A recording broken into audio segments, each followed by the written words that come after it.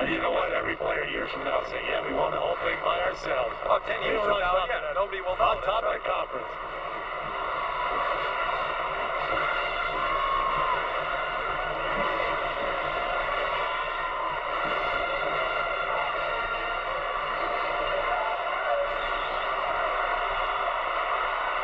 So here's the ball game. 4th down, Lethbridge back to pass. Has time, throws it up the far sideline. 3 receivers down there. And intercepted, no, incomplete, out of bounds.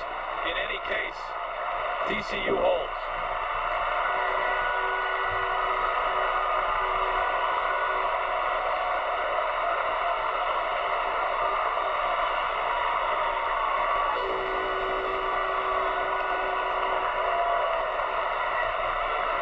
Great win for Pat Sullivan, who has improved this football team every year as a head coach. He gets a share of the lead now in the Southwest Conference, but he has his overall record now improved to 7-4. His best season here as a head coach. Well, a great win at home. I mean, he has turned this program around in terms of the attention it's gotten, the attendance. It's up. There he is. He's drenched. He's drenched. He's getting a ride on the sideline. That's a great feeling. And he's increased the attendance here by about 38%. Amazing what he's done. Yeah, nothing, buildings being built, everything. Yeah, nothing else. Winning more. You can do a lot of things outside, but winning on the field is what brings people into the stadium. So Naki will go to one knee as time runs out on Texas Tech. TCU, the victory today, 24-17 over Tech. Tech still goes to the Cotton Bowl, but now TCU with a chance at an Independence Bowl berth and a share perhaps of the Southwest Conference title. And don't forget Oklahoma and number 1 Nebraska coming up next. For Ryan Holloway, John Spagnola, I'm Terry Gannon. So long from Fort Worth.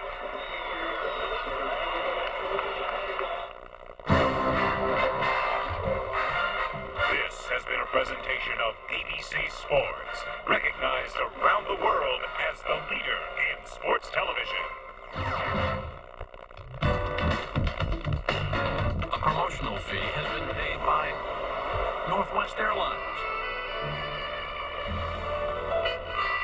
Some people just know how to fly. Are you ready for some football?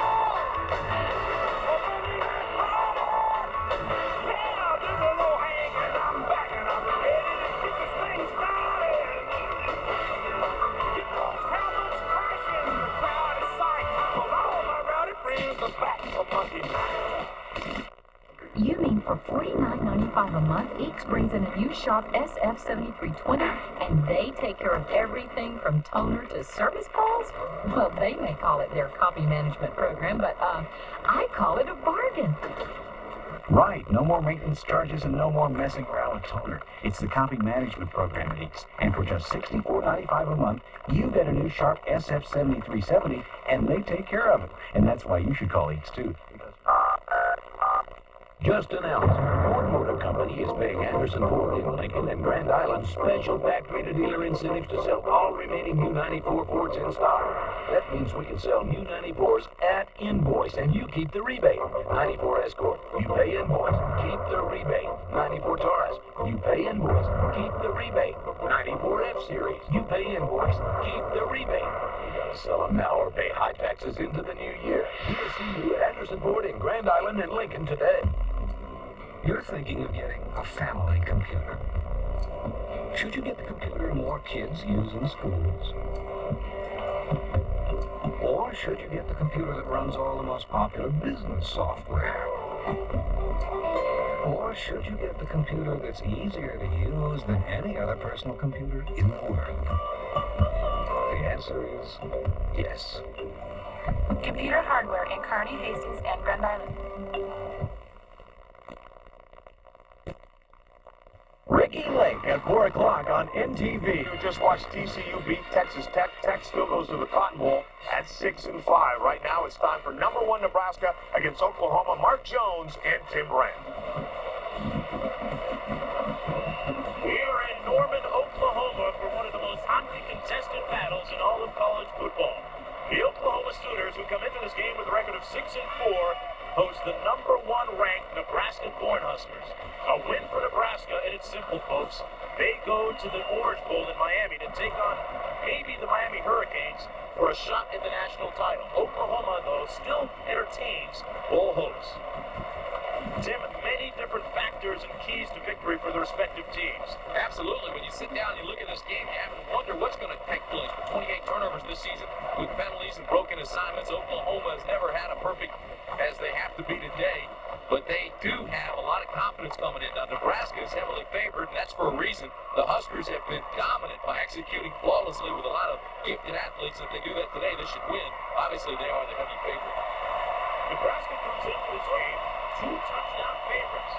One of the largest spreads ever in this series. You're looking at head coach of Nebraska for 22 years. A class man, quiet-spoken Tom Osborne, 9-13 all-time against the Sooners. And there's a look at the man who will be stepping down after the season, Gary Gibbs.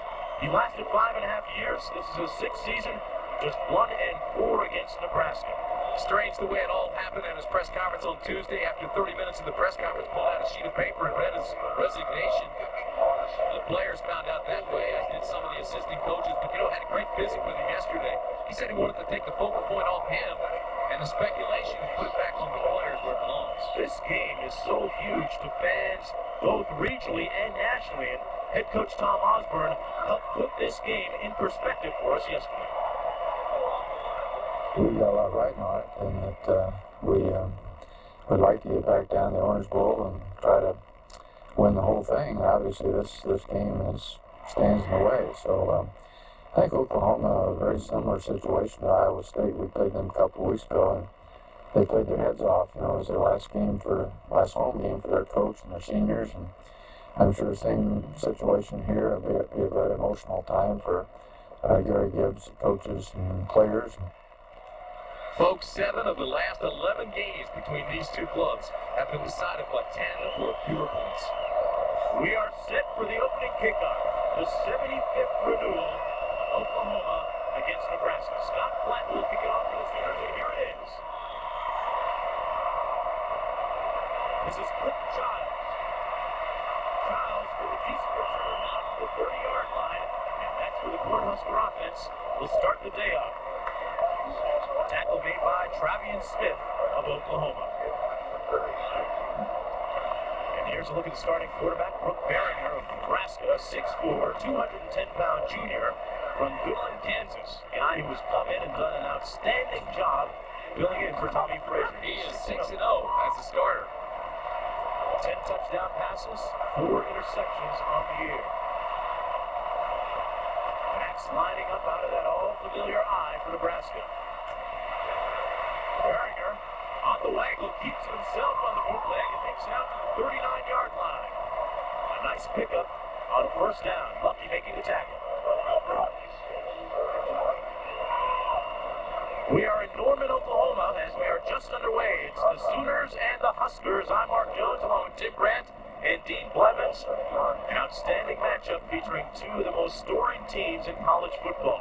Oklahoma comes in with a record of 6-4. Nebraska, a picture-perfect 11-0. Owen Field is the site. 2nd down and 1 for Nebraska with the ball. Double tight end Sean Alford. This is Lawrence Phillips, still on his feet, spinning out to the 48-yard line. Phillips has run for 1,672 yards coming into this game. We talked about him earlier, but Abdul Muhammad is a dangerous game-breaking receiver for Nebraska. He wears number 27. Meanwhile, up front, Brendan Stye and Zach Wiegert are 2 of the best in college football. They call those 2 guys the pipeline. Follow them, and you'll get to where you want to go. Nebraska on its 2nd play getting the 1st down. They've run 2 plays in this ball game. Oklahoma kicked it off. They go a double tight ends again. Here's Phillips. And he's stuck with the 47-yard line. The Oklahoma Sooner defense coming up big on that play. The tackle made by Broderick Simpson from his linebacking spot. Cedric Jones, though, up front, is the sack leader for Oklahoma. He has 14 coming into this game. Simpson just made that last tackle. He's joined by Freeman, Peters, who is the leading tackler on the team, and Sterling Lucky. In the secondary, the guy to watch is Darius Johnson. He has 4 interceptions coming into this game. He is tops in the Big 8.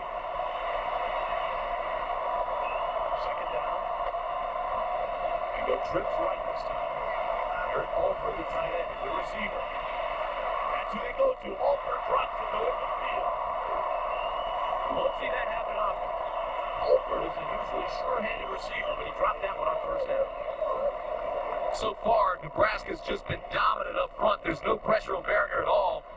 This ball is just a little bit low, but still should have been caught. Alford with 12 receptions this year. They don't use him that often as you look at Gary Gibbs in his last home game here at Oklahoma. Nobody said, Tim, it was going to be tough following a legend. A guy like Barry Switzer who set some high standards here at Oklahoma. 3rd down and 10 out of the shotgun is Brooke Berry.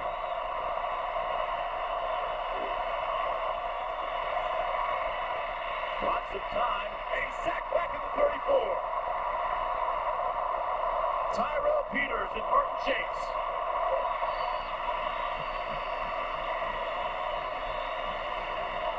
That is only the 5th sack against Nebraska all year. Look at this. That offensive line is sensational, but you can't pin this on the offensive line. That was a coverage sack by Oklahoma. Peters just kept coming, Berger took too long to throw. Peters gets his 2nd sack of the year. Darin Erstad will punt it back for Nebraska now, and Darius Johnson is standing in his own 22 for the Sooners. Lots of pressure, but he gets it off. And it takes a fortuitous bounce for Nebraska. A very good bounce to take. That's a no-no, isn't it, for Oklahoma? One of the 4 don'ts in the kicking game. Don't be all sides, don't rough the kicker, don't let the ball hit the ground, and don't flip. That ball should have never hit the ground. Nebraska pins it back 20 extra yards because of that. The starting quarterback for Oklahoma is Garrett McGee. He wears number 8. McGee is 6'4", 190 pounds out of Tulsa, Oklahoma, and he needs just 2 completions to break the school record for completions in a season. Yeah, he's been on a roll lately, but 8 touchdowns, 11 interceptions for the year early on. Inconsistent. Backside of the eye. That's James Allen off tackle to the right. Makes it out to the 12-yard line. James Allen is the Lightning. Gerald Moore is the Thunder. Michael McDaniel starts at tight end along with Albert Hall and P.J. Mills. Yeah, the Lightning in the tree. Allen's playing with a broken wrist today. Up front, and it's going to be so important for that offensive line of Oklahoma to protect Garrett McGee. I think Oklahoma to have any shot today has to break all tendencies and play wild, aggressive football and has to limit the turnovers and penalties. 81 on first down, 2nd and 9, play action. McGee sells the fake and goes up top. And he's picked off. So much for that. Kareem Moss with the first turnover of the game.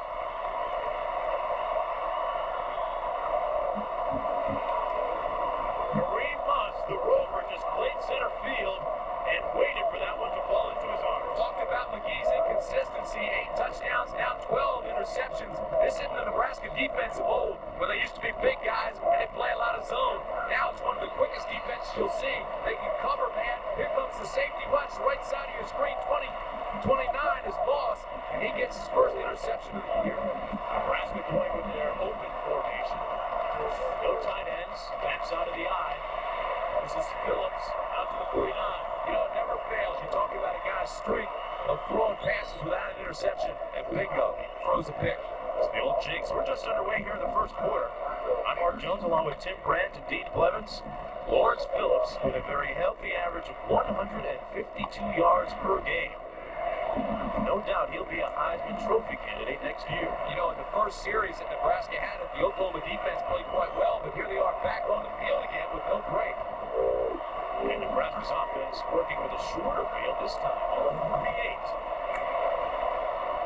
They hand it off to the fullback, Louis Schlesinger, 230-pound senior, gains about 2 yards. North Carolina State and a thriller over Virginia in a 5-field goal. Good year for TCU. The teams in the yellow, the winners. Things not going so well for Air McNair. You know, Nebraska could have the best offensive line we've seen all year, and we've seen some good ones. They average 359 yards rushing per game. It is 3rd down and 4. They line up with 4 wideouts. The option, Berringer keeps it himself, and he's got the first down. Bit of a surprise there, Tim Brandt. Atkins making the tackle for the Sooners, but Berringer keeps it himself. You play defense for Oklahoma. I don't know how you can be surprised like that. That's a He started 6 or 7 games since Frazier was sidelined. And the game he missed was against Kansas State. He had to collapse young. He's a tough kid. He gets the job done. He's probably a better passer than runner, but he is a quality quarterback. He does have decent speed. He runs a 4.65 40. He gets the first down. Play action. Barringer with all kinds of real estate. Right down at the 27-yard line. He's right near the first down marker. Depends on the spot. Anthony Fuller, the free safety, came out to make the tackle for the Sooners. 9:51 remaining in the opening period. Zeros on the scoreboard. It's still early in the ball game, but the tone of the game has already been set. Nebraska is a big, strong, physical club. They dare you to stop them. They know they've got a tremendous amount of talent. And right now, Oklahoma looks flat, looks a little bit disheveled, as you would suspect. On the same week their coach says he's resigning and leaving, he doesn't even tell you. But right now, they're just unemotional. Defense had a good stand early. Now they can't stop them. And as you look at this, I mean, we're talking about Nebraska being one of the best in the country. And the rushing offense is second to none. First down for the Cornhuskers. Matt Shaw checking into the ball game along with Lester Johnson. Abdul Muhammad coming out. A lot of Cornhusker fans made the trip down from Lincoln. They drove some 8.5 hours to make it here this afternoon. And that might account for why there's some very good attendance figures here floating around today. On the option, Barringer keeps it. This time he doesn't find that much success. He loses a yard back to the 29. Tyrell Peters, the team's leading tackler, making the stop that time. Yeah, and there's a guy that's playing with emotional. Tyrell Peters is the guy that got the sack earlier, his second of the year. He's 6'1", 218 pounds, just a sophomore. He knows regardless of what coach comes in to Oklahoma, he's going to be a big-time player. He is playing well so far in this first quarter. 9 minutes to play in the first period. Moves out to the wide side of the field. 3 wide receivers in for Nebraska. Barrier to pass, and he shuffled past it. To Phillips, who stopped him right at the line of scrimmage. And look who it is again. It's our guy, Tyrell Peters. Peters was shadowing him all the way. His key is the back. There's man coverage on the outside. He's going to take the back. Stay with him. He slides to the right, slides to the right. Here's the underneath pass. Bingo. Right there. Just tuck the tail, sky the eyes.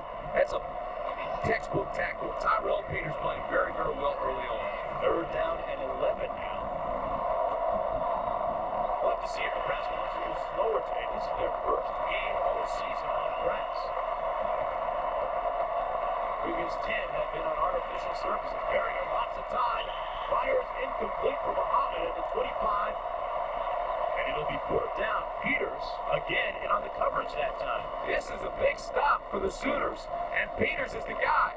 I'm not sure pass interference should have been called here if at all the pass was catchable. Muhammad, the wide receiver, made the mistake of coming underneath, and Peters just clobbers him. Watch Peters now. Muhammad will come out to the right of your screen. Here he comes. Boom! There's the hit. That's a slobber knocker. Then here comes the ball afterwards. And that ball was catchable. It should have been pass interference. Peters said, little man, this is my neighborhood. You don't come here without asking. I guarantee you, Muhammad will have his head on the swivel next time he comes through there. Darin Erstad into attempted field goal from 46 yards out. They fake it. And they're not going to get the first down. Matt Turman, the backup quarterback, did not get the first down on the run. Oklahoma gets the ball.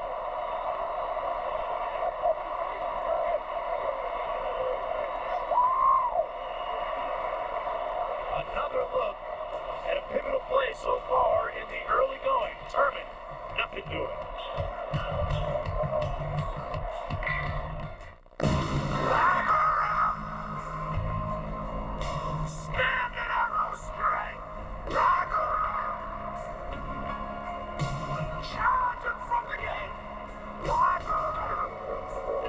Chevy was the first to give full-size pickups an independent front suspension. Because the last thing we'd want to do is spill this guy's coffee.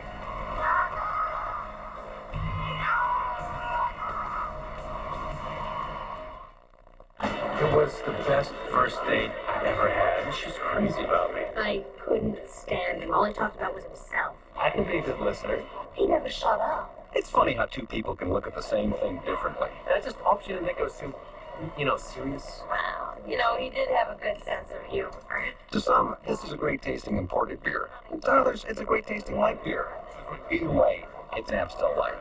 What's the difference? I looked horrible anyway. What? I'm not. You know what Hitachi makes.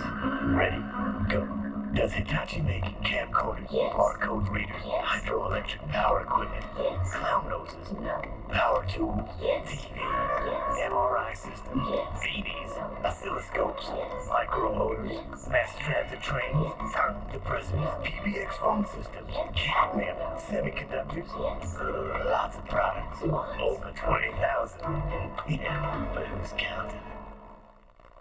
National powers collide in a high-noon showdown. The explosive Florida Gators meet their bitter rivals, the Florida State Seminoles, Saturday on ABC's College Football. No score, the fake field goal. Great call down in the 4-down area. You're kicking into the wind. But watch this player right here, the outside guy. If he comes down and throws a block on number 9 Fogel, they get the first down. Instead, he folds back. Now watch. Here he goes out into the flat. They pick him up. So they say, all right, ice, ice. They start to run. Now watch. He folds back instead of picking up Fogel right there. And he got that block to get the first. He may have had Muhammad open downfield. Meanwhile, Oklahoma 1st and 10 from the 20. Gerald Moore, that's Thunder, out to the 24-yard line, a gain of 4 on first down. Moore's coming off a big performance. Last week, he scored 5 touchdowns and had 151 yards against Iowa State 2 weeks ago. Troy Dumas making the tackle. He's one of the few bright spots in an otherwise disappointing season for Oklahoma. Average 230, that's a 4.5 quarter. You talk about Gerald Moore. He's the Big 8 player of the week. He's got to have another big game here today. Morgan and Allen now into the tailback spot. That's Allen. Out near the 30 and near the first down. Jeff Allen, number 25, a 6'1", 207-pound sophomore. If you take a look at his wrist, you'll see that it is heavily taped. He's got a soft cast under there because he's got a crack in the bone. But he's playing with it anyway. Frazier's already out. Allen has the broken wrist, so Gerald Moore, you would suspect, would get most of the attention today, the carries. And the Sooners get the first down. Our head referee, Terry Turlington, making the call. Let's go downstairs to Dean Blevins. Dean? Guys, we mentioned off the top that the field is very slick this afternoon, and Watson Brown, the offensive coordinator, told me that the Sooners have to run right at Nebraska. It's a defense that really has tremendous speed, and it's one, though, that might be vulnerable to the assault game right at them like Oklahoma's doing right now. Well, because they're so aggressive, Dean, watch the cutbacks and the isolations. Nothing doing on that play. Gerald Moore is sacked back to the 20-yard line on the toss. I'm not sure that was such a great decision, although that play seemed to break down from the get-go. Dante Jones making the tackle. Dante Jones is an outstanding player, 6'2", 220-pounder. He's a senior. He's out of La Plata, Maryland, my neck of the woods. He's got great speed with that size. They say he could be a safety. They may move him to the outside when he gets to the bigs, but he's an outstanding player. This is the most speed Nebraska has ever had on defense. I think their best defense ever. Here's second down now. That's Moore. And Moore is tackled at the 23-yard line. We talked about that defense. Let's take a look at the black shirts. Terry Connealy, one of the leaders up front. He's a 2-year starter. Troy Dumas is from Cheyenne, Wyoming. He's a very hard hitter. Keep an eye on him. Meanwhile, in the secondary, Barron Miles has 4 picks on the season. That's tied for tops in the conference. Let me just take you across that front. Harris has 5 sacks. Peter has 6 sacks. Connolly has 5.5 sacks, and Jones has 4 sacks. You're talking about an active defensive front. And Tim, their ends are just 220 pounds and 225 respectively, but backs. Here's the screen to Allen. Out across the 30 and brought down at the 33-yard line. And that'll be short of the first down. The Sooners will have to punt. Troy Dumas making the tackle. That's the guy I was mentioning just moments ago. The guy who's a very hard hitter. Oklahoma is not a very good first quarter team. They've only scored 22 points all season in the first period. In comes Tim Daughtry to punt. Remember now, Nebraska, one of the best in the country against the run, so they're just shutting it down pretty well. Barron Miles. He's a guy who's blocked many punts in his career. Daughtry doesn't get off a good one here, and it bounces in favor of Nebraska. Nebraska again working with a shorter field at the 42-yard line when we come back. I'm going camping this weekend, and I love it. I hate camping. I want to sleep on dirt. I wouldn't vacuum fresh air, birds, trees, snakes, bears, poison ivy. It's funny how two people can look at the same thing differently. You stand in the clean, clear water and catch your own dinner. Well, you stand in the freezing cold water and catch pneumonia. To some, this is a great tasting imported beer. To others, it's a great tasting light beer. Either way, it's Amstel Light. It's beautiful.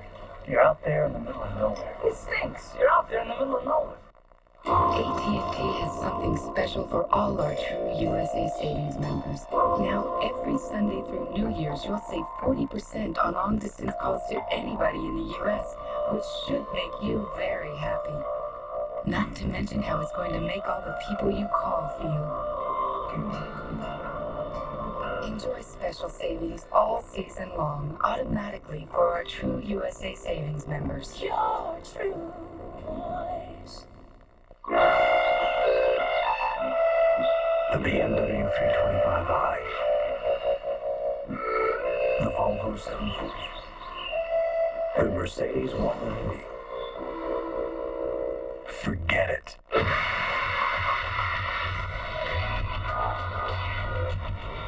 Introducing the all-new Chevy CR2 Extended Cab.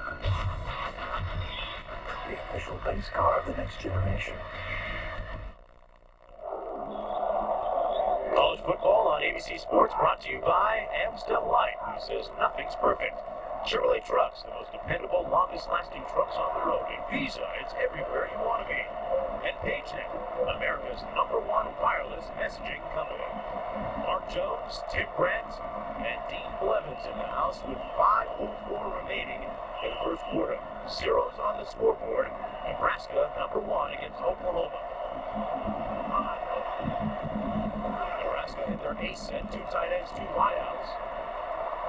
And they run it on first down to the 44-yard line. Downstairs to Dean, who's hooked on phonics. Hey guys, you know when Tommy Frazier was a quarterback, nobody really even knew who the second team guy was. Was it Brooke Behringer? Take a look at the pronunciation guide for Nebraska, and it says Behringer, but even Nebraska coach Tom Osborne calls it Behringer, and we talked to him yesterday about what it really was. I call him Barringer because that's what I called him the first time I met him.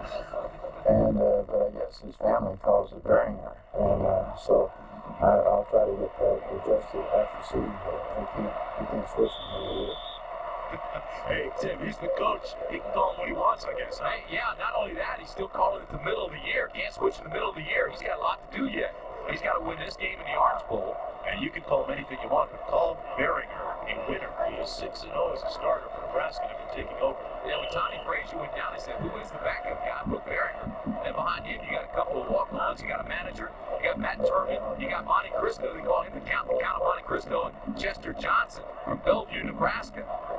But Tommy Frazier's back now. If you missed that announcement, he can't play. He's suited. He's on the sidelines. He was cleared by the doctors on Wednesday night. It's 3rd down and 1 for Nebraska. They've got that huge offensive line, and they decide to run it. Here's Benning down to the 46-yard line, and he's got the first down. Damon Benning out of Omaha, Nebraska, with the first down for the Huskers. Well, tonight on ABC, all new episodes of TGIF Favorites. Family Matters, Boy Meets World, Step by Step, and Hanging with Mr. Cooper, followed by a brand new 2020. A perfect way to keep the holiday fun going tonight on ABC. Talked about that big offensive line. Zach Weger, number 72, is a guy who consumes 6,500 calories per day. His price is 300 pounds. Here's the waggle, Behringer. Incomplete at the 32. Talked about the winds of change gusting through the Big 8 Conference this week, Tim. Yeah, you look at this game and you see, well, it's foggy, it's cloudy, full house here at Owen Field. It's just like the old Nebraska-Oklahoma games, but you look at what happened this week. You got Gary Gibbs, Pat Jones, Bill McCartney all resigning. Dan McCartney is hired at Iowa State. Salam is just tearing things up, and Tommy Frazier is denied that extra year of eligibility, so he's dressed today. I mean, it's just been probably the craziest week before a big game that I can ever remember in college football. Benning on the option. Benning with a nice move down to the 42-yard line. Benning He's a guy who usually doesn't see action until later in the game for Phillips. Both he and Clinton Childs usually rotate, but here he is in the first quarter with 2:45 remaining. A tackle made by Campbell and Henderson on that play. A lot of people wonder if this secondary is overrated for Oklahoma. Gary Gibbs said it was better than the units he led in 85, 86, and 87 when he was the defensive coordinator, but they don't have the Dante Jones and Brian Bosworth applying pressure up front.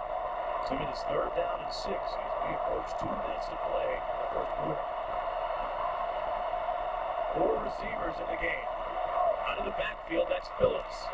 LB down to the 34-yard line, and a first down for Nebraska. The tackle made by Cedric Jones. Here's a look at Tommy Frazier. They said if it was up to Tommy, obviously, he'd be in the ball game. But that's a tough call for Coach Osborne. I mean, he's got a guy, Barron, who's 6-0 as a starter, comes in, picks up the slack. You don't want to get Tommy injured. He's been on the blood thinners for so long, although he did practice this week. The doctors did clear him. His blood's okay. Everything's fine. Has the makings of a Hollywood storybook ending. So let me tell you, if something happens, Oklahoma's threatening to upset, you're going to see Tommy Frazier. Gardner hands it off to Phillips, who's brought down at the 32-yard line. Tackle again made by Cedric Jones, the all-conference performer for Oklahoma. You just can't give Nebraska this many opportunities on your side of the field. They've had great field position, and when you shorten the field with a team like Nebraska, for them, it's like running downhill. They're hard to stop. I mean, they threw the interception. They had the short punt. They got a bad roll on that, and Nebraska's had great field position. You know, eventually they're going to kick this thing open and score. A 2nd down and 10. 1:23 to play in the first quarter.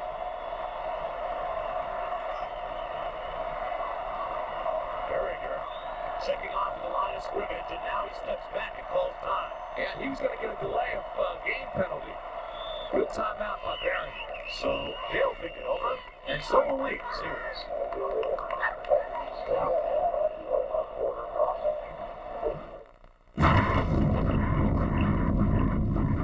Before we introduced the all-new Chevy Blazer, it was thoroughly tested. We're quite pleased with the results.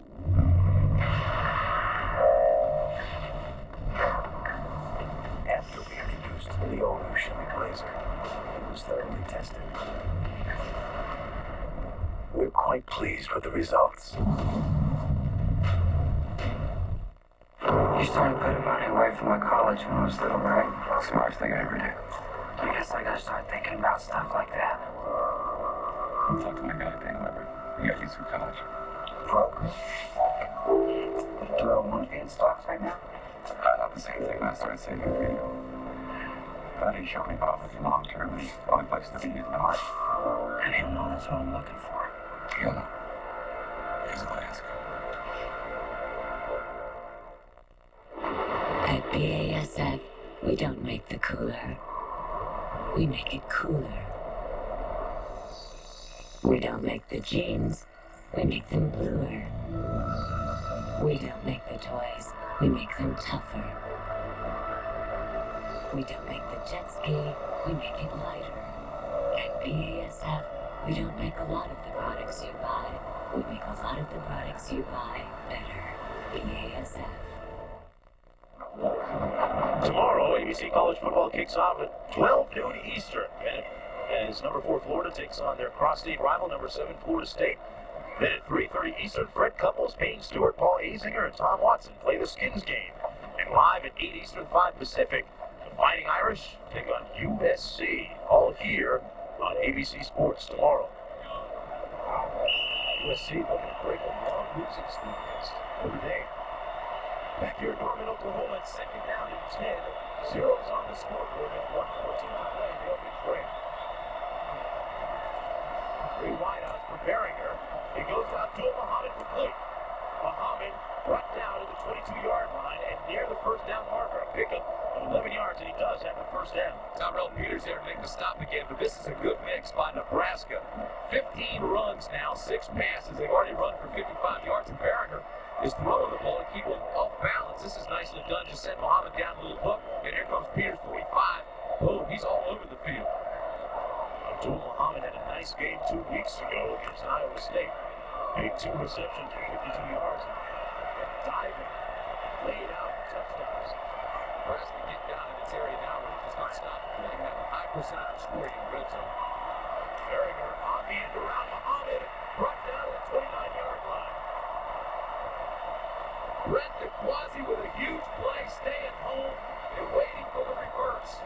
He was in what they call a 9 technique outside. Here's DeQuasi right here. He wants to come, stay, and look for anything coming back. That's his job. Now roll it, watch it go. Inside out, here it comes, break down, boom. That play is perfect, and you take him out of the red zone. Side of the line.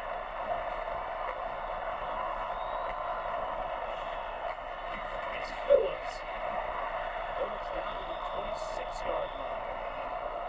And that will be the last play of the first quarter. The Oklahoma Sooners are 2 touchdown underdogs. The Sooners only had the ball for 3:33 in that period, but they don't trail. We'll be right back.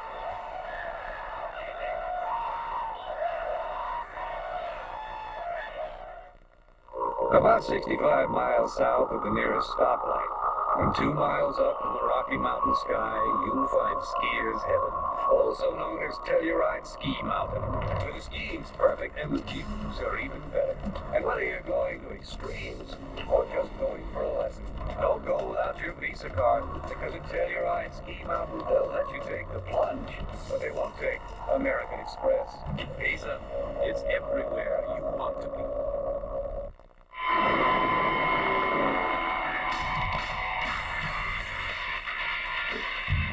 Canada is a land like no other, with a beer like no other. Molson Ice, ice brewed by North America's oldest brewery to be colder and bolder. This is ice. Molson Ice, from the land where ice was born. Thanks to an exclusive 8.4-volt power pack, the Black & Decker Ranger gives you all the power you need to finish any little project, like a deck. The Black & Decker Ranger. Finish what you start. Drop everything and hurry into the JCPenney After Thanksgiving sale, where you'll find incredible savings throughout every department. But after Saturday, it's over, so get going before everything disappears.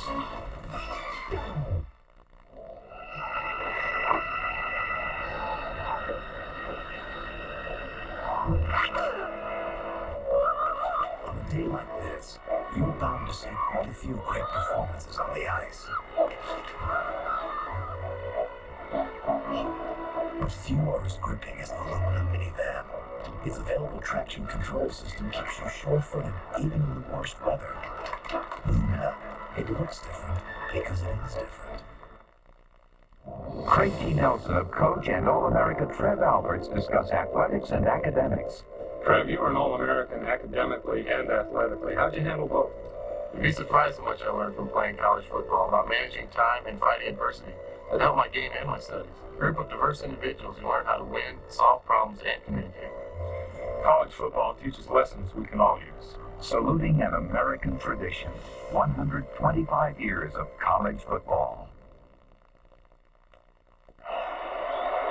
We have 3rd down and 15 in Nebraska. You're looking at Mike Gundy. Mike's brother, Cale. One half of the Gundy brothers. Huge play here for the Sooners. Nosing the ball at 27. Abdul Muhammad is in the near slot. He's their 3rd down receiver usually. Berringer, run down to the 29. Good coverage in the secondary. And DeQuasi was there to make the tackle along with Peters. So in comes the field goal unit again for Nebraska. The question is, will they kick it this time?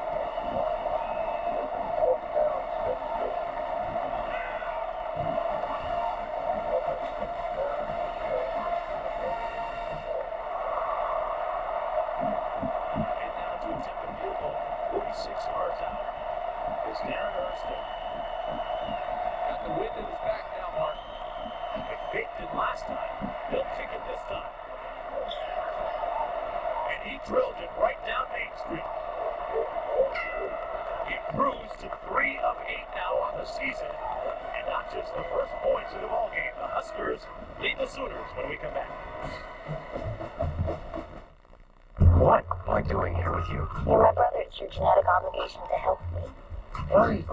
So, the Grand Dam has a 150 horsepower engine, standard. Oh, it is a blast to drive. The balance check makes it smooth as silk.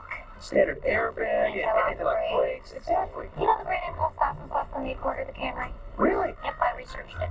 Well, you've made a smart choice. Thank you. Yeah, so what am I doing here? You're helping me pick out a color. Color? Yeah.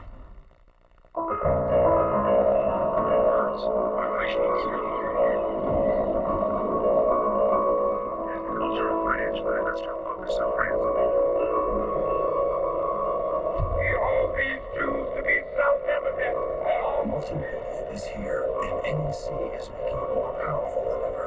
With sharper monitors, faster CD-ROM readers, and advanced networking capabilities. NEC. See, hear, and feel the difference. Sure, you got a state-of-the-art entertainment center. A fully interactive home theater. Even got a gourmet delivery service.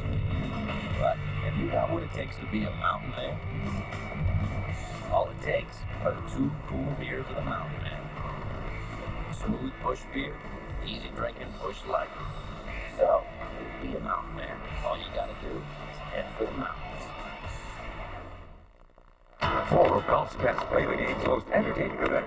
Join Fred Couples, Paul Razinger, Tom Watson, and Payne Stewart for the Skins Game, Saturday, here on ABC. When you talk about the real professionals and gentlemen and teachers and educators, coaches of college football, that man right there, Tom Osborne, is second to none. Dr. Tom has had 5 11-win seasons at Nebraska. That's phenomenal. 22 years. 50% of Erstad's kickoffs go for touchbacks like that. Good way to favorable field position and control it. Look at the first quarter stats, Tim. You want to know the story? It's right here. 1 turnover, and Nebraska only had it 3:33. Oklahoma only had it 3.5 minutes in the entire first quarter, so they had the turnover shorten the field. Nebraska played in Oklahoma territory that first quarter the entire time, and Oklahoma never had the football. But when that happens, you lose, and they trail 3-0. And Oklahoma defense just keeps up with bounty on the team. You need a pass, and now he's scrambling. He's got real estate. McGee with a pickup of 25 yards out to the 45-yard line. Finally chased down by Troy Dumas downfield. First big play of the game for the Sooner offense. You know, McGee, All-American at Northeast Oklahoma A&M. They talked about his escapability when he first came to the school.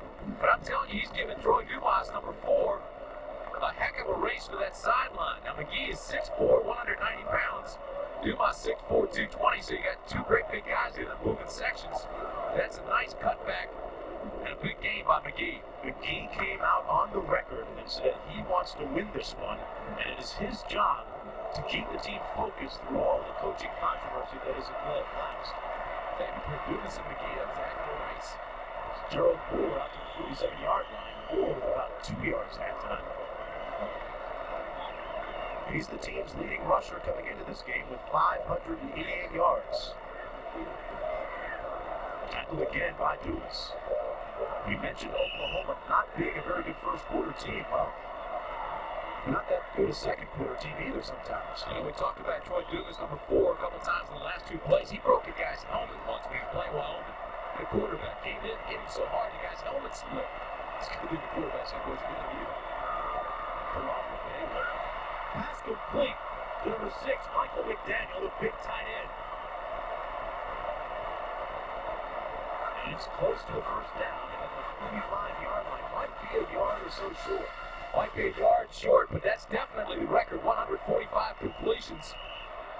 That breaks the record, and I'll tell you something, that is phenomenal. He comes in this year out of Northeast Oklahoma A&M junior college comes in here and just takes over, and I mean, he has been sensational throwing the ball. Inconsistent at times, but he can throw a hard pass. Started off at Arizona State, originally wanted to go to Oklahoma, but they didn't recruit him.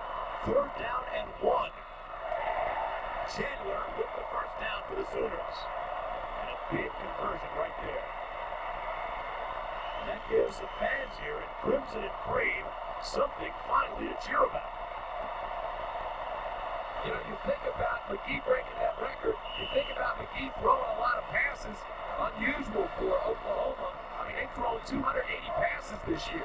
You remember the Sooners got into the wishbone formation the 4th game of 1970. Didn't get out of it until the 1980s with Marcus Dupree as an I-back. That was Barry Switzer. Now you've got Gibbs, and he's throwing the ball to him. This time they hand it off. James Allen with a gaping hole. He's down to the 27-yard line, but there's a flag down at the 45 on the far side of the field. Eric Stokes made the tackle for Nebraska.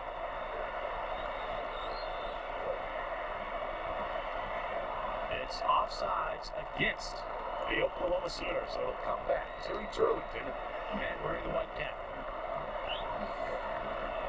Talking about how the offense has changed. Look at the passing percentage. On the offense, 36% this year. That's up from 13% in 89. It's gone up almost every year. 92, they had 39%. Shows you how the game has changed. The ironic thing there is, Tim, is that Oklahoma won so many titles using that wishbone. Oh, and there's Watson Brown does a great job with that offense. I suspect would be a candidate for the job here. Now that Garrett Giggs has stepped down. Be a good head coach. You want to find a new head coach by December the 15th. Inside handoff to Gerald Moore.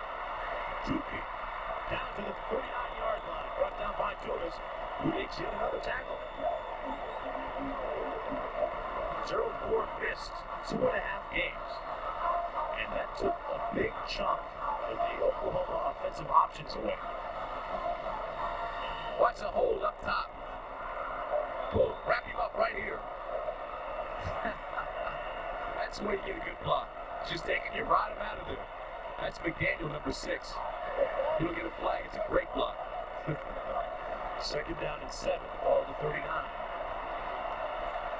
B.J. Mills split wide to the bottom of your screen. A counter play to Moore.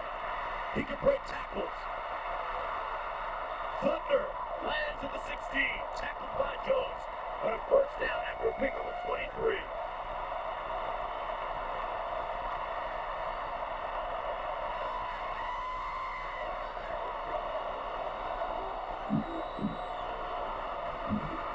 Switch from tailback to fullback. Used the hammer, got 230 pounds. And then because they needed him, he started running 151 yards last week and 5 touchdowns. Now he's got 5 carries, 41 yards. Boy, he's a load. 230 pounds. Gerald Moore doing a great job so far in this game. 10:50 remaining in the second quarter. Motion on the right side of the offensive line for Oklahoma. And Lennon littering the field. You know, coming into the game, I think all the coaches at Oklahoma figured, hey, we can't have turnovers. They've had one. We can't have penalties. They had one earlier that just brought back a big play. Watson Brown's beside himself. Look at this flag. He needs to blow out. This is the second one. On the offense, first down. You know, I can remember Watson Brown, that man there, after the OU Texas game that we did down in Dallas. He was so distraught. That picture really epitomized the year for Oklahoma. Look at inside the 20. Do you realize teams have only gotten inside the 20 16 times all year on Nebraska? That's just getting inside the 20. That scoring's another thing. Watson Brown, an offensive innovator. Chandler and Allen in the backfield. The ball barely moves across the 19-yard line. Chandler. By Mark Jones, along with Tim Brandt and Dean Blevins, Nebraska ranked number 1 in the country, leads 3-0 against Oklahoma. The Huskers with a trip to the Orange Bowl on the line. And Nebraska defensively ranks among the nation's best in all 4 defensive categories: run defense, pass defense, total defense, and scoring. I mean, these guys give up less than 13 points a game. 2nd down and 12. Albert Hall and B.J. Mills split wide to the bottom of your screen. The counter, and Allen falls at the 19-yard line. So we'll set up 3rd down and long. Troy Dumas right there to pounce on him afterwards. You know, you're seeing more and more runners do that. They approach the line. If they see the hole closing up, then they're going to try to put on the brakes and dance outside. They see guys like Emmett Smith do it. They see guys like Barry Sanders do it. Those guys are on 5'8", 5'9", 5'10". They're quicker than gossip. I mean, these college kids aren't that quick and aren't that decisive. A lot of times they just lose their feet and lose yardage. 3rd down and 13. Boy, the Sooners use a conversion here. The play action by McGee, the screen pass. McDaniel escapes one tackler and is pushed out of bounds at the 16-yard line. McGee's moved to get away. Got a great block from Albert Hall, number 1. He was about to get tackled, and Albert Hall just took out the tackler and knocked him off. This play's well set up. He waits just about as long as he can. Watch the pressure.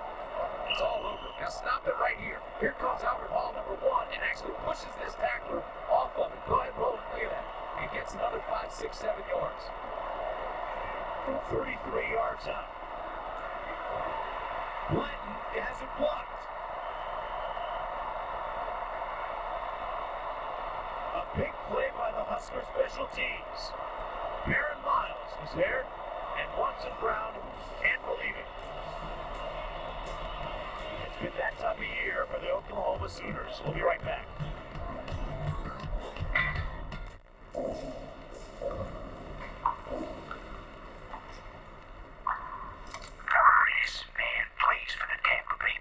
His name is Hardy Dickerson, but he often goes by the name the Dragon. Oh, don't drag on. He is very dangerous and often angry. Casual.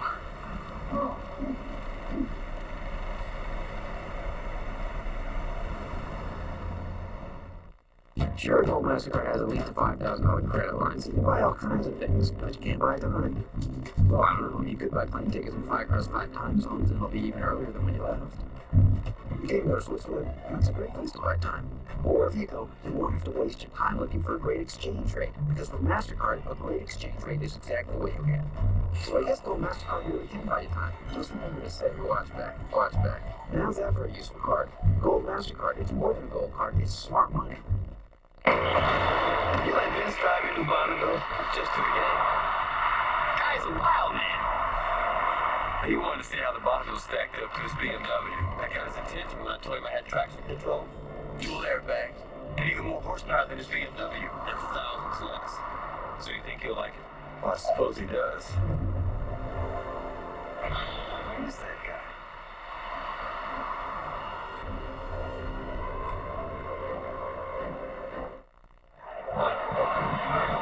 Nebraska still leads by 3, and we'll show you why.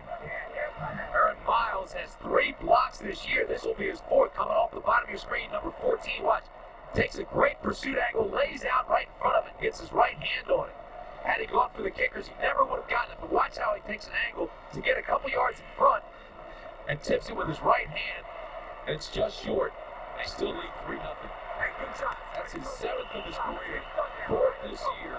And Oklahoma's had 3 blocked punts and now a blocked field goal attempt. I've seen Barron Miles take the ball off the first foot for a touchdown in the end zone. That's how good he is at blocking kicks and punts. Phillips stopped up in the backfield by Tyrell Peters for a loss of about 2.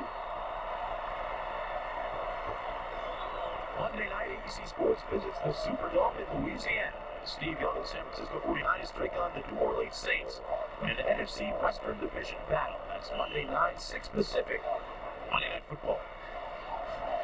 8.5 minutes to play in the first half. It's a very close 3-0 game. Phillips now just 8 carries, 21 yards. But what a game Tyrell Peters has had. He's the defensive MVP so far, making all the tackles.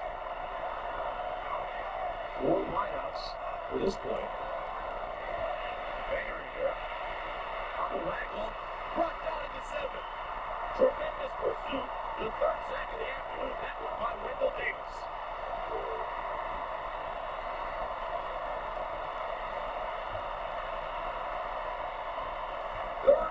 Sacks this year for the Oklahoma defense.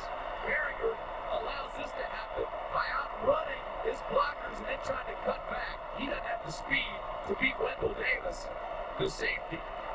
Downstairs to Dean Blevins. Dean, what do you got? Well, guys, I think it's an example of Oklahoma playing loose today. They had 10 men within 3 yards of the line of scrimmage on that play. And Timmy, as you mentioned earlier, don't be surprised. Tommy Frazier later. And it's 3rd down and Tulsa to go. 23 yards. I think that's a delay of game, isn't it? Well, the court Huskers are going the wrong way. Well, the thing is, they walked out of the huddle. They stood around. Barrier's looking like he was confused. The play clock had ended. And when they threw the flag, Barrier said, hey, what's up with that? That's a delay. Puts it inside the 5. You know, Oklahoma's flying around defensively and playing well, very loose, as Dean said. He's out here practice yesterday. Actually, I was with Gary Gibbs all the practice. I think it's the first practice Gary ever missed. I kept him in his office. When they came out of practice was short, they were all horsing around having fun. Well, Turner Gill, quarterback coach Tommy Frazier, watching from the Nebraska sidelines. Barringer up top for Reggie Ball. Incomplete at midfield. And Nebraska will have to punt within the shadows of their own goalposts. Larry pushing on the coverage and a dejected looking Barringer. I'll tell you this, Nebraska's letting them hang around. As long as they do, these Oklahoma fans are going to get into the ball game. They're going to get behind this team, and some strange things could happen.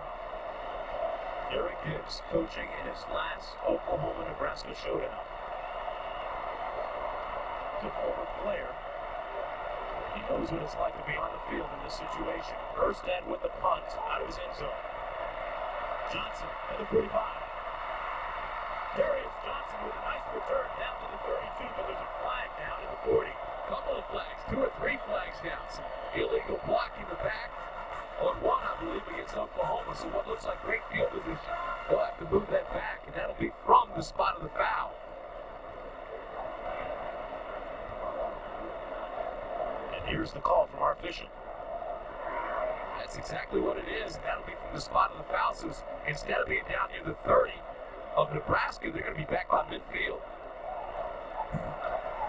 Pushing the back on the receiving team. 10-yard penalty. Spot of the foul. First down, Oklahoma. Turnovers and penalties, we talked about it at the top. But watch the bottom of your screen. You can take your pick. Here's one. Here's one. Here's one over here.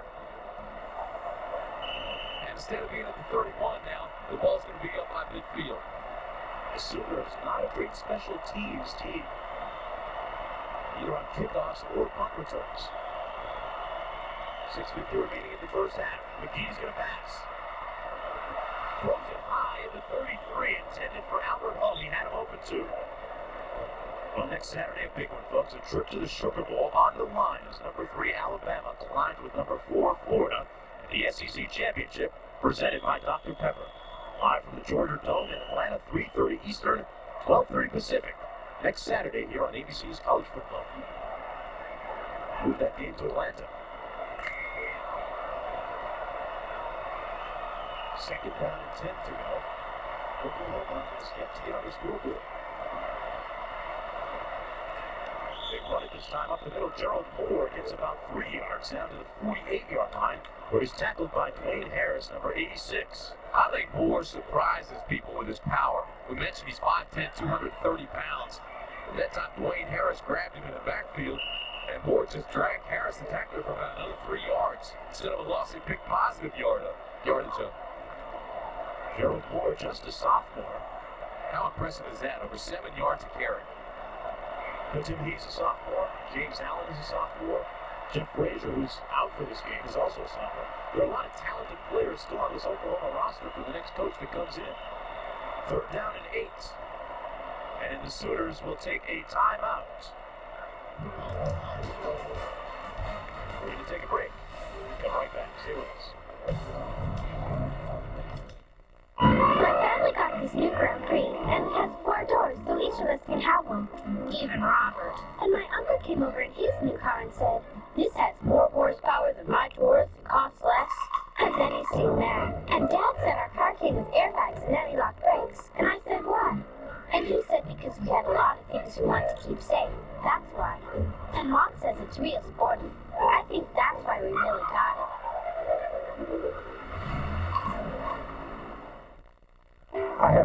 football. But in real life, you can't run forever. So after football, I went back and got my master's in education. You see, one great running back can change the football game. But one great teacher can change dozens of lives forever. The Apache Promise of Tomorrow program gives teaching scholarships to students at all 67 College Football Association members. Coaches have inspired me. My friends have inspired me. And nobody is more inspiring to me than a great teacher. He graduated in the top 1% of his class at Yale. He was a Rhodes Scholar at Oxford.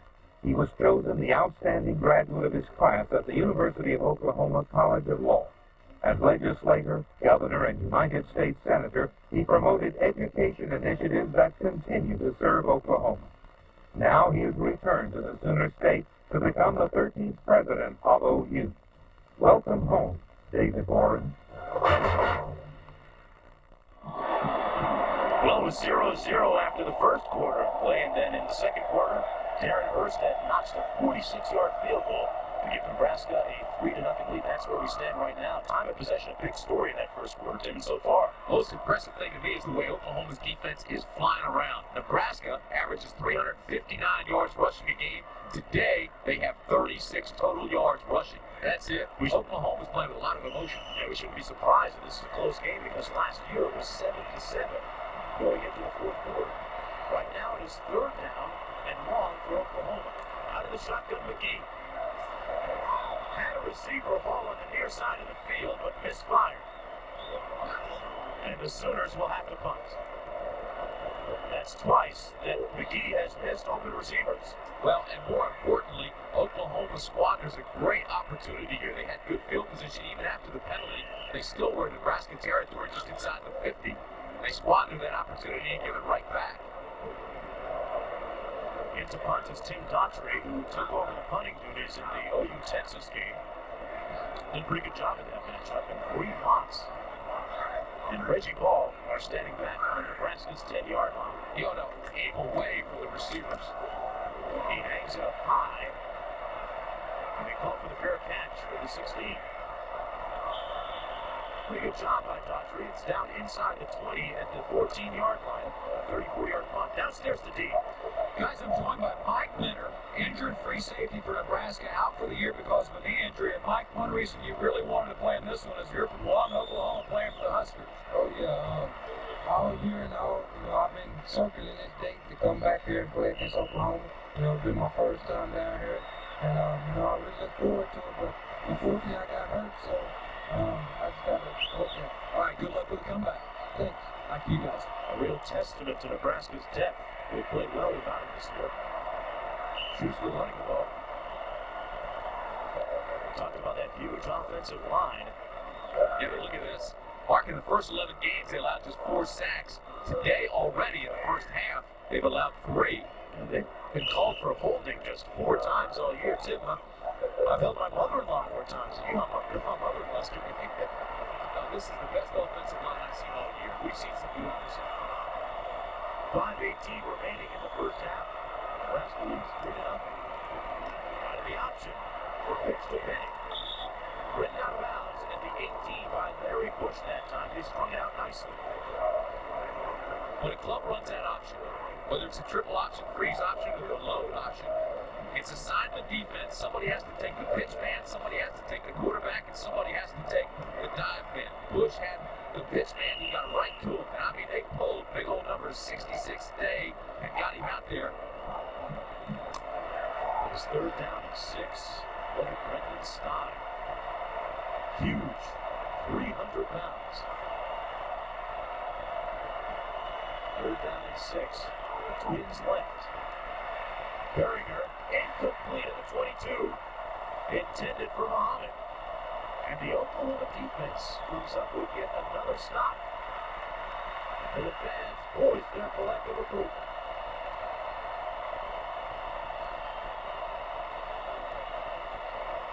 Look at this. It looks like man coverage right away, locked on. Muhammad pulls up and has the outside step. Good separation there.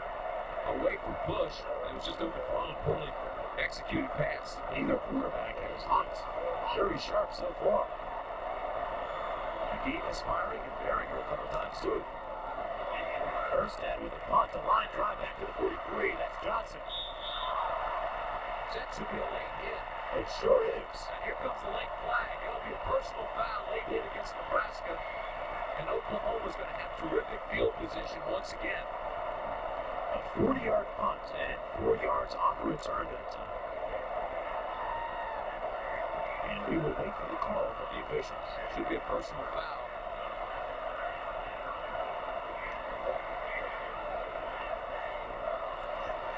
It's against the Huskers. Personal foul. Now there's no fair catch. Here comes the coverage. He's down, and here comes the late hit. That's a good call. Personal foul. On Nebraska. First foul.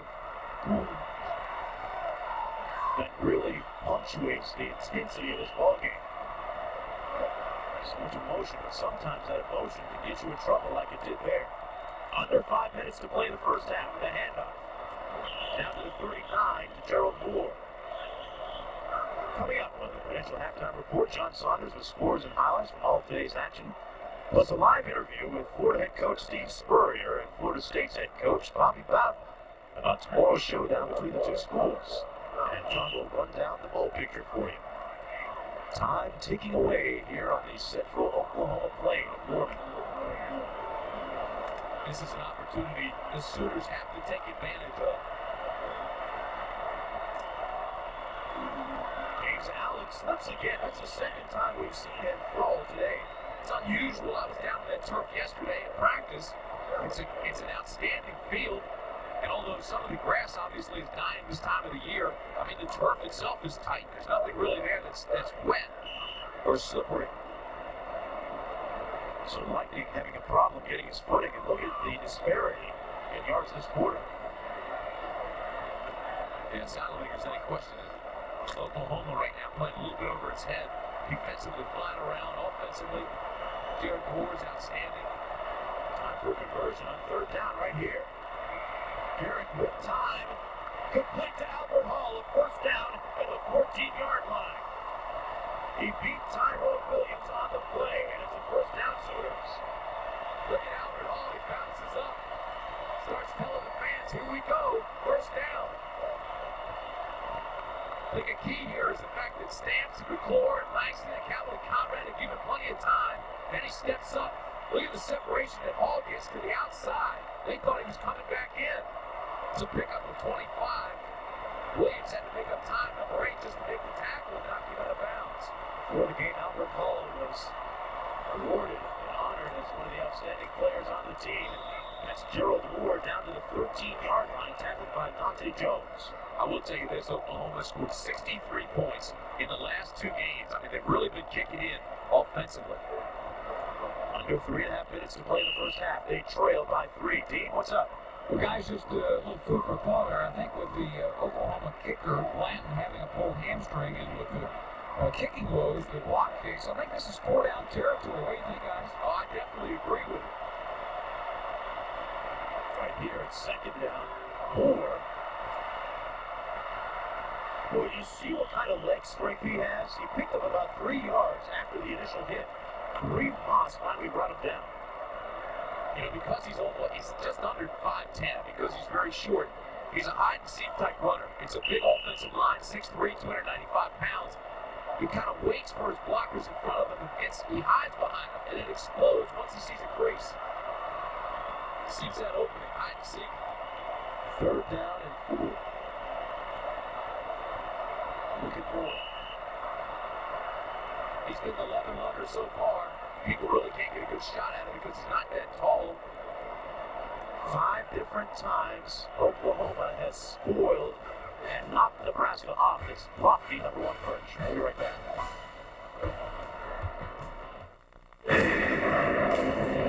Is that Johnson's team behind us? Exactly. Are they members of Hertz #1 Club Gold? Exactly. Are we members of Hertz Not exactly.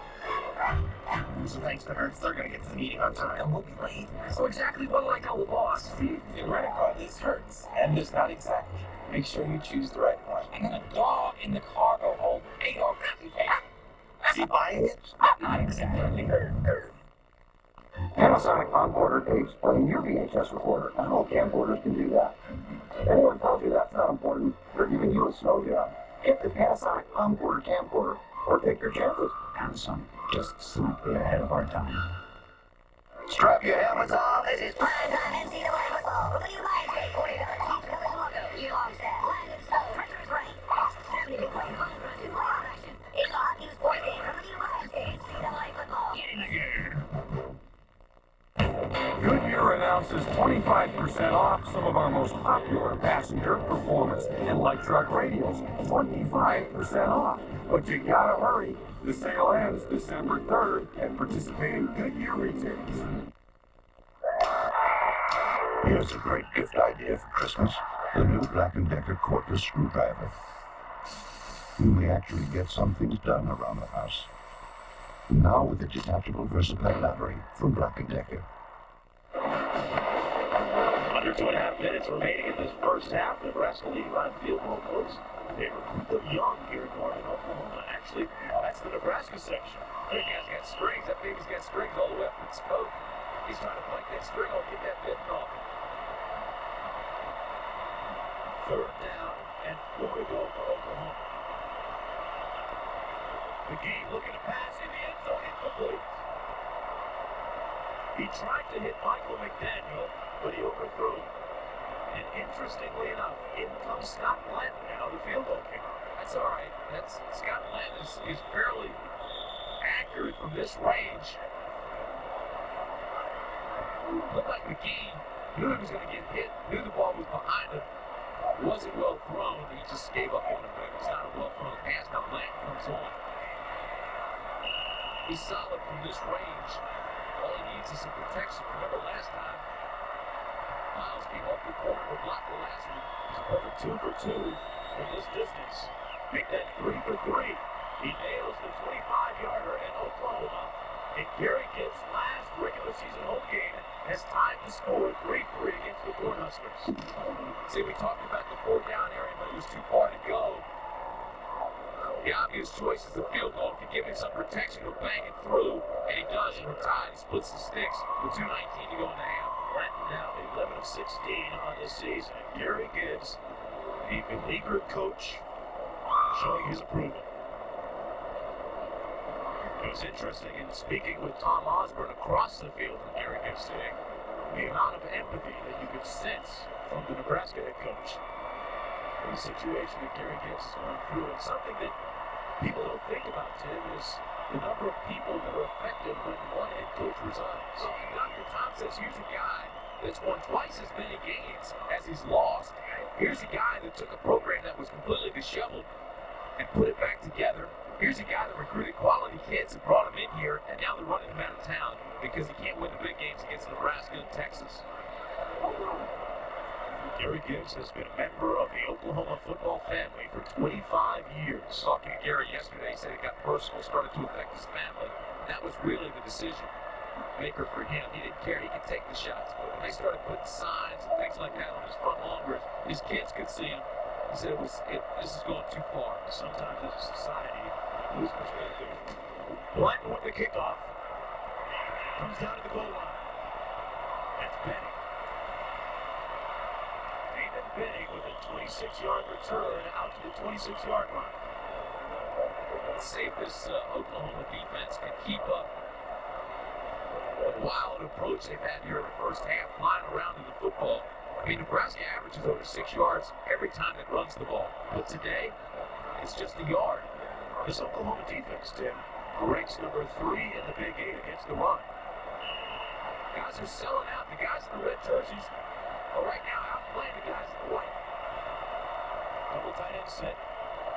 Twins left. Hurrier pass. It was thrown low and thrown incomplete at the 38-yard line intended for Eric Alford.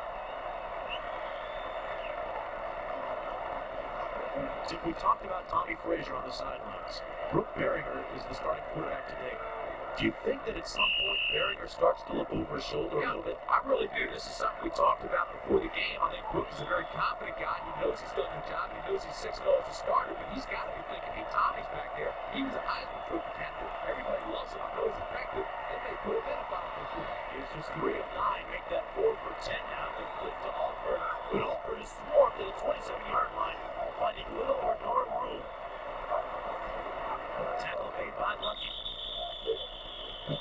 up here defensively is they say 90% of defense is wanting to play, is being aggressive, have that mean attitude.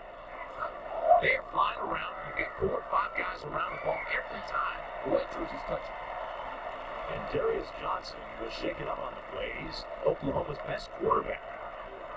Into the game with 4 picks. He's been the most consistent performer in the secondary all year. A lot of people hate to hear this, but you have to be playing football with bad intentions when you're playing defense. It's 3rd down and 8 to 10 seconds to go on the play clock. They may get caught again out of the shotgun. It's happened once before. He's got to take a timeout. The play clock's down to 1. Did he call a timeout? Yes, he did. You know, I saw that happen. They started late, and they're forced to burn a timeout. Dr. Osborne is not like that. PageNet reminds you, life is a contact sport. Out! Has the plumber called back yet? Want to get that?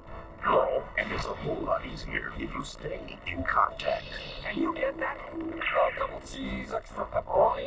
Will somebody please get that? Who knows more about staying in contact than PageNet, America's #1 wireless messaging company? Nobody gives you better coverage coast to coast. This shop is very much different now. Before customers told us what they wanted. We have people up on the drive that greet them as soon as they come in. Their car is written up within a few minutes, and once we get the repair order in hand, we get a pretty good idea of where to go and what we're looking for. The top priority is fix it right first time, on time. Quality care standards, they must work pretty good. We get letters, cards, a handshake now and then. People let us know. This is what they want. Quality care people, quality care standards. Ford and Lincoln Mercury dealer. It is 3rd down and 8 to go for the Nebraska Cornhuskers.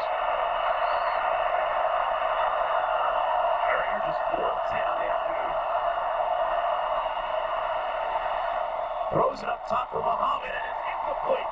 Batted down nicely by the free safety, Anthony Vogel. He says, not today, not now, not ever. And Barringer now 4 of 11. Yeah, I don't know if I'd be making all those signals playing against Nebraska because they may come back and bite you. But he played very, very well here. He had to come over and help push. They had double coverage on the outside. He ran it all the way.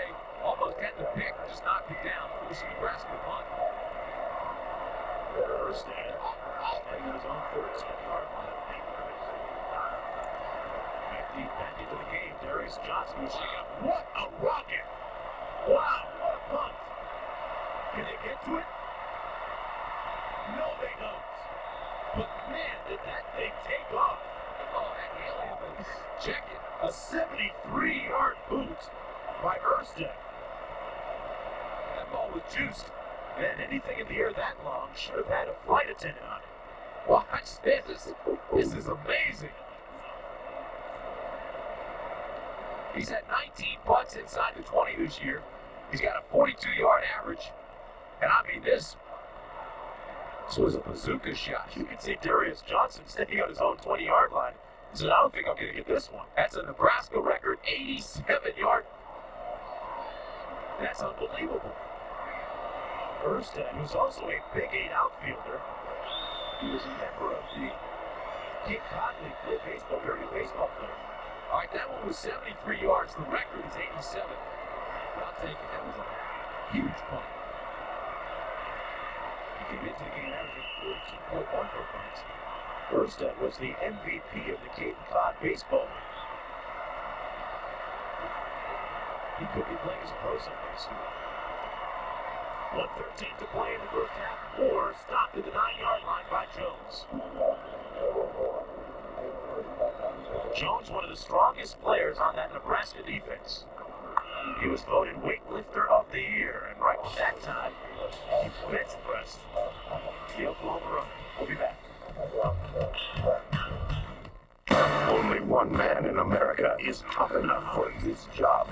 I'm pregnant. Arnold Schwarzenegger, Danny DeVito. Seriously, I don't think so. In the funniest film of the year. Yes. Junior, rated PG-13. Now playing. You build a razor with a precision groove to help the Nebraska lift and cut system shape closer than ever before. And what you get? The Norelco razor, our closest shave ever. Christmas shopping can be stressful. Try it for your eight. But at your local True Value, we make it easy. Even for a kid. With lots of great gifts. And prices that won't break the old piggy bank. Like this 43-piece quarter-inch toolkit for just $8.77. Or this 20-inch toolbox with lift-out tray just $6.99. And parking? It's a piece of cake. True Value. Gifts are just around the corner. 73-yard punt and an illegal block and falls at the 10-yard line. Here's Gerald Moore on the toss sweep out to the 17-yard line. He's short of the first down. It'll be third down with about 2 or 3 to go. The tackle made by Ellis, the middle linebacker, and strong safety Tony Phelan. Gives them a little bit of room, though. They were backed up in there against this defense.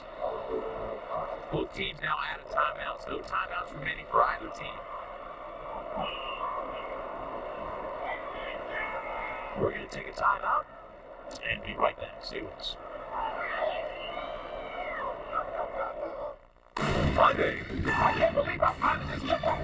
It's America's favorite place to get down. But Steve and Carl go on autopilot. You're driving, Dad. You're doing great. And all new family matters, followed by an all-new Boy Meets World. I'm on ABC. See 7 of your favorite stars before they were stars like John Travolta, Ellen Locklear, Mark Harmon, Steve Martin, Janet Jackson, and Raquel Welch. Jonathan here, boy. And all you before they were stars, Sunday here on ABC. Eric McKee, the junior quarterback for the Sooners, talking it over with the Brain Trust on the sideline. 54 seconds remaining in the first half. We are tied at 3. Situation's this. Neither team has a timeout left. This is an Oklahoma team that has turned the ball over time and again all year. They already have won this game. You want to play and just throw tendencies away, but you don't want to turn the ball over. So you got to be careful here. They run it to Gerald Moore, who does not get the first down. See, he's tackled at the 19-yard line by Winston. Yeah, see, they're very conscious of turning the ball over. 47 seconds left. Clock continues to run down inside 40. I would think you'd have to punt it out of there, but they're just letting that clock run. Should be about a 12-second differential.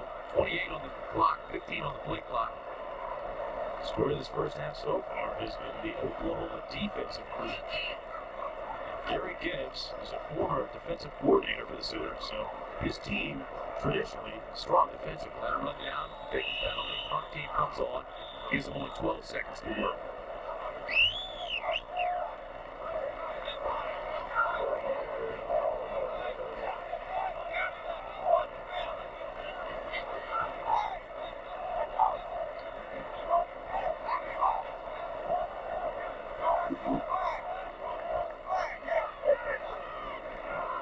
Don't forget, coming up at halftime, the Prudential Halftime Report, scores and highlights from John Saunders, and a halftime interview with Florida State's Bobby Barron,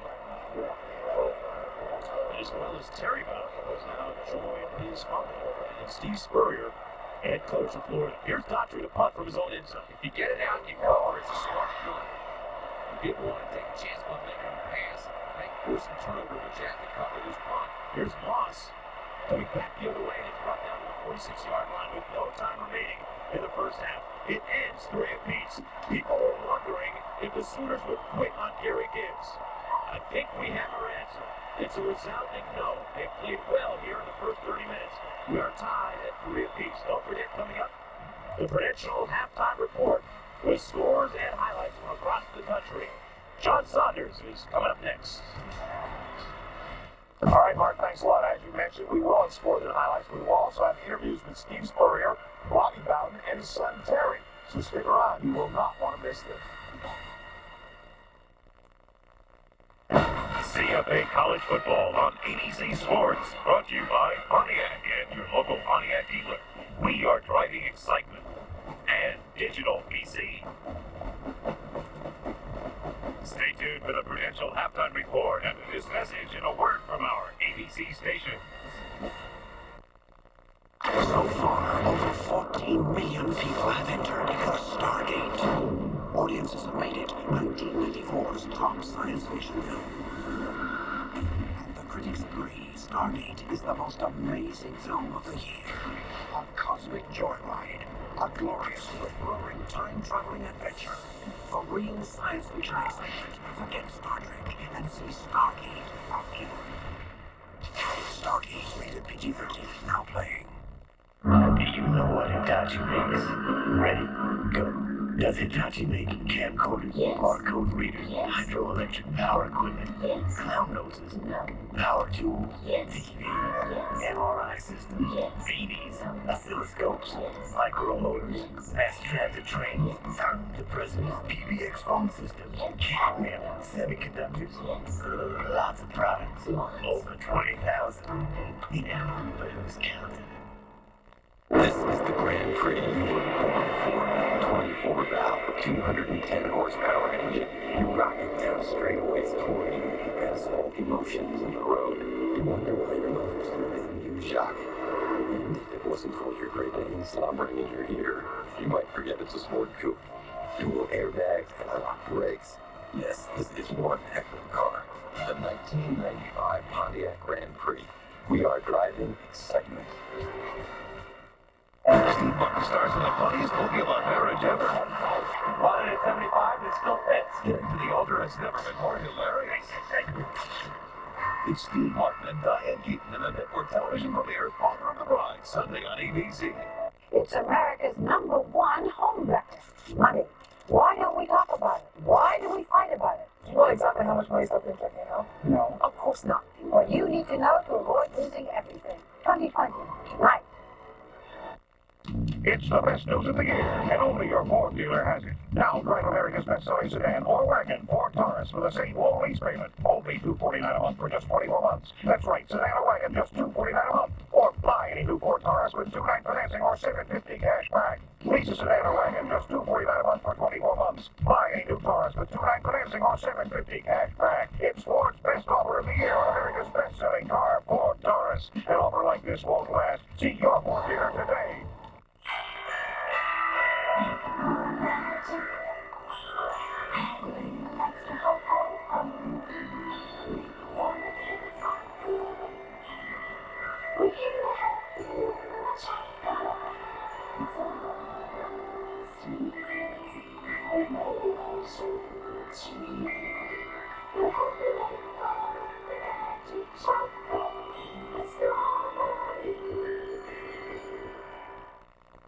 Celebrate the family tonight at 6.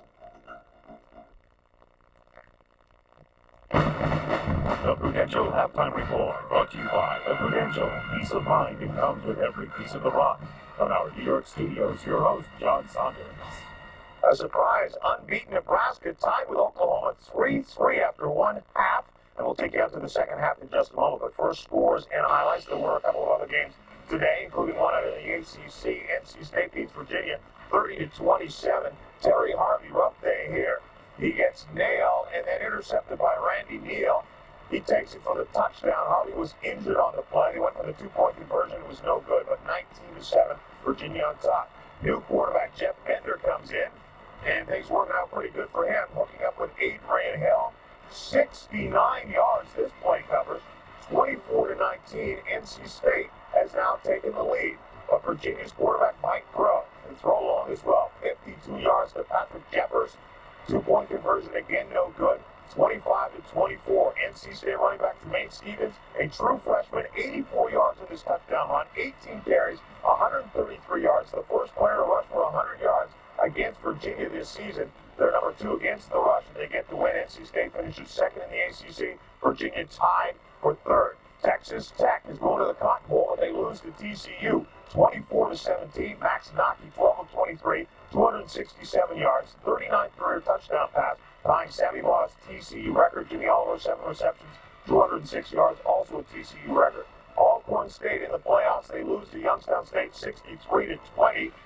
And Sean Patton rushed for 3 touchdowns. Youngstown had 35 points off turnover. Steve McNair, 52 of 82, 516 yards, all Division I AA playoff records. All right, now the bowl season is about to get underway, just about 3 weeks away. So we thought, why not let you know who is headed where? Let's kick it off by starting off on December the 15th in the Las Vegas Bowl, the Mid-American Conference champion Central Michigan against the champions out of the Big West, UNLV. Look for Brian Pruitt on Central Michigan, number 2 rushing in the late, the Aloha Bowl. The Big 8 number 3 pick, either Kansas State or Oklahoma against someone out of the coalition. BC is likely, Syracuse or Georgia if they pick up a win. Freedom Bowl, the Pac-10 number 3 team, likely Arizona or Washington State against the WAC number 2 Utah. They beat BYU last week to lock up this bowl. In the Independence Bowl, it's open for Air Force, West Virginia, or TCU against the ACC number 5 pick, NC State, probably going to a better bowl with the win today, but it could be them or Duke or North Carolina. In the Copper Bowl, the Big 8 team, which does not go to the Aloha Bowl, either Oklahoma or Kansas State against BYU, and it could be the final game for quarterback John Walsh if he decides to go pro.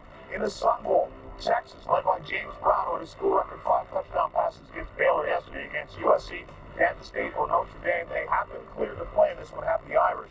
Their obligations should they not win the next game. In the Gator Bowl, Tennessee, they won 5 of their last 6 games after starting 1-3 against West Virginia or Virginia Tech, and possibly an ACC team. In the Holiday Bowl, the WAC champions, Colorado State, first ever Holiday Bowl, and first bowl since 1990 against Michigan, the number 3 team out of the Big 10. The Liberty Bowl, the Fighting Illini are in against the Liberty Bowl Alliance winner. East Carolina beat Memphis last week, so they get the bowl bid. This one is set. In the Alamo Bowl, the Southwest Conference number 3 team, Baylor, the highest scoring offense in school history against the Pac-10 team, number 4 pick. Washington State is likely, Arizona, USC a possibility. In the Orange Bowl, the Big 8 champions, Nebraska needs to get the win to assure they'll be here. If they tie with Colorado with 1 loss, it's up to the Orange Bowl, although they would likely take Nebraska. It's Miami or Florida State. The Peach Bowl, the SEC number 4 pick, Mississippi State. They play Ole Miss for the Egg Bowl tomorrow against the ACC number 3 pick, Duke, NC State, or North Carolina. The Hall of Fame Bowl, Big 10 number 4 pick, Wisconsin. Their defensive coordinator, Dan McCarty's been hired as Iowa State's head coach, but he will be there against the ACC number 4 school. The Comp USA Florida Citrus Bowl, you can see that one here on ABC, January 2nd at 1 o'clock. The Big 10 number 2, Ohio State against the loser of the SEC championship game, either Florida or Alabama. In the Cotton Bowl, the Southwest Conference champions, Texas Tech, they share the title, but they head to the Cotton Bowl for the first time since 1939, and first time an SWC team has been there after 3 conference losses. The Conquest Bowl, the SEC number 5 team, South Carolina or Georgia, they have to win today to be considered against Georgia Tech. It's the Big East number 3. In the Fiesta Bowl, Colorado is likely, but possibly USC against Florida State, Boston College, or the Fighting Irish of Notre Dame. They likely need a win to get in there. Also on ABC, January 2nd, it's the Rose Bowl at 4:30 Eastern Time. This one is set. The Big 10 champion, undefeated Penn State against the Pac-10 champion Oregon. First time they've been there since '58.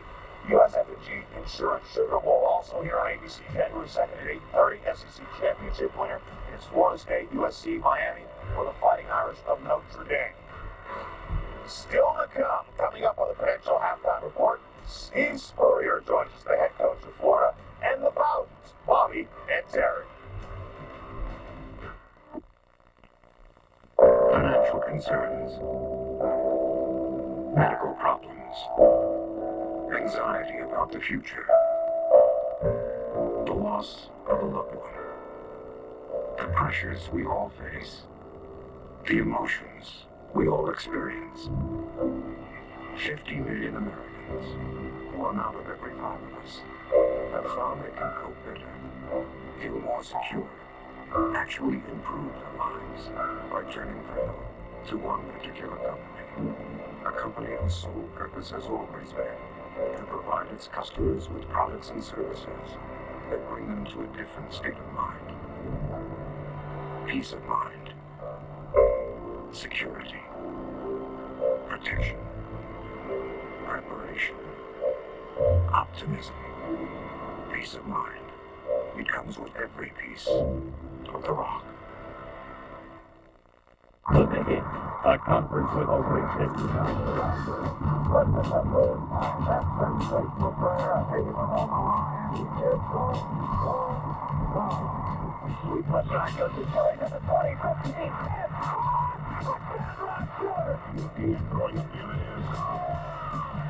now, here's the future.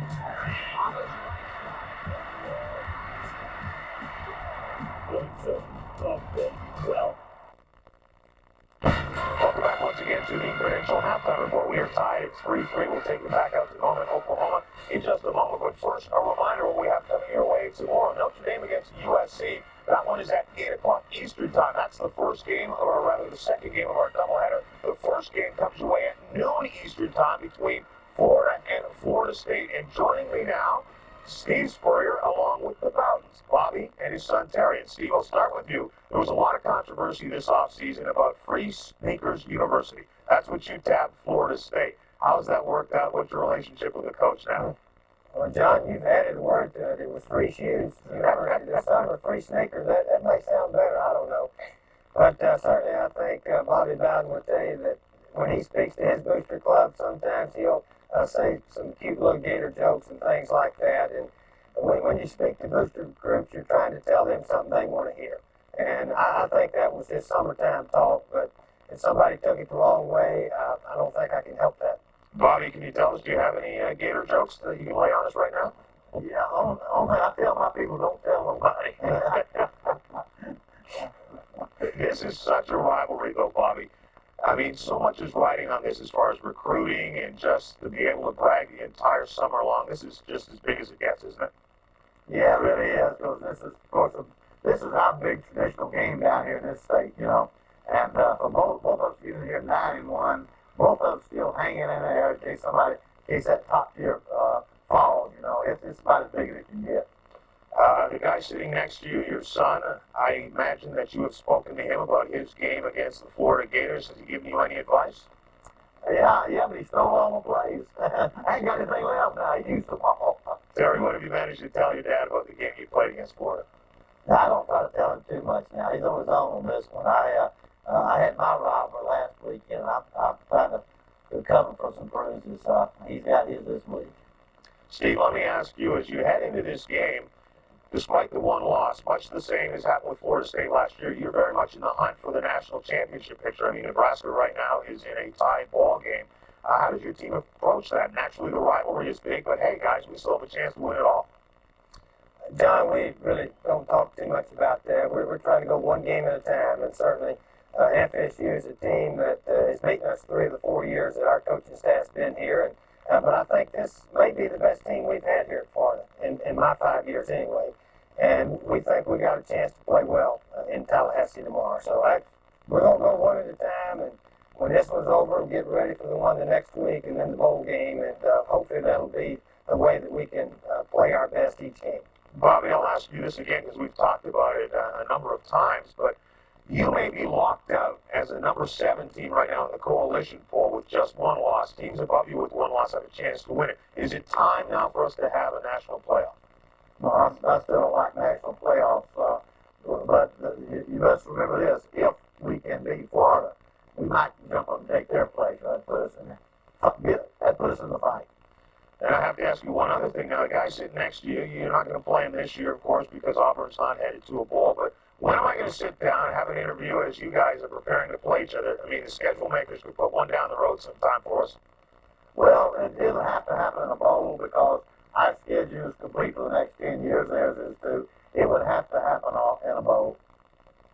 It would have to happen in a bowl. And Steve Spurrier, as you look ahead to your bowl possibilities, are you possibly thinking ahead to the Alabama game and the SEC championship game? I know this one's big tomorrow, but that one has to be on your mind. No, John, we've tried to play one game at a time the entire season, and certainly playing FSU is one of the biggest games the entire season for us.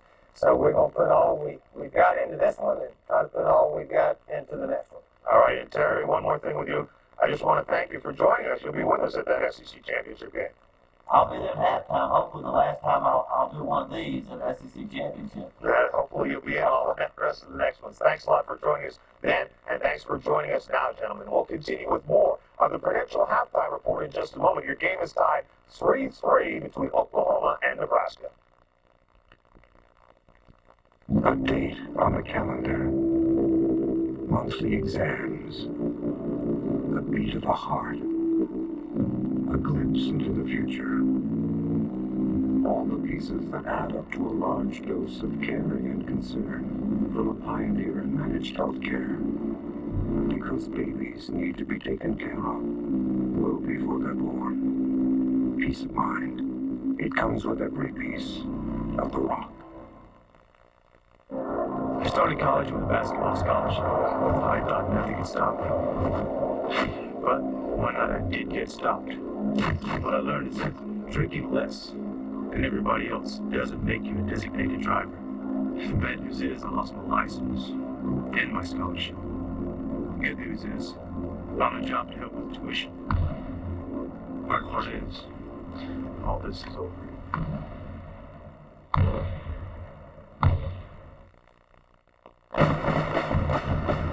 The Prudential Halftime Report has been brought to you by the Prudential Peace of Mind. It comes with every piece of the rock.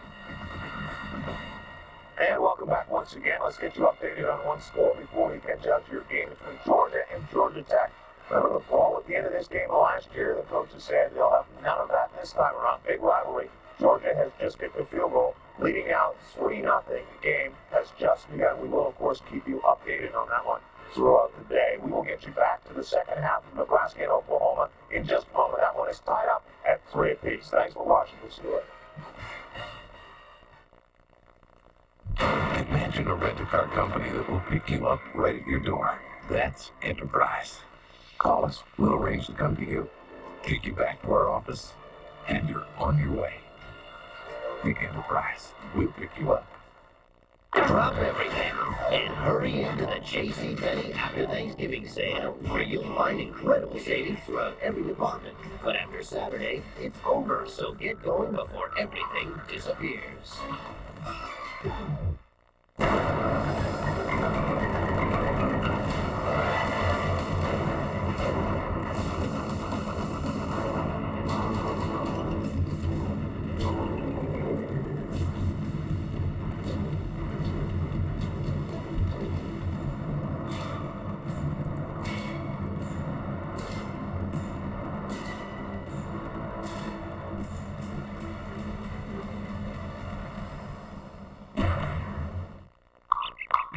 How much longer can he last on that battery?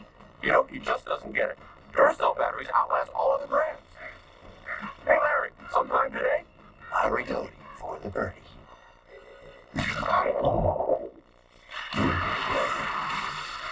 Larry Doty on the lobster. Hooked it. Herb. Okay, I'll get him down. Herb. Look over top. Pops them all. Visa salutes American Olympic champions. In 1976, speed skater Sheila Young stunned the world by winning 3 Olympic medals, including a gold.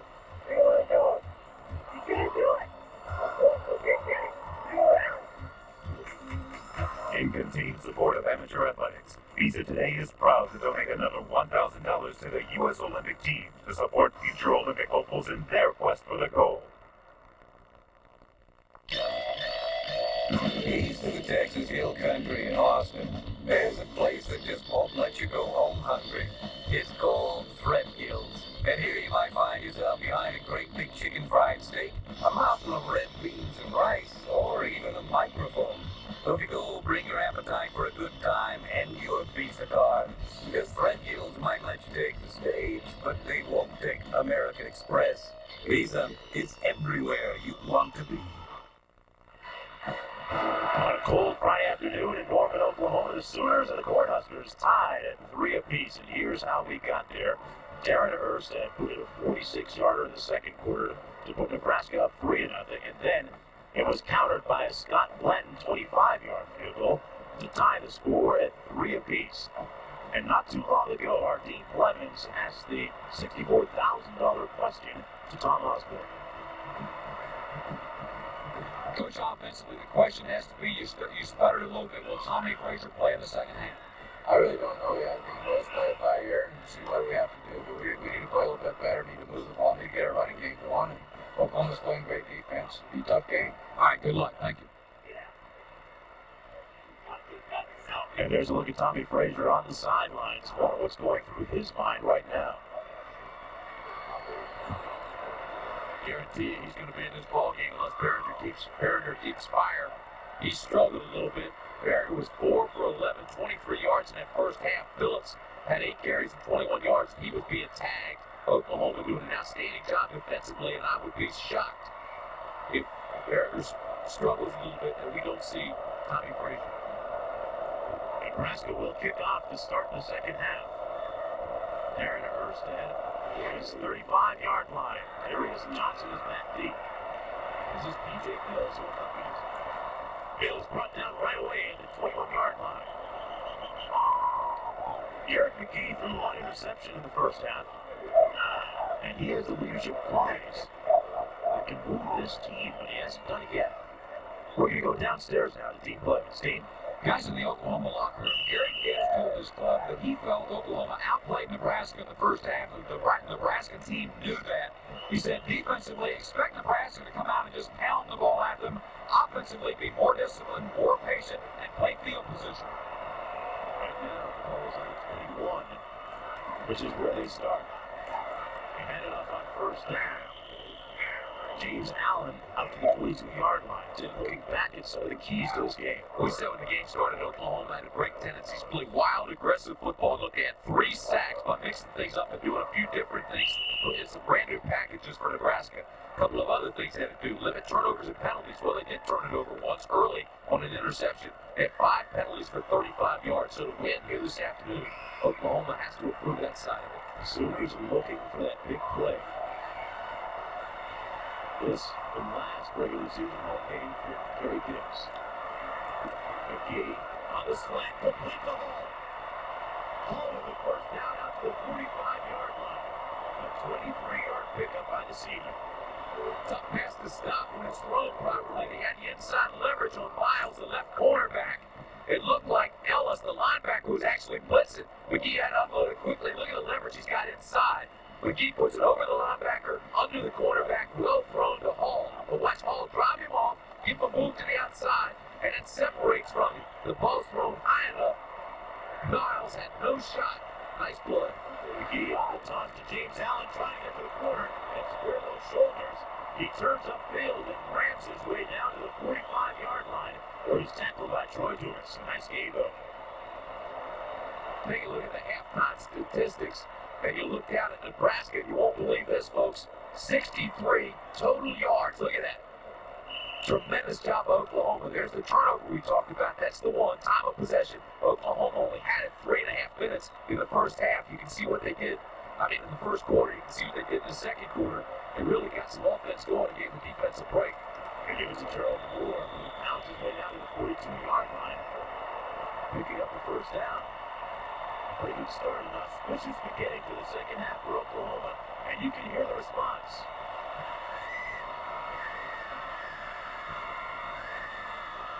You know, a lot of people in this town did not want Gary Gibbs to coach this team anymore. They made their intentions known to get him out of town. I'll tell you what, everybody now is behind the players because the coaches aren't playing this game right now. It's between the lines, and I think the fans are sold to the fact that these players want to win. Allen with the handoff, driving his way down to the 41-yard line, tackled by Christian Peter. Look at the first half possessions of Oklahoma. Had an interception. They had to punt. They missed the field goal. Actually, it was blocked. They had to punt the field goal and a punt. The Sooners with a slow first half, just 3 points. Was OU squandered some opportunities. They were in Nebraska territory a couple of times and couldn't capitalize. Second down 8. Toss sweep to Allen. Allen down to the 41-yard line. You know, I'd be interested to see if he changed his footing at halftime. He's had trouble cutting and stopping on the dime so far this afternoon. Yeah, it's a big-time play by Phil Ellis. That time to cut him off. Phil Ellis, the middle linebacker. That's Darius Johnson, the starting quarterback, being worked on the sidelines. Johnson with some key plays in the first half. Third down and 8 for Oklahoma. Langston has a foot wide for the fans. He's going to throw, has it batted down, and incomplete. Almost picked off by number 9, Phelan. So the black shirt defense gives up a first down and then puts a halt to the Oklahoma offense. Tremendous pressure, Mark. Tremendous pressure. by Nebraska that time, but he never had a shot to get it off. Watch this. Look at 41 Ellis in the middle, and then you watch the two guys on each side of the down lineman. Now watch their push, and now here comes Ellis late. The pressure was quick. They batted the ball. It was almost picked off. And to punt is done. The undefeated play on inside the 20 of the first half. So he does here. Through the sidelines. It takes a poor bounce for Oklahoma out to the 15-yard line. It bounced first to the 10. That's still a great push. Punt goes out at the 15. Nebraska starts back up. Take a look at the keys that we talked about early on for Nebraska. And they came in as the heavy favorite. Number one, maintain consistency.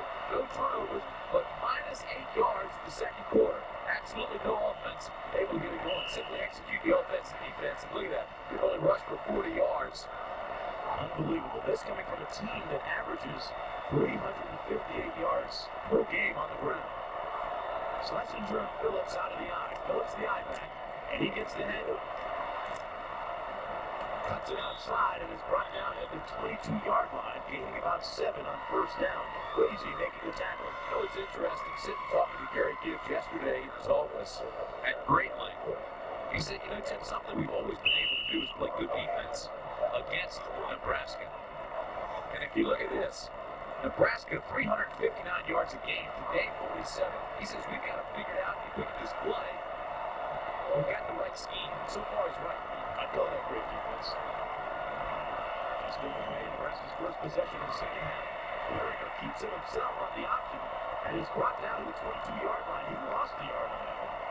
Cedric Jones making the tackle, a second leading tackler on the team. You know, I don't want to take anything away from Berger. He has done a marvelous job stepping in for a guy who was a Heisman candidate and a very talented player. Berger right now doesn't run the option like Frazier, obviously. They aren't getting the running game going. His passing has not been really on target. If he doesn't do it this series, maybe next, I suspect we'll see Frazier. Frazier watch is officially on. Going into the 25-yard line. Beyond for first down. They spread the field. Berger keeps it and has the first down plus up. I'll do it myself, he says. He fumbles it. Nebraska gets it back. See, as soon as we talk about it, it breaks a nice play. He's reading the defensive end. That's his read all the way. He either pitches it or he cuts it inside. Reggie cut it inside, made a great cut.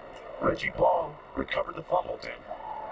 Now watch this, coming down the line. He reads the end. The end takes too wide of an approach angle of the pitch man, so he just pulled it down and cut inside. There was nobody there for containment or flood control. Dean was there. I thought Dean was going to make that tackle. He's reading that option too. He's seen it enough times. And we have an injured player down on the field on the far side of the 43-yard line. That's an Oklahoma player. I wonder if Dean gets a letter for that. That's the first time I've seen him in action. Let's go downstairs to the man who got that flash from Dean. Hey, let's get off those old option quarterbacks. Hey, I'm with some Nebraska fans here behind me. They sold 7,500 tickets up at Lincoln for this game. They traveled around 10,000 for the game. But take a look at the graphic. Oklahoma's attendance has declined in the last 5 years. Today's attendance over 70,000, the largest since '92 when Oklahoma hosted USC. Interesting, Dean, that they have a sold-out Memorial Stadium once during Gary Gibbs' tenure. The toss on first down. And this Oklahoma defense is playing very well. A tackle made at midfield by Cedric Jones. Dean, back to you. The graphic of the declining attendance, and people were questioning why the Gibbs resignation. One of the factors is the declining interest, but of course here today over 70,000, 10,000 Husker fans. So, you know, I think a lot of that has to do with the students too. Right. So many of the students make up this attendance here at Owen Field. I think that has changed. Well, there's been a lot of talk, Timmy, also about increased ticket prices, but bottom line is the interest is not what it once was. No, I agree with you. I mean, there's a lot of things. The ticket prices went up. The attitudes of the students have changed here. Oklahoma football is not what it used to be. And the requirements to get into the school have been raised. I mean, there's a whole lot of things I think that go in to make up that attendance figure. Well, it's kind of amazing that the last sellout was against Colorado here back in 1989. It used to be packed every Saturday. Well, here's a look at the injured player and the injury. Down on the field. Looks like hold line. He took a shot in the back, took one in the side, took it in the front. Yeah, did it every which way. It's Brendan Hoagline, a backup split end. Walking off now under his own power. It is second down and 10 to go. Shot at the national title on the line for Nebraska. Good drop for Barron under pressure. Completes the pass to the near side. Reggie Ball at the 45-yard line. And he got rid of it just in time. Fantastic job by Fred Lewis to chase him down from the back. Fred Lewis is the nose tackle, the nose guard. And watch number 95 come back on the back of Barringer. There's 95, here's Barringer. Boy, he got it all just in time. Now the completion, I thought for a second it was going to be picked off. But it looked like Bush 31 got a bad break on it. All he could do is make the tackle. It'll bring up third ball. Third down, 5 to go. Barringer checking off at the line. Laycock down to 3. They get it off in time. The counter, Phillips. Right at the first down marker, he got it at the 39-yard line. He tiptoed his way down the sideline. Good body control to stay in bounds. Simpson finally pushed him out.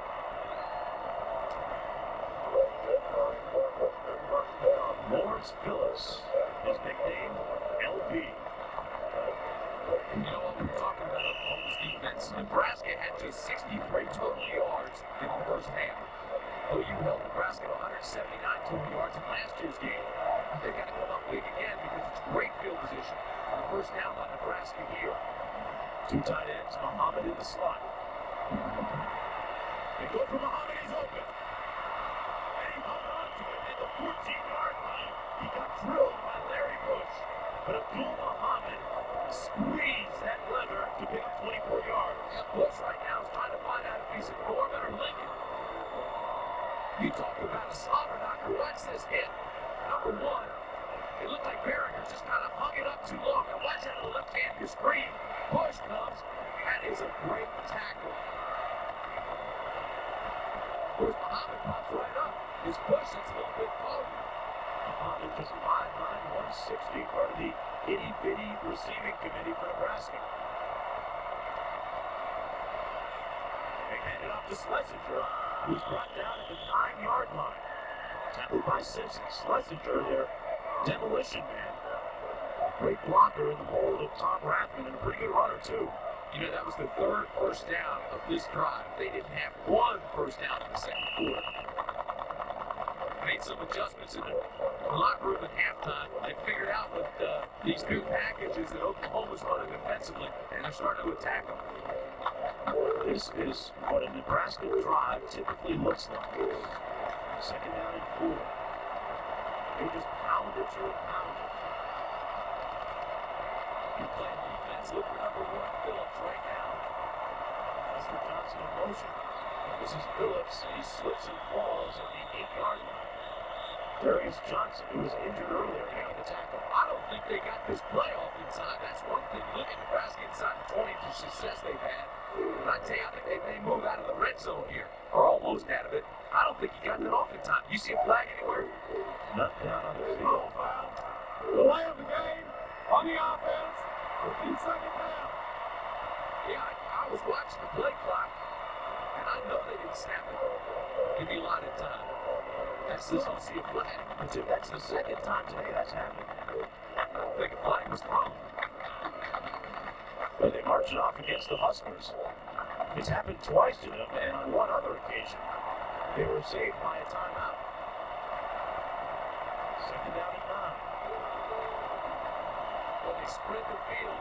4 wideouts. Abdul Muhammad is in the slot to the right side of the field. This stadium's blackened. Time to bring the noise. Barringer, Muhammad complete. He's brought down at the 9-yard line by Darius Johnson. Abdul Muhammad with a touch.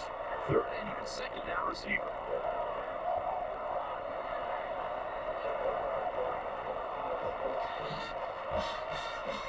Compton, California. You're playing in the secondary now. This is reverse angle. They're coming right at you. You're in a zone defense. He just hooks up underneath the safety. The ball was well thrown. That's one of the better passes Barron's thrown all afternoon. Here's a guy, Muhammad, who caught the throw that touchdown last year in this game. Two tight ends again. Out of the eye. And a timeout down the field. So with Nebraska 9 yards away from going ahead, takes time. We'll be back.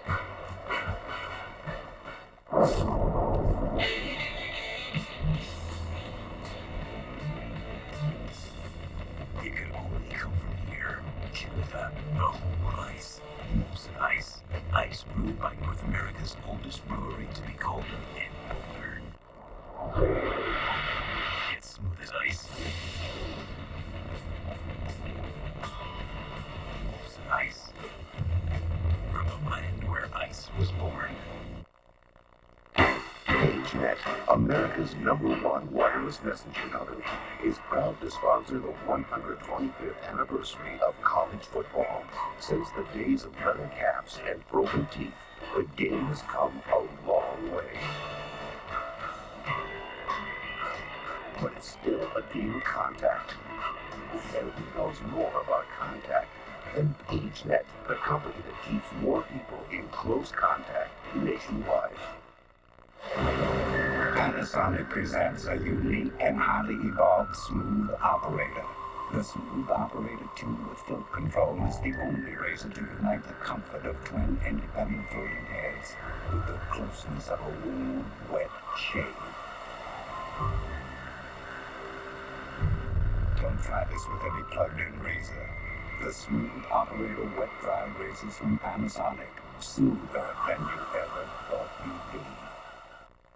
Four of golf's best play the game's most entertaining event. Join Fred Couples, Paul Azinger, Tom Watson, and Payne Stewart for the Skins game Saturday here on ABC. We come back after the Sooner timeout, 3rd and 4 for the Huskers. Look for Oklahoma to load up. The tendency of Nebraska down deep like this in a red zone is to go power, to run the football with Phillips, or to look for tight ends slipping out. Eric Alford is their touchdown guy from the tight end spot. 9-man front. Look at this. Muhammad in motion. A waggle by Barringer. Incomplete for Phillips. And the Oklahoma defense responds. Yeah, they did slip the tight end out there. He was open. Looked like Gilman had gotten behind everybody, but they were looking for Phillips all the way. A lot of misdirection. Gave you a lot of different looks. Boy, that is a huge momentum swing for Oklahoma. I think Barringer gave up on his tight end too quickly and came back looking for his guy, LP. Lawrence Phillips, LP, long playing record center. That's what he is. Tom Sieler to attempt a field goal from 26 yards out. He takes the short ones. And it's good. Nebraska taking a 6-3 lead. Sieler now 4 of 6 on the season. Folks, he absolutely knew it was going to be close. We'll be back.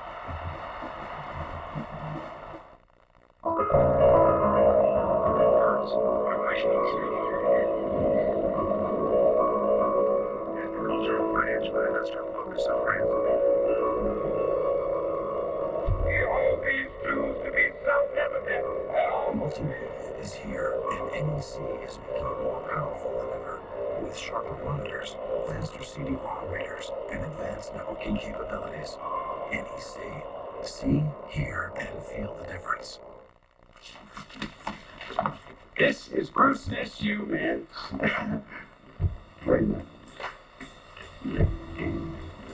This is Rod Woodson's shoe. I have visions of Rod Woodson. I see him looking like a shadow. I sense he's somewhere lurking. I hear his heartbeat.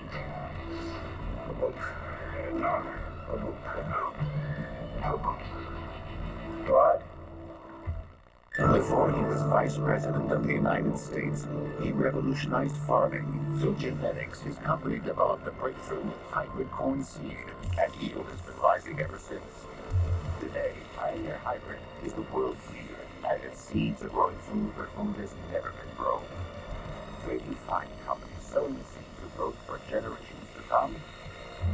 Actually, there's a list of them printed every day. NASDAQ, a stock market for the next 100 years.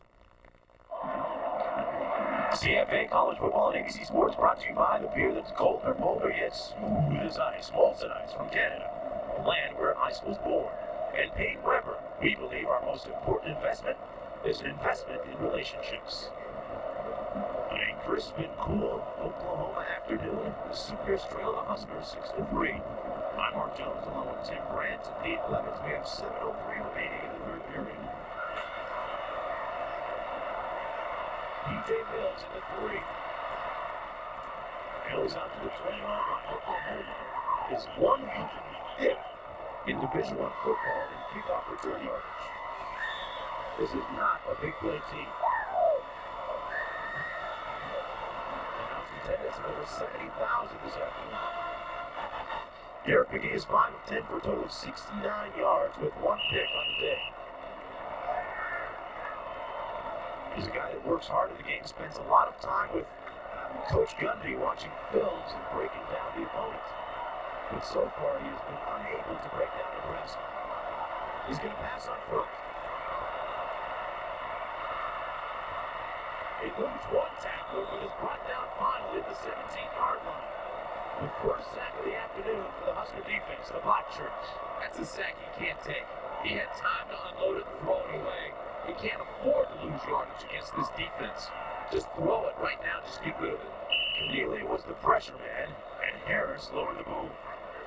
He was actually looking for Gerald Moore, who threw a block delayed and just tried to slip through the line and into the little flat area there.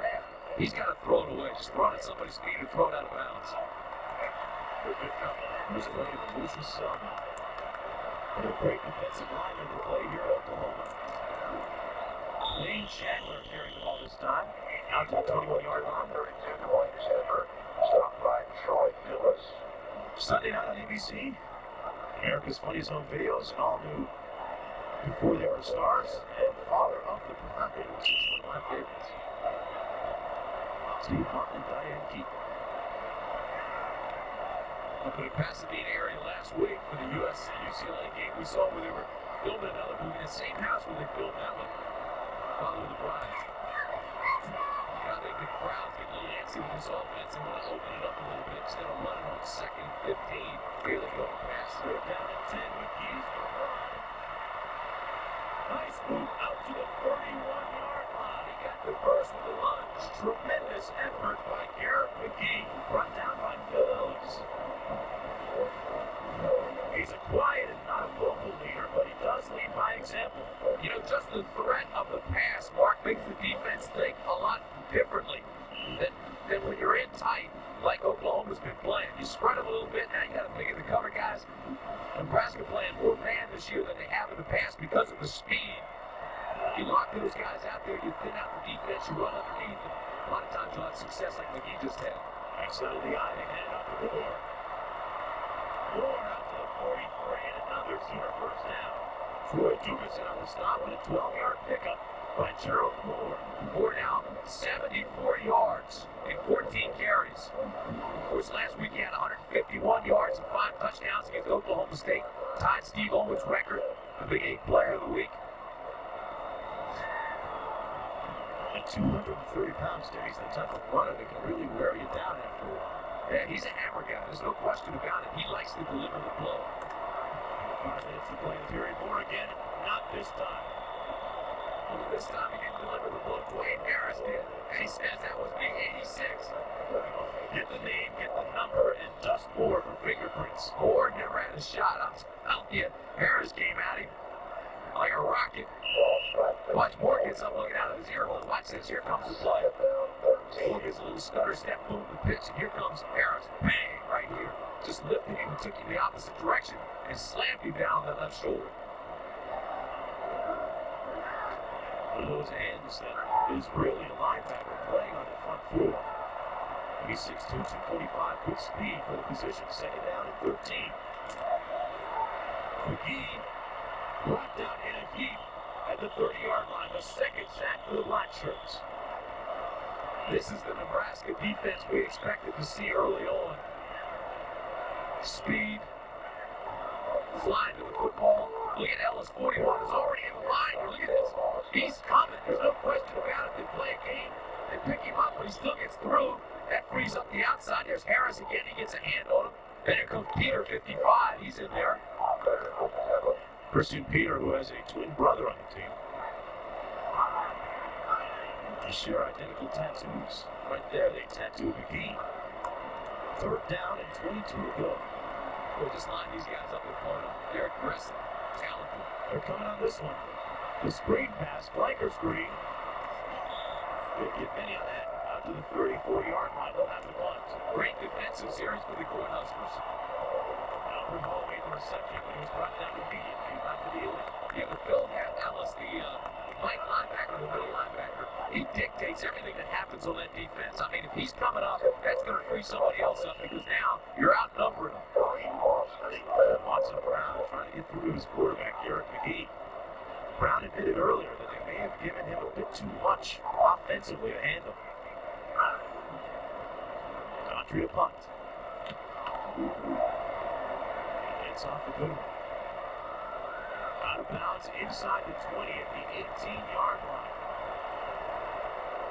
A 48-yard boot hitting Nebraska deep in its own territory. We'll be right back. You're still making great lasagna. My son is making it now. I'll tell you a while back, I didn't think there'd be a restaurant for it. This place, it's always busy. That wasn't the problem, just everything else was insurance, health plans.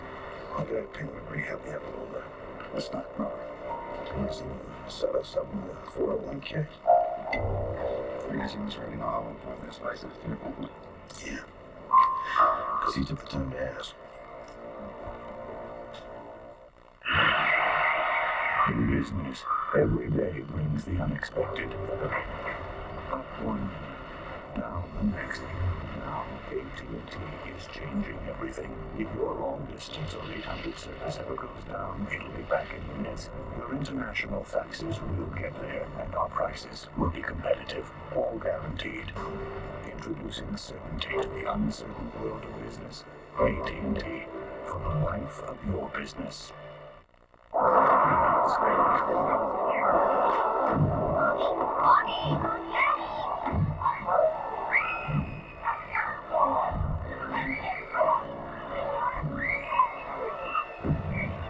It's scary how clear it is.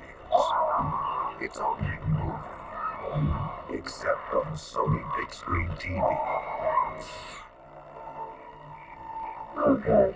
Something romantic. Folks, if you bring on field goals, this is the place to be. Erstad with a 46-yarder in the second quarter to put Nebraska by a field goal. Then the counter by Blanton from 25 yards out to tie it at 3 apiece. And Sieler connects from 26 to make it 6-3 for the Huskers. And Tim, we expected a close game, and that's exactly what we have right now. The Huskers seem to have seized the momentum now. There's no question about it. Momentum to switch. Nebraska's taking control of this game defensively the way they thought they would. That last series, 2 sacks, minus 12 yards. They forced Oklahoma completely out of their offensive game plan. Nebraska now has taken charge defensively. First down and 10 from the 17-yard line. 2 tight, strong, open formation. That's Phillips out to the 19-yard line. Dean Morgan says, so a distinguished downstairs, Dean. Thank you, Mark. I'm with Oklahoma Athletic Director Donnie Duncan, who will head the search committee to find a new coach at Oklahoma. We'll cut to the chase. What about the short list? There's no short list. We started this week with 20 names. I have a consulting firm working with me. They're screening. We'll have our first meeting of the search committee on Monday, talk about some candidates. We'll get a good football coach at Oklahoma. We've got some good young players who are playing good today. We got great tradition, as you know, Dean being one of us. We'll successfully get a good football coach at the University of Oklahoma. It's a great time with David Ward coming. The enthusiasm the university has. This is a great job. As one of our coaches told me this week, this is a gold mine. Now, the first name that surfaced is Mack Brown, the head coach at North Carolina. One report has him signing on for 5 more years, an extension out there. I read that. I have not spoken with Mack about the contract out there. Before I did, I would call his athletic director, John Swafford, as I will with any other candidate. All right, thank you, Donnie. And Donnie has put a short fuse on this. Hopes to name a new coach by December 15th. That's a lot of work. Nine candidates. I can't see Mac Brown leaving North Carolina right now. I think Watson Brown, his brother, the offensive coordinator here, has a shot. And a nice shot right there by the Oklahoma defense, fired by Arthur Atkins, number 96, the junior. Donnie Duncan played it close to the vest, didn't he? Sound like a politician, didn't he? Here's a look at Watson. Talked to him yesterday. He said he'd love to have this job. He thinks maybe last year he said he probably would have had this job locked. This year he thinks because of the struggles that he won't have a great shot. Well, look at the hit here. That is so nicely done. Atkins flying around. Phillips now only 33 yards from the dead. Under a minute to play in the third period. The shuffle pass to Phillips. LP out to the 43-yard line. Depending on the spot, he could have the first down. Sterling Lucky made the tackle. It's a well-designed play. They take Joe Wilkes, kind of fold him back. They pull the guard, fold him back, and then Phillips run underneath the little shuffle pass. And it is a Nebraska first down. Lawrence Phillips, no doubt, will be a Heisman candidate next year. Came into the game with 1,672 yards and 16 touchdowns. You think about some of the greats that have played here: Rozier, Roger Craig, Keith Enzo Jones. He is following in that rich tradition. And here he is again, this time out to the 44-yard line. Picked up 2. Don't forget, folks, tomorrow we've got number 4 Florida against Florida State starting at 12 noon. And then we've got the Skins game at 3:30 Eastern. And then live at 8 Eastern, 5 Pacific, Notre Dame against number 19 USC. 7 of the last games between these two decided by 10 or fewer points. Here it's a 3-point ball game as we come to the end of this quarter. Well, as the Sooner song says, they're Sooner born and Sooner bred, and when they die, they're Sooner dead, but they're not dead yet. We'll return with more action between Nebraska and Oklahoma after this message and word from our ABC stations. You know, American Express has this new card out, and they act like as soon as you get one, you'll spend your days arranging flowers someplace grand where everything smells like potpourri. I mean, come on. A credit card is a tool. You pick a hammer based on how well it hammers. You pick a credit card based on how useful it is. And no credit card is more useful than MasterCard because no card is more accepted. I mean, you use MasterCard at 3 times more places than American Express, so you can use it for groceries or sheetrock or trips to Sweden and pretty much anything else you need, even flower arrangements. MasterCard, it's more than a credit card. It's smart money. Here's a toughie. Which is better, 1 Supreme Pizza for $10.99 or 2 for $9.98 at Little Caesars? Brilliant. Why get 1 Supreme Pizza when you can get 2 at Little Caesars for just $9.98? Pizza, pizza.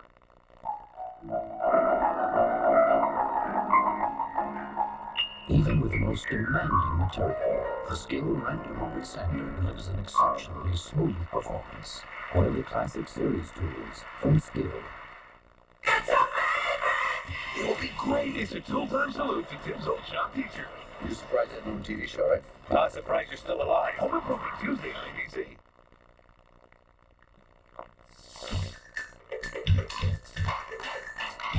Where can you find 21 menu items under $1? At Amigos. Stretch your dollar with a new super value menu. More food for less money. Choose one of your favorites for only $59, $79, or 99 cents. With free drink refills, daily specials, a free salsa bar, we've got it all. At Amigos, where value is a good price and more. You may not live in your car, but sometimes it seems like your second home. Hauling kids, going to work, running errands. Crossroads Ford understands how important your car purchase is, and they're committed to making your decision feel right. No pressure, no gimmicks, just honest people selling service and cars. Stop by Crossroads Ford, Lincoln Mercury, when you're ready to buy your second home. We'll make sure it feels right. Sorry, on NTV.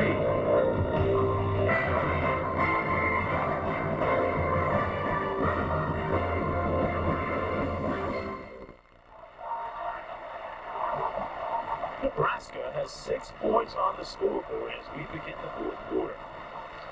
That's the bad news. The good news, if you're a Husker fan, is that they lead 6-3. And Brooke Berringer is still in at quarterback, with Tommy Frazier watching from the sidelines. 1st and 10 on the 44. On the pitch. And they struck it out nicely. Cannot play that any better than Oklahoma's playing it. Look at the game summary so far, Tim. Look at this. Yards rushing 87. This from a team that averages 359 yards per game. And Phillips, who they say is a Heisman Trophy candidate, he's rushed for almost 1,700 yards and 16 touchdowns. He's got 34 yards rushing today. Super job of the Sooners. And, of course, Oklahoma, 3 sacks against the team that had given up only 4 sacks all year. 3rd down and 10. Watson Brown watching from the sidelines, hoping that his offense can get back onto the field.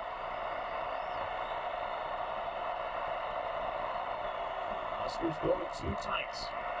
Berringer to pass to Muhammad. He's open. Abdul Muhammad. He broke it open last year, and here he comes up with a big catch down to the 14. Rod Henderson finally making the tackle.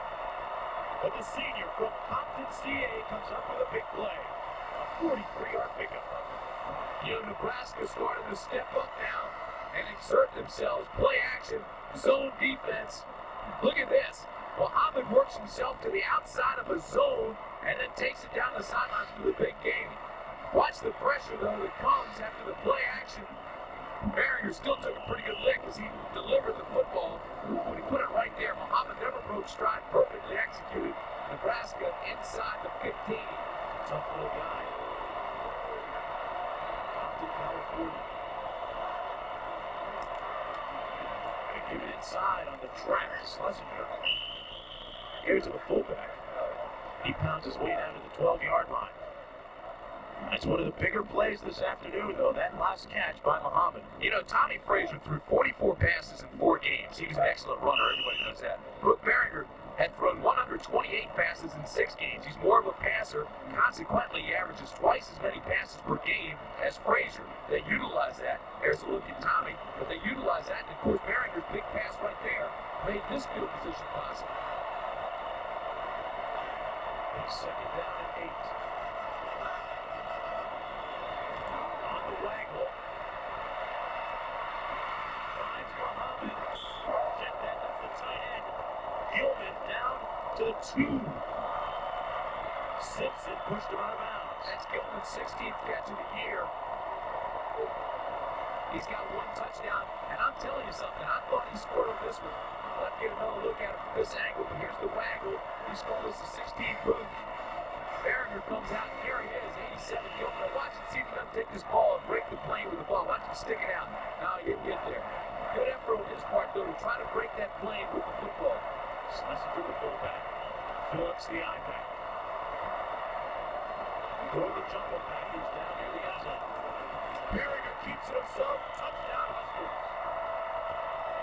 You know, with that offensive line, it weighs almost 300, averages almost 300 pounds per man. They can almost line up and tell the defense where they're coming and dare them to stop them. Nebraska with a little more breathing room now, leading 12-3 with the extra point to follow. That was a nice drive, Berringer. He just put the dampers on Frazier. I mean, Frazier's trying to get this ball game and probably thought he had a shot. But Berringer picks it up a little bit. Sieler for the extra point. That last drive, 10 plays, 82 yards, using a 4-10 on the clock. By far the best drive of the game for either team. And some Husker fan just threw an orange on the field. What do you think that means? We'll be back. Most car manufacturers build their prototypes by hand, but we built the only Lumina prototypes on a prototype assembly line. We put it together, took it apart, then redesigned it so we could make it better when it went to production. It took us 18 months. But one thing's certain, there's quality in the build. Something we don't charge extra for. I guess that's what makes it a genuine Chevrolet.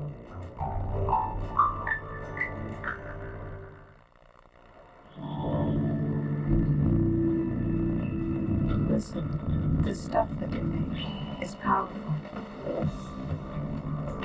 It makes you proud. It's power to take it. Listen. Gather up your ideas. Run with it. It makes you proud. Trust yourself to be amazing. We're in your corner. Can't wait to see you how to do stuff that will make kids. Listen.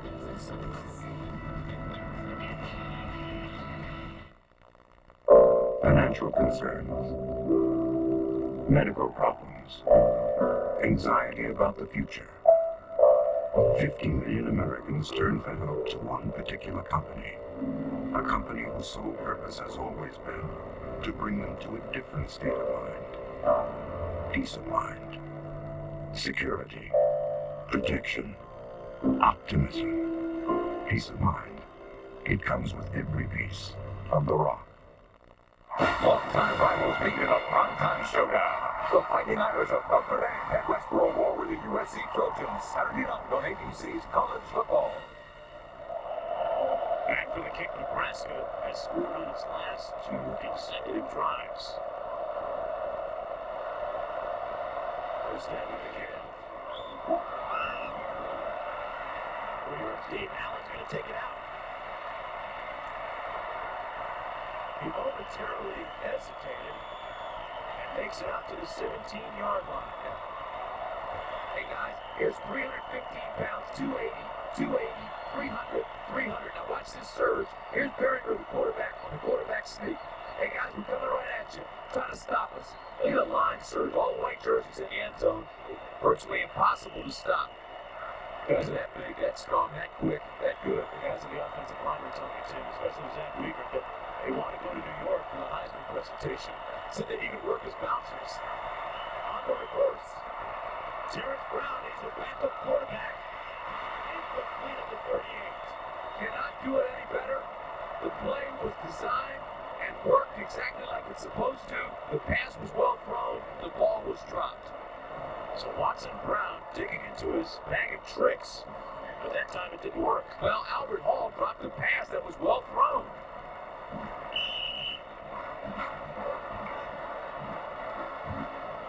Little pitch backwards. Here comes the reverse, and that's number 3, Terrence Brown. He's a wide receiver and a quarterback. He throws a strike here.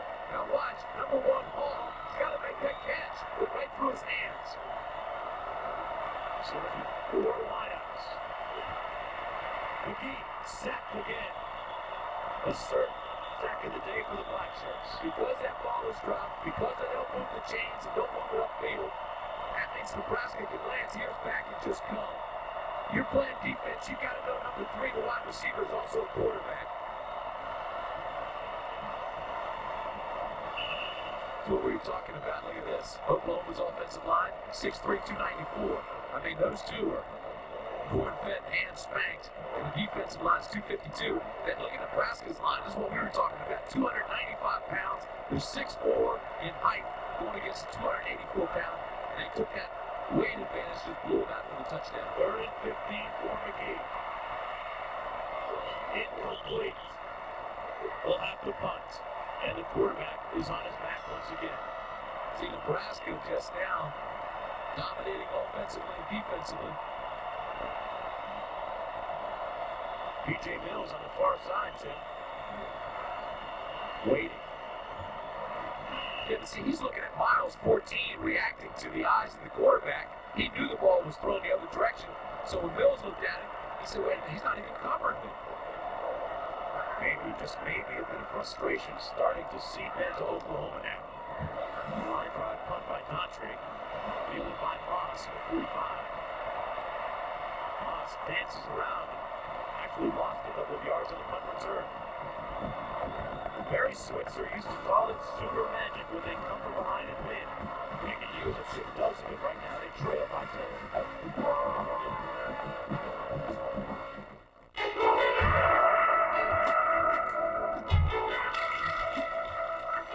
Perhaps being ranked best model in his prize class in initial quality by J.D. Power and Associates puts the Geo Prism on something of a pedestal. But being priced starting at $12,050, this Prism very much within reach. Get to know the car ranked best in its class in initial quality. Geo Prism at your Chevrolet Geo dealer. What makes the Sharp View Camp so unique? It's the camcorder that's always moving. It's the view screen that lets you enjoy it all. It's a shot you can't get with just any camcorder. It's the way to play the moment back instantly with all the color and sound. The Sharp View Camp. Now get up to a $200 rebate on Sharp View Cam, the only camcorders with a choice of big 3 and 4-inch view screens. The GeoPrism has a beautiful interior and comes with standard dual airbags, crush zones, reinforced door pillars, and a rugged steel safety cage, which helps explain why the interior still looks this beautiful, even when it's in this car. Call 1-800-GET-TO-KNOW and get to know the new GeoPrism.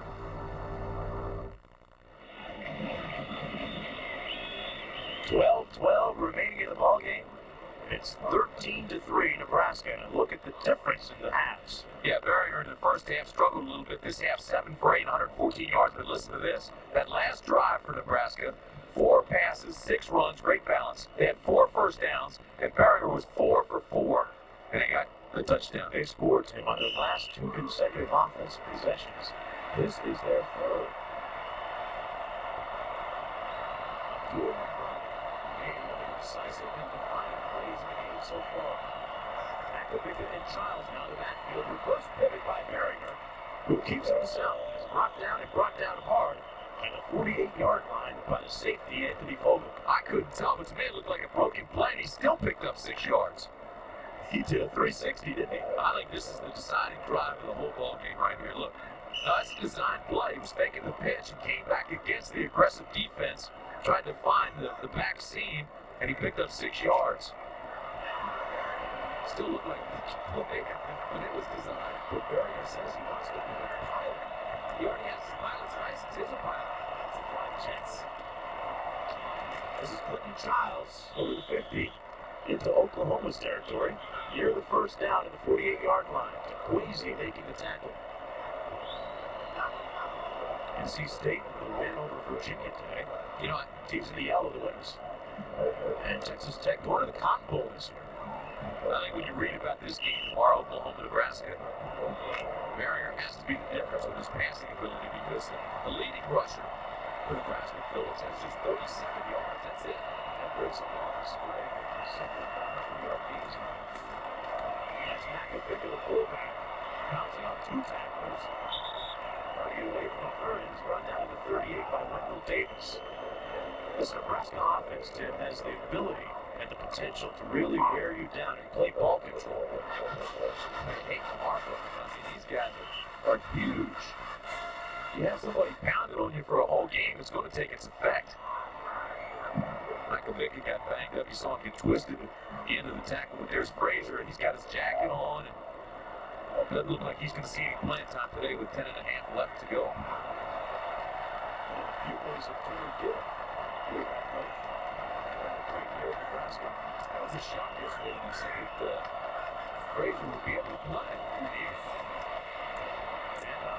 Childs, he fumbles it.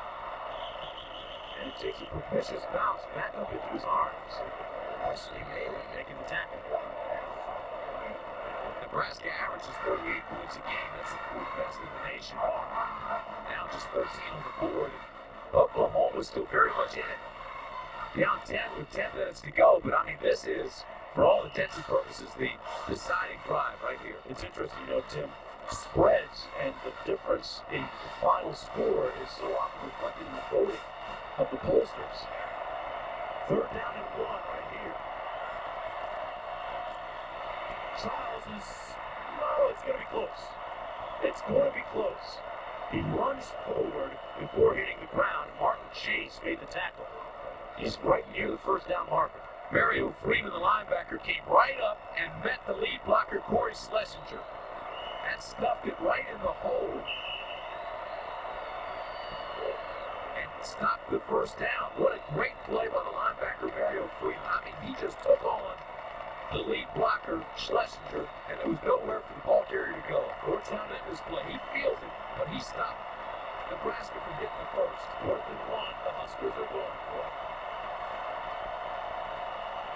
Spencer Phillips in the full house backfield. Barron says, I'll do it myself. And he's right near the marker. Downstairs to Dean Levenstein. Guys, no injuries for Nebraska. How do we know? Courtesy of George Sullivan. George, turn around here and say hello to us. 43 years, trainer at Nebraska. This is his last one. And take a look at the smelling sore. Tell us about that. Well, we used to have them all the time when we get the concussions before the rejuvenated helmets that we have today and artificial turf. But we started playing on some lot of grass again on some hard surfaces, so I thought we still. So I've never taken them off. It's been kind of a trademark. Besides that, my wife can still do on the field. All right, well, thank you. And on your way out, take all the artificial turf in America with you, baby. Excellent, Nick.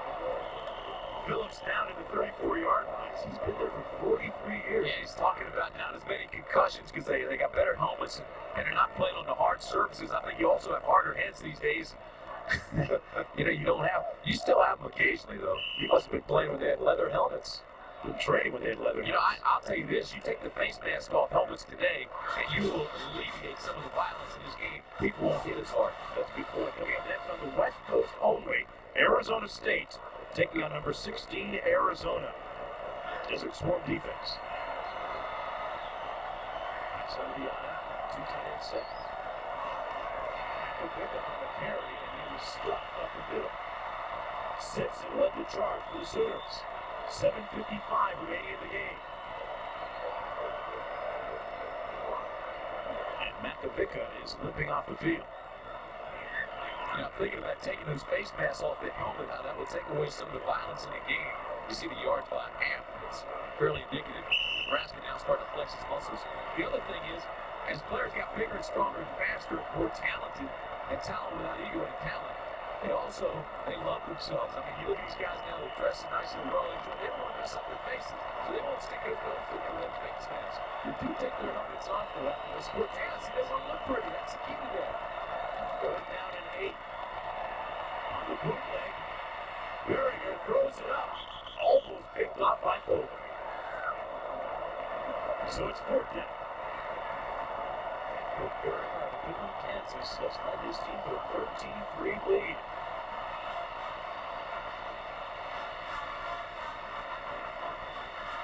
Barringer's taking legs all day. I'm telling you, DeQuazy comes first, and here comes a couple of other guys that take him down hard. He's getting hit. Look, his jersey's hanging off. His pads are coming out. The one thing about Barringer is that we haven't mentioned he's wearing a flak jacket. Something that he started doing when he had that collapsed lung earlier in the season. It was a big bulky one that he had it modified in the subsequent weeks. Erstad punting. Over the Coffin corner. Out of bounds nicely at the 9-yard line. We're going to stay right here and go downstairs to Dane. Dane? Guys, Oklahoma, what a big drive for them they have coming up. And Garrett McGee is a quarterback who next season will play under his 5th head coach.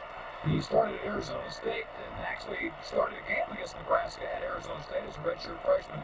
But Oklahoma in a hole, Garrett McGee has got to make some plays for Oklahoma to have a chance. Of course, after that game, he was an All-American at Northeast Oklahoma A&M. Where's Keith Jackson? I think he's doing the Notre Dame. Albert Hall incomplete. I'll see OKJ up in New York next weekend. He's being inducted into the Sportscasters Hall of Fame. We certainly congratulate him on that. He deserves it. One of them is a great announcer, the other a great receiver.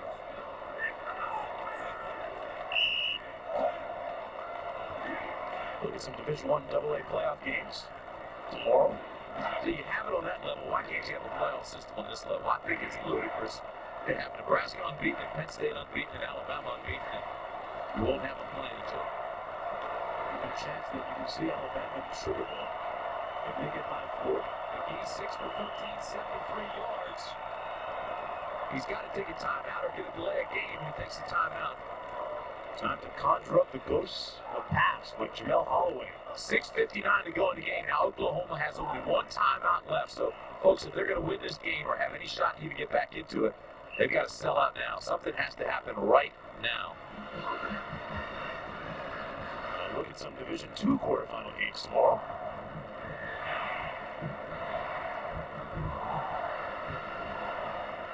Florida State. Seems to me they had a pretty good quarterback there one time. Yolo Lennox. Looking at Garrett McGee. Think about some of the great comebacks of the past, led by past quarterbacks. Jamel Holloway, Danny Bradley. They've got one timeout left at 6:59 to go, Mark. They've got to start thinking about hurrying up offense. They've got to, forget being conservative, forget getting in a situation where you're taking chances where you may have turnovers. You can't worry about that now. You've got to go. There's a sense of urgency. You're not only fighting Nebraska now, but you're fighting that clock. Erstad opened the scoring with a 46-yard field goal. Oklahoma tied it up. Scott Blanton from 25 yards out. Blanton also had one blocked today. Sieler with a 26-yarder to make it 6-3, and then Brooke Berringer, a 1-yard plunge to bring us where we are now. McGee downfield has ball, overthrows McGee. Was in behind the defender, number 8, Tyrone Williams, but he was overthrown. McGee took a pretty good hit. He paid the price. He gets up shaking his head, but if you're going to get hit, you might as well make the completion. Here he comes now. He's going to feel pressure coming from both sides, and now up the middle, and gets thrown down and catches a knee to the head. But he had Hall wide open. All he had to do was just put a little more air under the pass. He's 2 for 6 this half, only 27 yards. And it's 3rd down and 10. Oklahoma checking into the last chance hotel. On the slant. Incomplete at the 25. P.J. Mills couldn't squeeze it, and he was closely guarded by the best corner of the conference, Barron Miles. So everything's starting to fall apart now. That ball was well thrown. P.J. had a shot. Should have made the catch. Here's a guy with 28 receptions. He can be a game breaker, averages 18 yards every time he touches. But watch this. He runs a good route. Inside, he's got the leverage. The ball is there, a little bit behind him, but hits his hands. He's got to pull that thing in. Remember, he's the guy that broke off that 70-yarder against Syracuse in that tight game up there at the beginning of the year. Barron Miles is the guy that was partially blocked that Scott Blanton field goal attempt earlier. Godfrey's punt back to the 42. Reggie Ball. Ball with a nice return into Oklahoma territory at the 44. He ran it back 15 yards after a 50-yard punt. The Huskers still number 1. Still undefeated with 6:37 to play.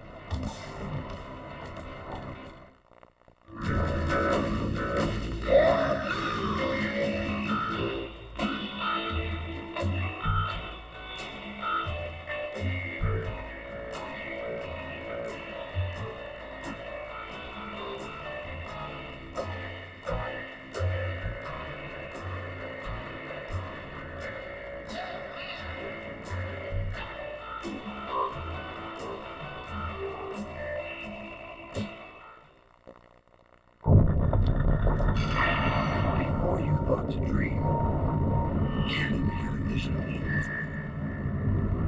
Before you have a problem, Cannon has the solution.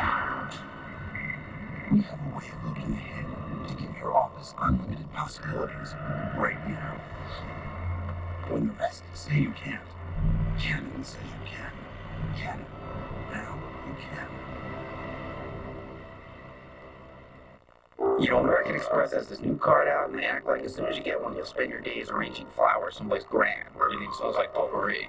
I mean, come on. A credit card is a tool. You pick it down based on how well it hammers. You pick a credit card based on how useful it is. And no credit card is more useful than MasterCard, because no card is more accepted. I mean, you can use MasterCard at 3 times more places than American Express. So you can use it for groceries or sheetrock or trips to Sweden, and pretty much anything else you need, even flower arrangements. MasterCard, it's more than a credit card. It's smart money. There's a look at the Student Union building here on the campus at the University of Oklahoma in Norman. Nebraska leading 13-3. 6:37 remaining in the ballgame.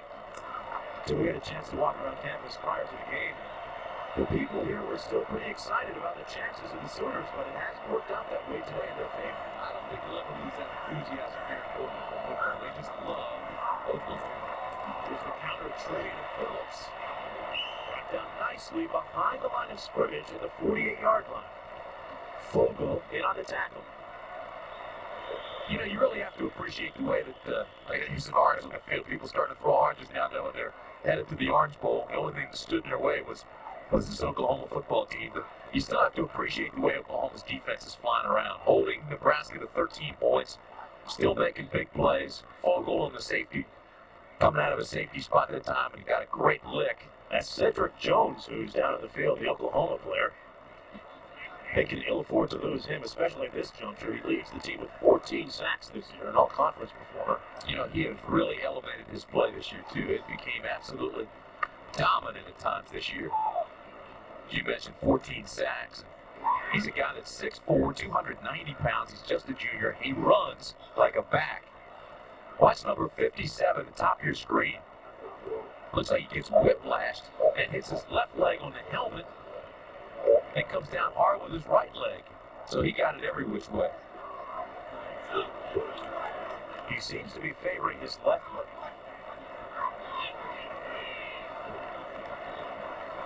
Today, when you're that big and you're that fast, impact hurts.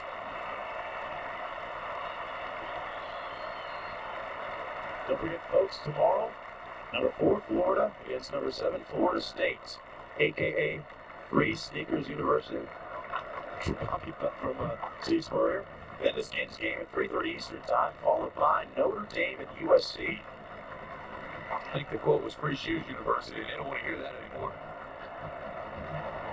You know, this is, as they help Jones off the field, this is still a run-oriented offense that Nebraska has, even with Barron. They'll pull the trap and counter with those big linemen, and they'll dare you to stop them here as they try to milk the clock the last 6 minutes in the ball game. He's over the tight ends. Carrier gets himself the option down to the 38-yard line. He's about 4 shy of the first down. He's done a nice job with that option today. As a matter of fact, their biggest gains have been the option play with Barringer holding on to it. Well, we will have plenty of time remaining, so don't forget to stay tuned for the Thrifty Carmental post-game report following the game. Get you some scores and highlights around the country today. Busy Thanksgiving Day weekend of football here on ABC, and I'd like to take this opportunity to wish my family a happy Thanksgiving. And the same goes here. Everybody watching this game, just sit back, get some of those turkey leftovers. Absolutely, same thing today. Make yourself a turkey sandwich, stoke the fire a little bit, sit back and watch the last 5.5 minutes of this third down and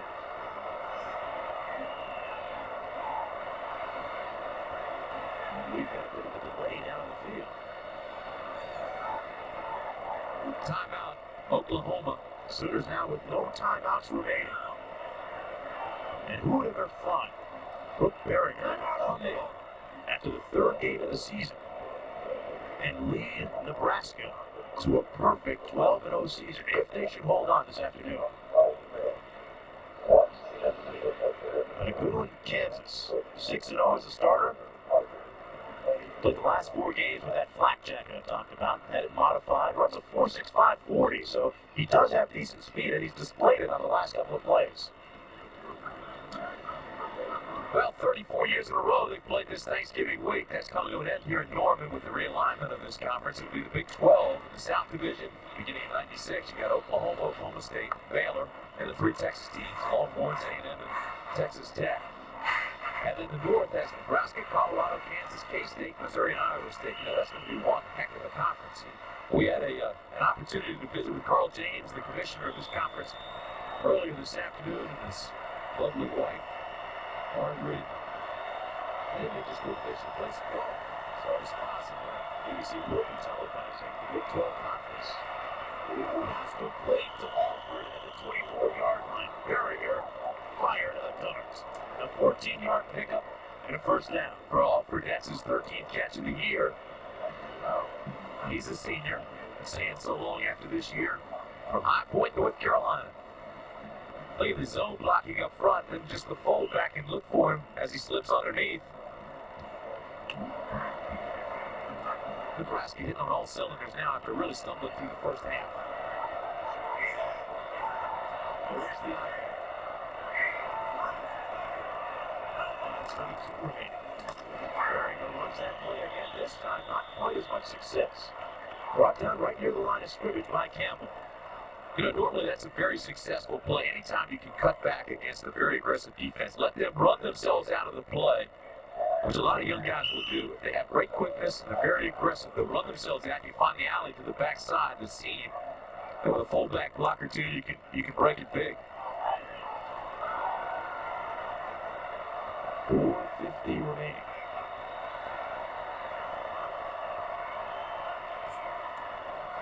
There's a flag down as Phillips carries it left side off tackle. Brought down by Mario Freeman. Wait for the call.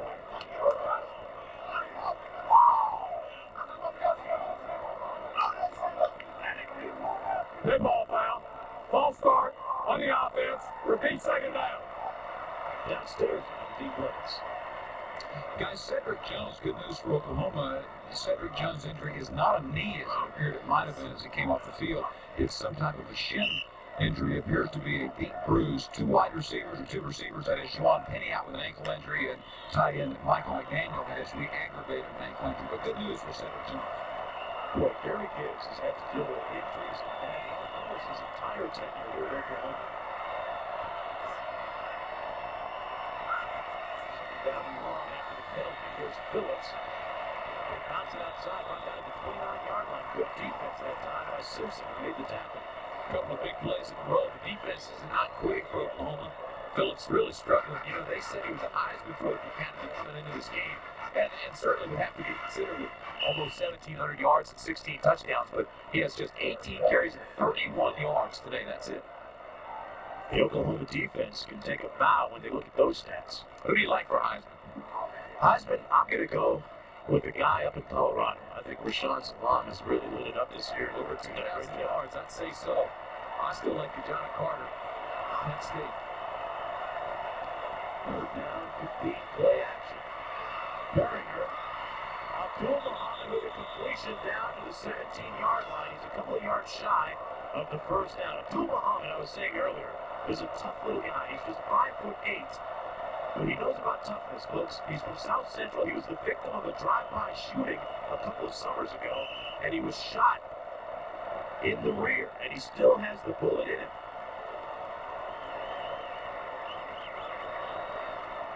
It's 4th down and 1. We're going to go. Situations like this all afternoon, a touchdown and short yardage. It's been very on the quarterback sneak. Wide splits this time, though. Maybe Phillips is checking it off. It's Phillips. I'm not sure he got there. It's going to be close. Forrest Phillips running over Zach Wiegert and Brendan Stein in the guard and tackle spots. Nicely done. The defense read the same thing. The wide splits. Didn't look like a quarterback situation where they were just going to collapse down all line to center. Wide splits and well tackle gave it to Phillips. It's awfully close. Simpson and Davis in on the tackle for Oklahoma. Pence's the measurement. I think he got it.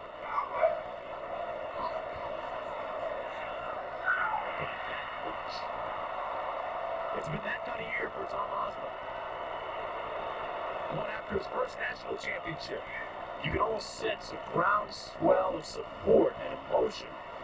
Almost the same way they didn't have it, that they had it for Bobby Bowden last year. Huskers' first national championship. Been so close so many times. This week voted the Big 8 Coach of the Year. You know, I think that's probably the first of many awards for him this year. Sean Alford in at tight end. Phillips on the counter. Slips and falls at the 14-yard line. Of course, Phillips had problems with his footing 2 weeks ago against Iowa State, and he ended up borrowing Brian Pruitt's shoes. Brian Pruitt is a backup guard. Lovely Big Red has been just one victim after another. 11 straight, and threatening to make it 12 with 2 minutes to play. Struggled against Iowa State a little bit, struggled here today a little bit. And first game against West Virginia, and they not play their extra game. I'm afraid you probably still would be able to have another year of eligibility.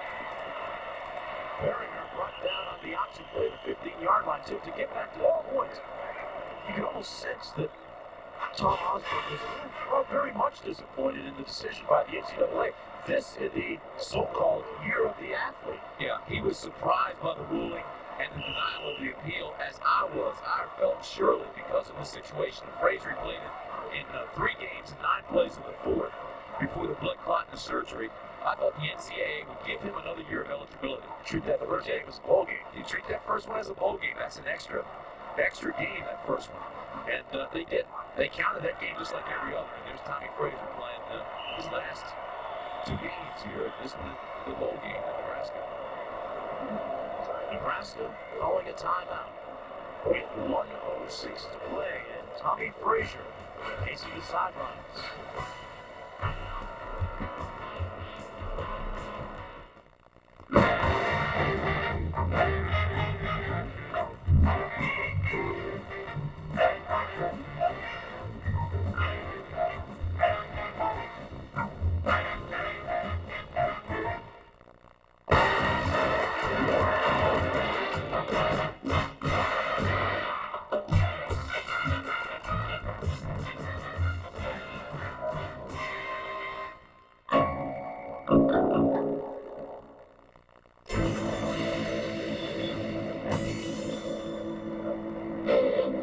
You can tell a lot about a man by his shape.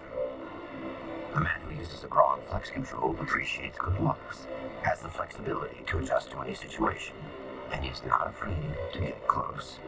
But the most revealing thing about a man who uses a broad is how easy it is to spot him. I believe this is yours. Broad, the world's most recognized shave. Some things in life you have to wait for. A car of your dreams should be one of them.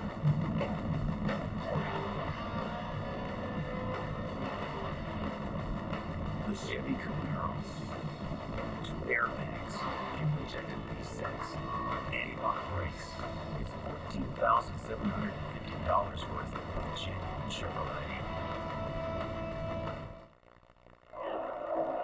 Look at Tommy Frazier getting ready to play this game in his final game against in the Orange Bowl, and then of course he'll be back next year to play that full season. I was talking about this year, but you know, if you're Tom Osborne, you got to start thinking, hey, Barringer just lit him up. He's going 7-0 here as a start. You got Tommy Frazier coming back next year. What do you do in your quarterback situation? That's a great dilemma to have, but very difficult one to solve.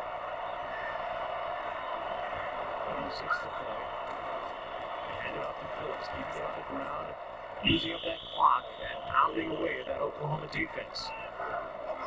Steve, we're talking about Frazier playing his last couple games this year. Next year he comes back, Barringer's back. What do you do? Well, I thought they made a berth. I thought Tom made a great decision today to let Barringer stay in there, because I think if they pulled him, it might have destroyed his confidence. You know, Frazier would have come in cold. He hadn't taken a snap in a game in 2 months, so I think it was a wise move there. Now, if you go play Miami for all the stuff, now that may be a little different situation. You may insert him a little bit quicker, then you let him go battle in the spring and see who wins. Oh, sure, in hindsight now you say it's a good call. Not no.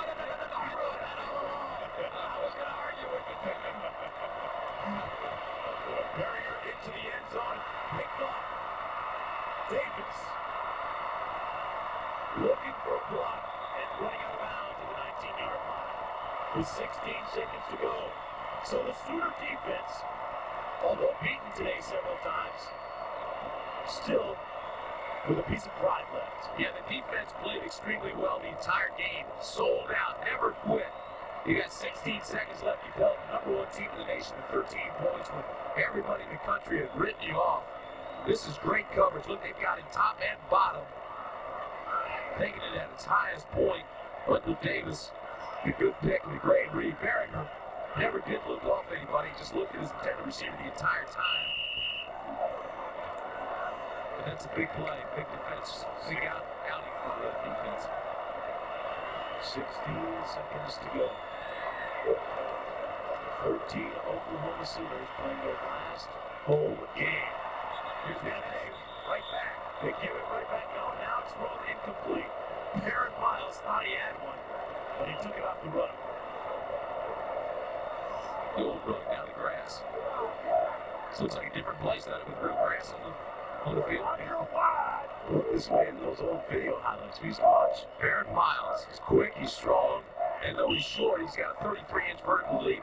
He is at 5'8", the smallest starter on the Nebraska team. Almost had the pick. Tom Osborne calls him the best athlete on the team. Oh, yeah, he's a phenomenal athlete. All-American, Chip Fourth Award candidate. Eric McGee going upstairs. And Miles got one this time. He says, you're not going to take this one away. That's his 5th interception of the year. He's got 4 blocked punts. He is a phenomenal athlete. Barron Miles now leads the Big 8 with 5 picks. The genuine Chevrolet most valuable players of the game are Brooke Barringer from Nebraska, who was 13 of 23 for 166 yards, and Tyrell Peters from Oklahoma, who made 9 tackles with a sack. Chevrolet donate $1,000 to each school's general scholarship fund to reward outstanding students for their academic achievements and to assist those in financial need.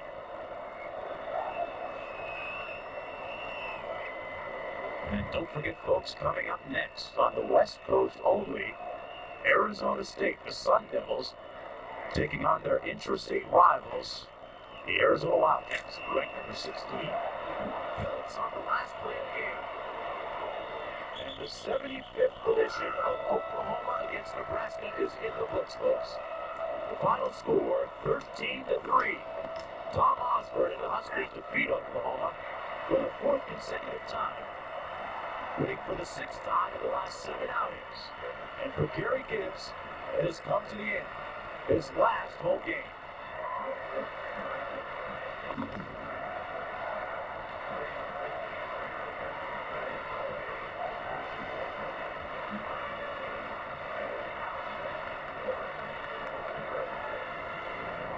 Doesn't look like a guy that just coached his last game. It's almost a relief. I'll tell you, the guy is a quality guy. I mean, a lot of strong feelings on both sides of the fence here in Norman, Oklahoma, but Gary Gibbs steps down. He's done a marvelous job, I think, taking his program out of a bad situation and some quality athletes in here.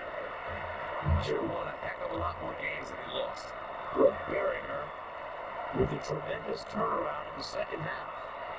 You know, Gary Gibbs is a player, an assistant coach, and a head coach. His record 211, 51, and 6. Downstairs to Dean Levens. Dean? Thank you, guys. Tom, congratulations on your win. Thank you. Well, Oklahoma played a great ball game. Got a great defense. We felt coming in and be awful hard and move the ball on them. And fortunately, we got a play here and there. Defense played great for us too. Now, assuming the voters keep you at number 1, you would be 1 win away from your first national championship. Address both of those things about the voters keeping you number 1. Well, like I said all along, they gotta do what they've got to do. I don't have any control of the voters. We played well. I'm really proud of our football team today. I think Oklahoma played inspired football. They have good athletes. I think they're a much better team than 7-4, 6-4. There they are. All right, thank you, Tom. Congratulations. Best of luck out in the Orange Bowl. Thanks, Dean. All right, guys, we'll be talking to Brooke Barringer in just a moment. The Nebraska Cornhuskers have been there before. Perfect going into a bowl game. Tom Osborne, the winningest coach in NCAA Division 1A football in his 22nd year. You kind of like that guy, Dr. Tom. He is a class. You got to get the feeling that things might be different this time around when they go down to the Orange Bowl to take on Miami. Well, they're quicker. They've got a lot more team speed. That's what hurt them in the past. Dean has Barringer with him now, Dean. Yeah, it's not Barringer. We've all learned, all of American nuts. Barringer, right? That's right. All right, congratulations. The question has to be, hey guys, back up please just a second. The question has to be, were you concerned about Frazier replacing you when you were struggling and your club was struggling? No, I don't think so. You know, Tommy was cleared to play in an emergency situation if somebody would get hurt. And you know, I just came out. We were a little bit slow in the beginning, and we had to come out in the second half and really show what kind of team we are. And I think we did that. You know, I had some bad throws, and we came back through the ball better, and ran it better in the second half. So a dream season for you, 1 win away from potentially a national championship. That's right. You know, it's been a long time. I've been waiting a long time for this opportunity. I'm just trying to make the best of it. Now, do you feel that you will be the starter in the bowl, or do you think there will be competition between yourself and Frazier between now and January 1? Well, I expect to be the starter. I think it'd be kind of a tough situation to try to mess with the chemistry of the team we got going right now. So I would expect to be the starter, and I think Tommy will be ready in an emergency situation. Appreciate the help, and I wish you get your offensive line here to get these guys off of it. Hey, congratulations. Hey, Dean, that's as hard as been picking up the whole day. That's right. His answer had Big Team, Little T written all over it. It's been a team effort for the Huskers. 13-3 to final. We'll be right back.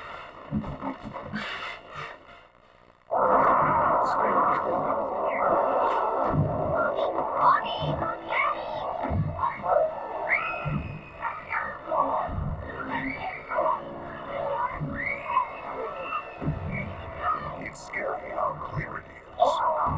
It's only a movie, except on a Sony big screen TV. Oh, good. Something romantic. Monday. I can't believe how fun this looks like. It's America's favorite place to get down when Steve and Carl go on autopilot. You're doing the guy, you're doing great. And all new Family Matters, followed by an all-new Boy Meets World, Monday on ABC. See 70 of your favorite stars before they were stars like John Travolta, Heather Locklear, Mark Harmon, Steve Martin, Janet Jackson, and Raquel Welch. Jonathan here, boys. And all new before they were stars, Sunday here on ABC. CFA College Football and ABC Sports brought to you by Chevrolet.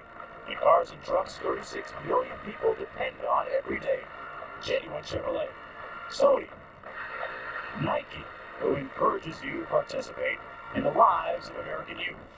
And MasterCard. MasterCard is more than a credit card. It's smart money. Mark Jones, Tim Brandt, and Dean Blevins here on the Central Plains of Oklahoma.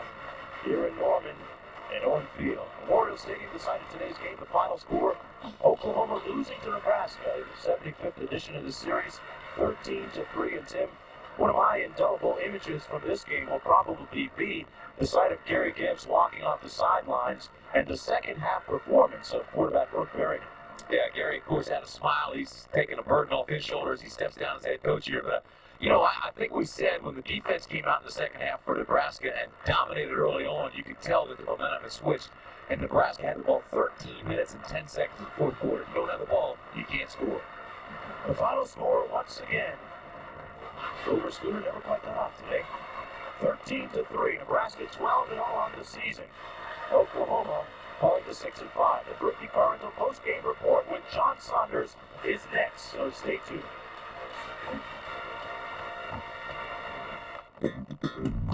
A promotional fee has been paid by Northwest Airlines, finding new ways to serve you for more than 60 years. Some people just go. Monday, Coach gets some big endorsements. My own video game. See, I feel like Super Mario. But how low will Hayden go to sell himself? No idea where that's. All new Coach, followed by another great Coach. Game. Are you ready? The San Francisco 49ers take on the New Orleans Saints on ABC's Monday Night Football.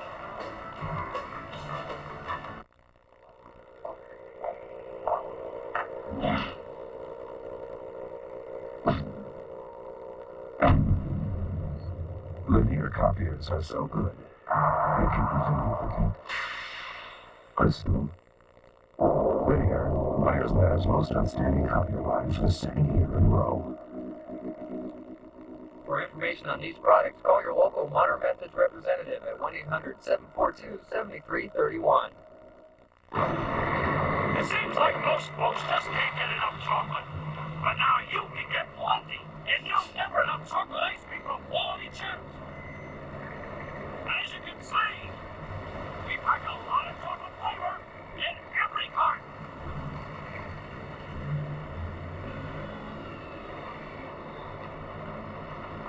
And pick up a few gazillion gallons. Quality chips. Our fresh taste brings the smile.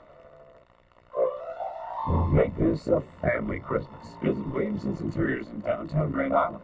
Stroll through the many room-like settings of fine Thomasville furniture, flex steel living rooms, chrome craft dinettes, and much, much more. Complete your shopping list from Central Nebraska's largest selection of elegant curios, unique table and floor lamps, fine pictures, table accessories, and grandfather clocks. Free gift wrap available and delivery guaranteed by Christmas. Williamson's Interiors, downtown Grand Island. Open Sundays 1 to 5, late Wednesdays. You're watching the Nebraska Television Network. Car Rental Postgame Report, brought to you by Friendly Car Rental, historically known for low rates. From our New York studios, your host, John Saunders. And welcome. Nebraska wins over Oklahoma. 13-3 is the final score in that game. So what it means is Nebraska locks up the bid to the Orange Bowl, where they will likely face either Miami or Florida State, whichever team is ranked higher. When we come back, we'll continue with more of the Thirsty Colorado postgame report. There were 4 other games played today. We will have scores and highlights of those games, plus bring a few things into perspective when we return. Since the beginning, you could always depend on your neighborhood for whatever you needed for your family vacation. Even when you needed a car with more trunk space. The fact is, you can still rely on Thrifty Car Rental to deliver historically low rates on a variety of legendary cars. So whether you're traveling in your neighborhood or to someone else's, we're there. Your neighborhood Thrifty Car Rental, historically known for low rates. People are much more satisfied than they have been in the past. Now with quality care standards, it's some guidelines to follow. This is what the customers want. They want to have their appointment within a day. They want to have their car fixed right the first time. It's them speaking. Anything we can do to make it better. It's not just meeting the standards that people are setting for us, but exceeding them. Something we're doing working. Quality care people, quality care standards, and your Ford and Lincoln Mercury dealer. Welcome back once again to the Thrifty Car Rental postgame report. Let's run down the rest of the scores and highlights from today. Beginning in the ACC, Virginia taking on NC State at stake, the number 2 team out of the ACC behind Florida State. Virginia ready to go, the helmets held high, and their team was flying high as well. Mike Crow here intercepted though by NC State's Darin Erstad, as turnovers will play a key role in this game. NC State quarterback, running back by the Ron Brown, stopped on 4th down by Mike Frederick. Then 3rd and goal in North Carolina's 1, North Carolina State's 1. Charles Way, 1-yard touchdown run, bounces his way in 6-0. Terry Harvey then goes 62 yards to Adrian Hill to make it a 7-6 contest. The running back Charles Way winds up stopped short by Damian Covington. Mike O'Kane getting fired up. Virginia quarterback Mike Crow goes in from a yard out, 13-7. Terry Harvey then gets picked up by Randy Neal, and he gets crunched on the play. He was hurt, would not return in the game. This one was returned for the touchdown, 19-7. Carlos King then going 23 yards on an option pass to Mike Guffey, 19-14. Quarterback Jeff Bender, who'd come in, 69 yards to Adrian Hill, 24-19. NC State now has the lead in the contest. But Virginia's Mike Crow comes back, 52 yards to Patrick Jeffers, and Virginia jumps on top, 25-24. But Tremaine Stevens, the true freshman, had a terrific day. Takes the handoff from Crow, spots an opening, and doesn't get touched as he takes it 84 yards on the touchdown run. North Carolina State takes the lead, 30-27. They went for the 2-point conversion. Virginia actually returned that. That were the 26th and 27th point of the game. Tremaine Stevens, 18 carries, 133 yards, and a touchdown. 4 games of 100 yards in 5 starts. Adrian Hill, 6 receptions, 187 yards, and 2 touchdowns. NC State finishes second in the ACC. Virginia's rushing defense entering today, allowing just about 57 yards per game. Today, 140 yards, and as we mentioned, most of those are the true freshmen. The ACC standings, we'll take a look at those in just a moment, but first let's hear from Mike O'Kane, who talked about the chance of his team going to a bigger bowl with this victory today. Coach, you created some havoc in the ACC. Well, a couple of teams are kind of, what are your goal hopes now? Well, I have no idea, and I really don't care right now here. We had an opportunity to come in here and finish this like 6-2.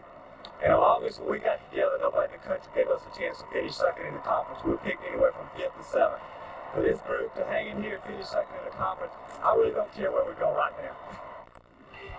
He doesn't care where he's headed, but he is headed to one of the coalition games. Florida State is the champion, and as we mentioned earlier, they might end up in Miami at the Orange Bowl at 8-0, but NC State is headed to a big contest. Congratulations. Texas Tech against TCU in the Southwest Conference, 24-17. Tech already knew that they were headed to the Cotton Bowl, but Pat Sullivan thinks he could knock off the top team and get a share of the conference title himself. Max Nockey, 89 yards to Jimmy Oliver, 10-0. TCU jumps in front early in the contest. The third and goal at the TCU 17. Zebby Lethbridge, 17 yards to Jason Lavender as he just runs out of trouble and then fires the strike to the end zone. 10-7 to score at that point. Zebby Lethbridge winds up sacked by the TCU defense as he gets racked up and taken back. Byron Henspard, a 15-yard touchdown run to make it a 16-14 game as he weaves his way to the end zone. Max Nockey was not done. 63 yards to Jimmy Oliver. This time they hooked up a couple of times to make it a 16-14 contest as he picture perfect on the throw and dance this one towards the end zone. And then Max Nockey running into a little bit of trouble himself as the fans cheer on as he just gets clobbered on this incompletion. TCU's Andre Davis then takes 9 yards of the touchdown run. TCU up 22-17. The second effort gets him in. They also go for the 2-point conversion. Come on, talk about second effort. Andre Davis once again. Should have been down at the 1, but he squeezes his way over. Make it 24-17. Spike Dykes looks on as his team comes away with a loss. As I mentioned, they are headed to the Cotton Bowl, but still they will now have to share the title in the Southwest Conference. Max Nockey, 12-23, 267 yards, 2 touchdowns, 39 career touchdown pass, tying Sammy Boss' TCU record. Andre Davis, 23 carries, 107 yards, and a touchdown and a 2-point conversion. Their best season since 1984. Tech becomes the first team to go to the Cotton Bowl with 3 losses in the Southwest Conference. Jimmy Oliver, what a day he had. 7 receptions for 206 yards. That's a record at TCU. And 2 touchdowns. The standings in the Southwest Conference, as I mentioned, Texas Tech headed to the Cotton Bowl. But Baylor, TCU, and Texas all at 4-3. And Rice has a shot to be 4-3 as well. All those teams could share the conference championship, and imagine the number of rings they would have to make for that. Alcorn State against Youngstown State, Division I AA playoffs. Steve McNair leading his team in, but not leading them to a victory this time around. Leon Jones, 94 yards on the interception return for a touchdown. As here he gets first, McNair gets sacked. They get into him early, and he fumbles the ball. This happened in the first quarter. And McNair back to pass. This one is tipped. 94 yards return. This is Leon Jones to make it a 21-7 game. And this is early on. McNair's defense let him down, and turnovers let him down as well. McNair was dejected, but when you look at the numbers a little bit later on, you'll see he actually had a pretty good day, despite the fact he could turn the ball over. 22-yard pass to Ron Swister, 28-14 to score at that point. And McNair again back to pass. Looking around, moves up in the pocket. He really could not run the ball much today because of a hamstring. Bonus Paolucci, who comes up with the interception that time around. 63-20 is the final. Youngstown State, 35 points came off of turnovers. Sean Patton, 3 rushing touchdowns, 22 carries, 158 yards. But Steve McNair did have 3 touchdown passes. He was intercepted 3 times and fumbled once. But 52 of 82, 516 yards, Division I AA playoff records for attempts and completions. And we'll continue with more of the Thrifty Carmel post-game report in just a moment. Once again, Nebraska is a winner over Oklahoma. They're undefeated and headed to the Orange Bowl. Historically, whenever you have a problem in your neighborhood, there's always someone to help you, just when you need it the most. Today you can still rely on Thrifty. Simply use your Montgomery Ward credit card at Montgomery Ward Car Rental at all Thrifty locations. So whether you're traveling in your neighborhood or to someone else's, we're there. Your neighborhood Thrifty Car Rental, historically known for low rates. This holiday season, Radio Shack has a 486 AST Advantage computer on sale for the incredible price of $49 a month for 24 months with no interest. Hey, there's lots of good reasons to buy one for the family. Dolores could go for checkbook with it. Little Jimmy can do his homework. I can put the money we save right into his college fund.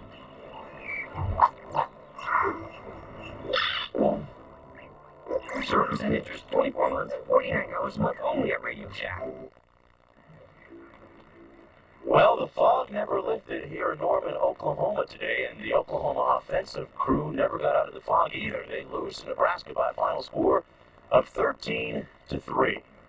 I'm Mark Jones along with Tim Brandt. And Tim, let's pick up where we left off talking about that AKA quarterback controversy.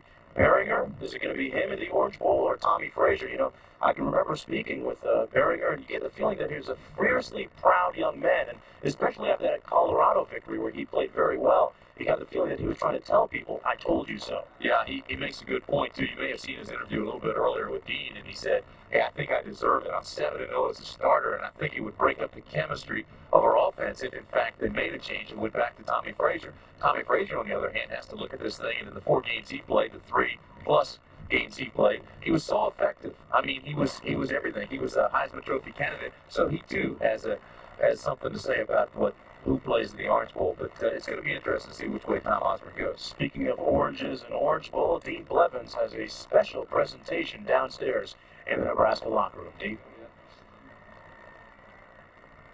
Ed Williams presenting, Athletic Director Bill Byrne, on behalf of the Orange Bowl, the official invitation to the Orange Bowl with 4 captains alongside, and we will slip over here and visit with Ed Stewart. Ed, can we get you to come chat with us?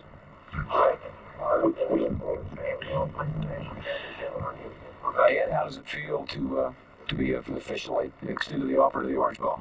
Well, it feels great. You know, we've worked hard all year to get to this point, and you know, we played some good football all year, so hopefully we can go down there and win this thing. Defensive battle out there today. Yeah, well, they played a great game defensively, and I think our defense has really come on, and we've been playing well for the last second half of the season, so it was. You guys have been seeing these orange blazers a lot lately. How's Miami? That's like an extra game. Yeah, we've been. That's the days of Oklahoma. Oh. We've been down there a while, so we're just happy to get back there again. All right, congratulations. Best of luck down there. All right, thanks a lot. All right, Dean, you know, it's interesting. Now the question becomes, will Nebraska stay at that number 1 spot in the polls? They won by just 10 points. Tim, what are your thoughts on that? Do you think they'll slip? No, I think they do stay at number 1. I think Penn State stays at number 2. And, of course, Alabama's got a lot of work yet before it finishes its regular season with the SEC title game coming up. But this game was a hard-fought game, and Oklahoma had a good, strong game plan for Nebraska. And it got off on the toes of the respective field goal kickers. Erstad made it 3-0. Blanton made it 3 apiece. And then it was Sieler with a field goal taking 6-3 Cornhuskers. Then they really took over in the second half. 13-3 on that touchdown run, and that's the way that things ended up in the 75th edition of Oklahoma against Nebraska here in Norman. We'll be right back. In 1866, the world's first dynamo was invented by Werner Siemens. It began the revolution that brought electricity to everyone. That was then. This is now. The generation, distribution, and control of energy are at the heart of Siemens today. Where you work, live, and play. And with 45,000 people at work nationwide, Siemens is leading the way into the next century. Siemens, precision thinking. My mom says a couple of ounces of antifreeze can kill our dog. Even 2 tablespoons can be bad for me. So we use an antifreeze that's safer for kids and pets. That's less harmful. My dad says any antifreeze can protect against wheezing and rash. But is it less harmful for me and JoJo? That's what my dad cares about. What about yours? Sierra, it's not just antifreeze, it's safety freeze. The Thrifty Car Rental Postgame Report has been brought to you by Thrifty Car Rental, historically known for low rates and quality care service at your Ford and Lincoln Mercury dealers. And welcome back once again to the Thrifty Car Rental Postgame Report. One other game still underway, that between Georgia and Georgia Tech. What a grudge match. Remember last year, the teams brawled at the end of the game. 27-10, Georgia has the lead as they look to get into a ball game. Eric Sire, a good day and a bad day. Here's the good. 7 yards to Bryce Hunter. 10-3, Georgia takes the lead. Zire's still throwing for touchdown passes for his coach Ray Goff. 19 yards this time, hooking up with Juan Daniels as Georgia would open up a 17-3 lead. Little play action there, and then he zips it across the middle in for the touchdown. But Sire, here comes the bad. Injured on the play as Elliott Fortune rolls over top of his leg. A sprain to the medial collateral ligament in the knee, the ball popping loose there. Sieler would have to leave the game and has not returned as of yet. You can see it again on the replay. Rolling right over top of the knee. Looks like a right knee. He goes down and would not return to the game. Georgia still leads, though, 27-10. Mike Bobo, his backup, has thrown a 30-yard touchdown pass to Juan Daniels. Daniels' second touchdown of the game. And Sieler has the 2 touchdown passes to go with 13 of 18 for 115 yards. As we mentioned, the right knee has been sprained, so he left the game. Georgia, of course, out of the SEC, and one of the best games we had for you here on ABC Sports this year was in the SEC. That, of course, between Auburn and Florida. It was on October the 15th. Florida was number 1. Terry Bowden of Auburn had never lost the game. Auburn had the ball late on the Florida 42, 3rd and 10 with about a minute left to score 33-29 Florida. For a recap of that game, let's go back and listen to Brent Musburger and Dick Vermeil. 1 minute left. They're staying with that 3-man rush. And it is Nix. From the middle is Clark. He had Sanders. He had the ball at the 35. Sanders concentrating on getting out of bounds. He was short of the first down. He really had caught it. The other thing he did, he let the ball get to his shoulder pads, and he's a hands catcher. You know, you've got to reach out and draw that ball to your body. And the other thing he did is he turned his head to run before he had total control of the football. This has been a great run. But these Huskers, they got one more miracle left. It is 4th and 10. They need to get the first down.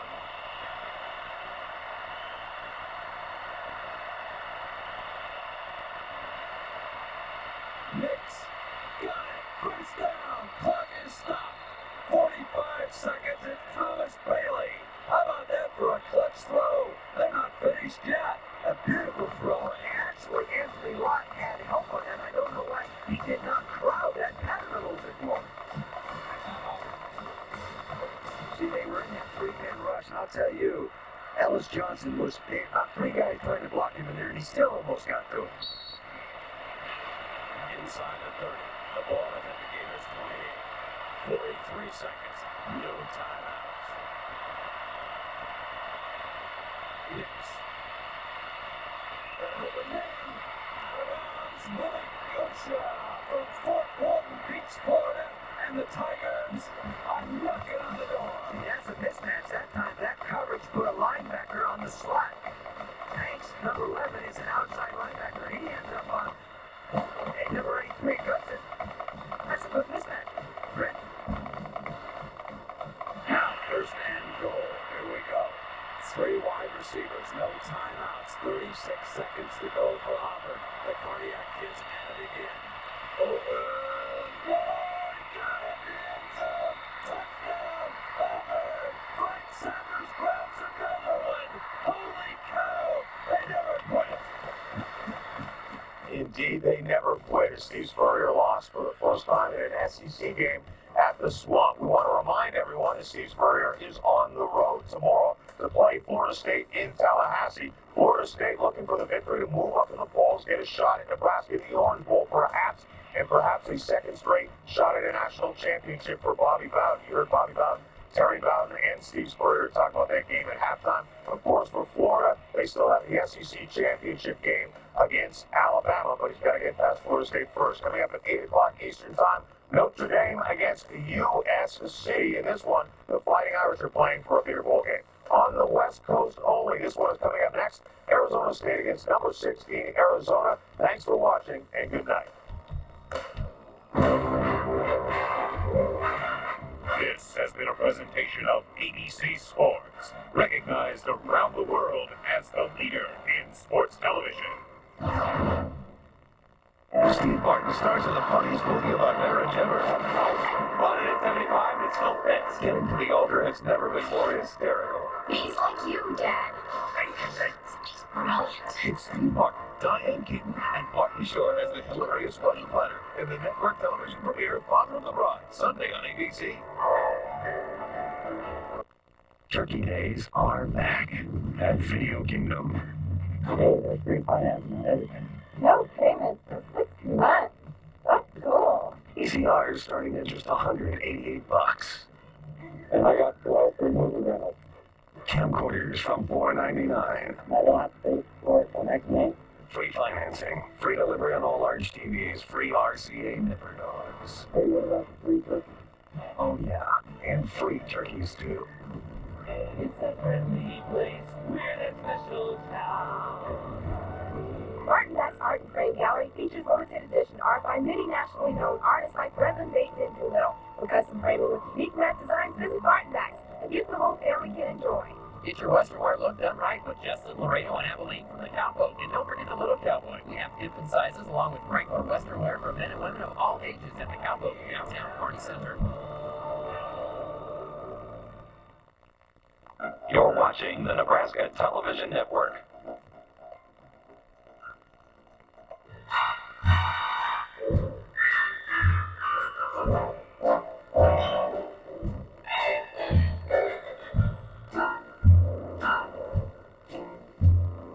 Love and marriage, love and marriage. Go ahead like a horse and carriage. This I tell you, brother, you can't have one without the other. Love and marriage, love and marriage.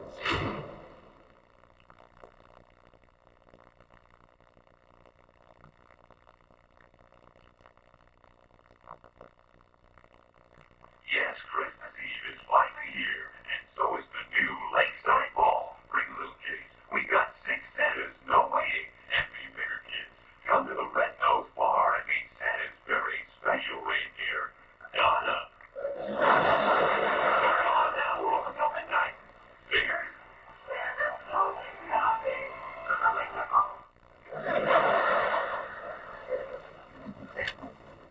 Thanks for the help, kids. Oh, by the way, listen, if you're thinking about what to get old Dad for Christmas, don't worry about it. You already given it to him. It's called a hernia. Dad, can we go to that new Lakeside Mall? Kelly can shop, you can get bombed, and I can ride Santa's very special reindeer. Dad, why don't we get Bud one of those scratching posts to rub against? You know, it'll save the furniture. You really want to save the furniture, Kel? Why don't you stop putting notches on your bedposts? Now, Bud, apologize to your sister. No. Okay. So, Dad, can we go to that new Lakeside Mall? No, we can't. I'll tell you what. That mall is killing your father. Oh, I thought Mom was doing that. Let me tell you kids something about that Lakeside Mall. It's taken away all the business from my mall, which, if this continues, will be broke and living in a cardboard box under the elm. Not us. We'll be in a nice, warm foster home. Come on, let's go, Kel. Morning. That mall's not so great. Just a bunch of stores filled with cheap, gaudy merchandise that only appeals to the tasteless, low-class shopper. Santa Claus is coming to the Lakeside Mall. Since the beginning of time, mankind has striven to double and redouble his power. A mysterious machine has appeared in homes across America. Increase the power of the unit 40 times. R2 X. Welcome to the next one. Smell your drink. I don't have a drink.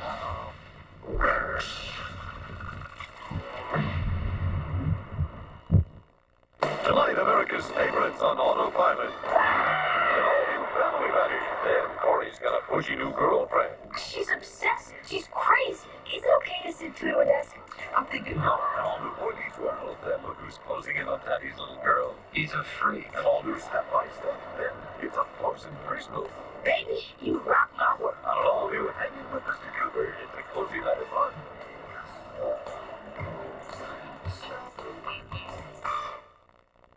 It's that time of year again. Think I'll sit in my comfortable lazy boy recliner and decide what to get everybody.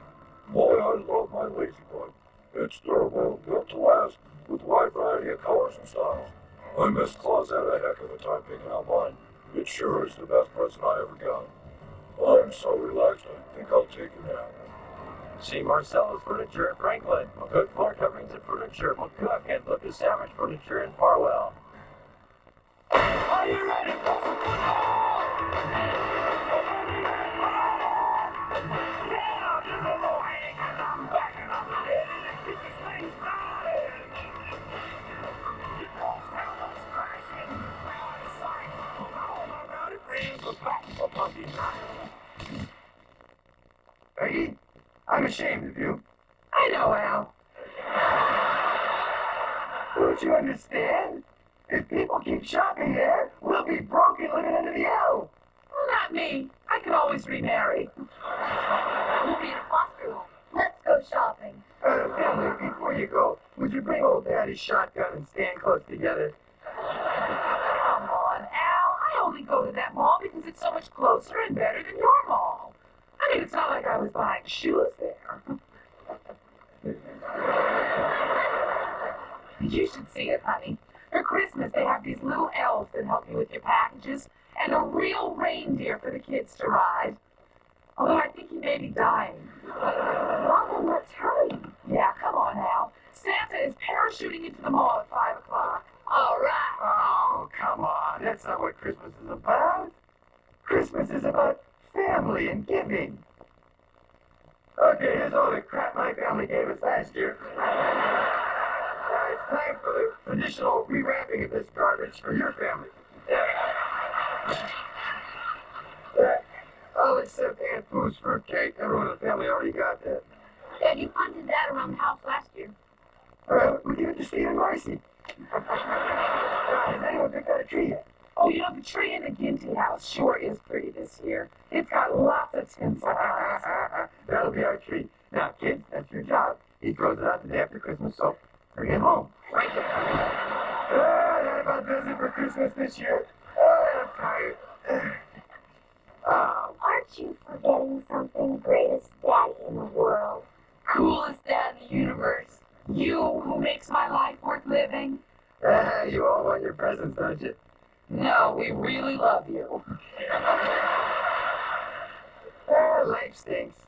Well, okay. Let me go get my Christmas bonus and then I'll go buy your presents. Dad, we didn't get our presents yet? It's Christmas Eve. The stores are going to be packed. Not in my mall, son. Okay, he's gone. Now for Daddy's present. But run upstairs and get a tie out of Daddy's closet. I'll get a box. Oh, no, wait. It's Christmas. We should make it special for him. But get one of his shirts, too. Oh, gosh. I just love Christmas. I can't wait to see Daddy's face when he opens it. That's his favorite shirt. Yeah, I saw a belt up there that would be great for his birthday.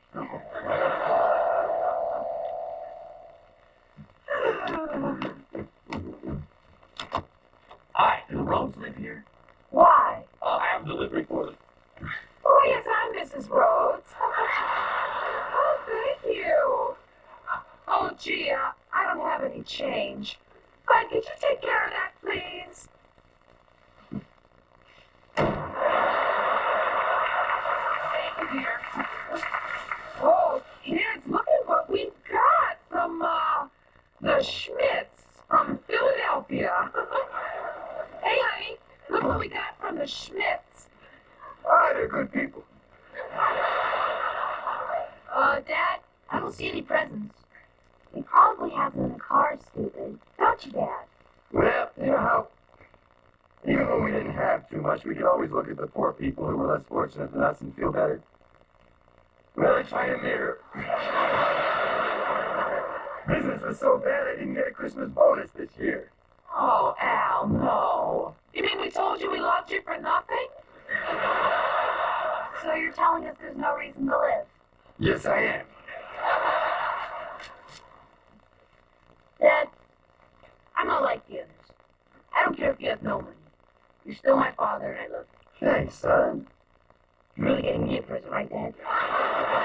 You're just cutting out the window. Good, because you should hear how they talk about you. Nobody gets a present, son. Pretty low, Dad. Al, Christmas without presents will be like our birthdays. Happy birthday, Aunt. I know what we can do. Now let's go down to the Lakeside Mall. Santa's gonna drop gift certificates when he jumps from the plane. Let's travel a week and get all we can. Go to the mall and killed me. We wish you a Merry Christmas. We wish you a Merry Christmas. We wish you a Merry Christmas and a Happy New Year. Delivery from Santa for the Bundies. Oh, gee, well, thank you. Good thing they're labeled. I wouldn't want to get them mixed up with the presents Al gave us. What did Peggy get you, Al? Irregularity. And these two. Hey, Al, you been to that new mall? The sea of people. Traffic is unbelievable. Didn't ease up till we got near your mall. Yeah. Give me my present, Steve. Al, we thought long and hard about this, and then we came up with a perfect gift. Here. We donated some money in your name to the National Organization for Women. Merry Christmas. Oh, that's great. Do I get tickets to their 10K man stomp? All right, it's our turn. What did we get? What did we get? A fruitcake with a footprint on it. Well, thank you. Hey, do you mind if we turn on the TV? It's time for the news. Maybe we'll show Santa parachuting into the Lakeside Mall. Oh, come on. It's the news.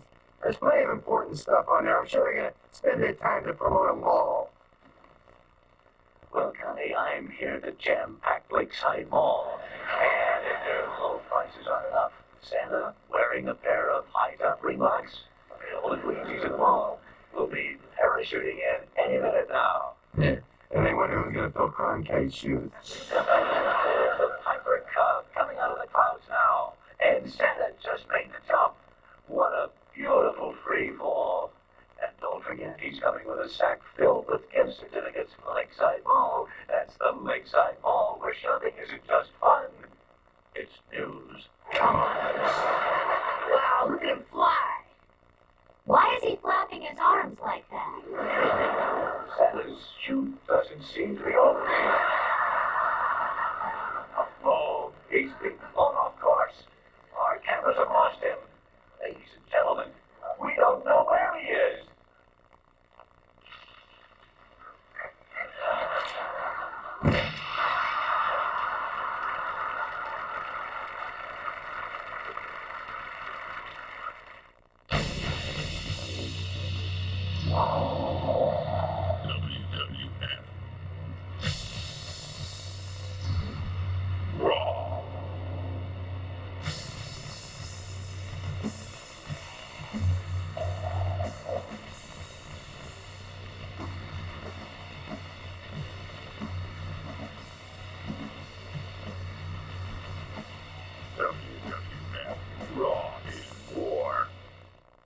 Tonight, America's favorites on autopilot. And all new family values. And Corey's got a pushy new girlfriend. She's obsessive. She's crazy. Is it okay to sit to it with us?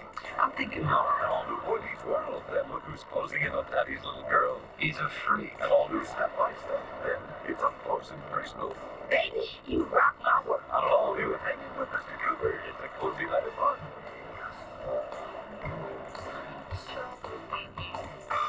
It's a friendly place. We're that special town.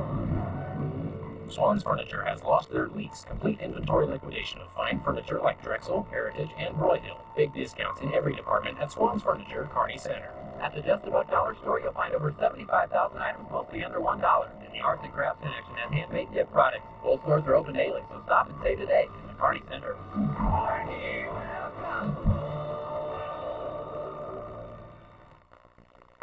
He's a private investigator. Hey, ladies, feel my name. Shane!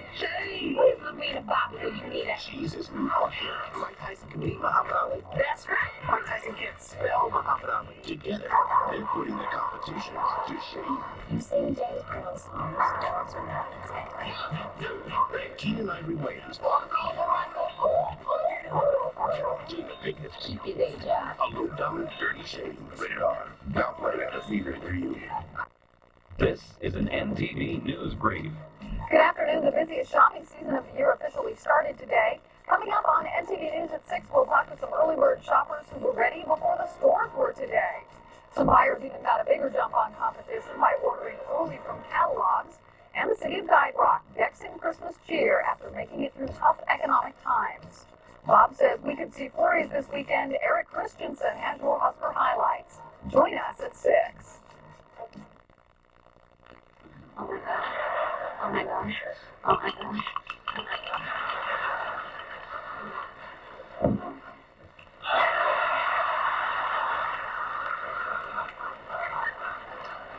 Hey, babe. You know what we ought to do tonight? We ought to make some Christmas cookies. Oh yeah, maybe some eggnog with nutmeg. You ghouls! I understand there's a splattered Santa all over your yard. What do you want me to do, Steve? Quit eating? Oh my god. Oh my god. Oh my god. Would you keep her quiet? We're trying to have a Christmas here. Well, that about wraps it up out there. Except for a few questions with coroner's report, if you don't mind. Did you know the deceased? You know, I've read about him in books. But in books, he's usually going up. So that's a no. Did anyone actually see him fall? I wish. You know, son, I want you to get confused here, okay? The real Santa would have never jumped out of a plane with a bottle of muscatellony, champ. No, the real Santa, he's alive and well, and he's living at the North Pole, and he'll visit your house real soon. I'm sure he'll find it. Shouldn't be too hard. Just follow the buzzards.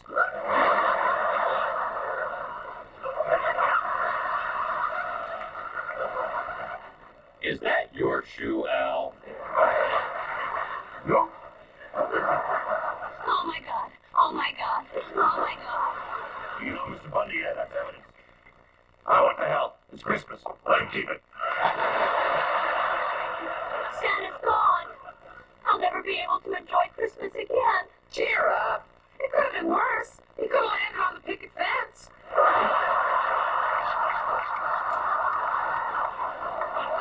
Sit down and have some Christmas pizza.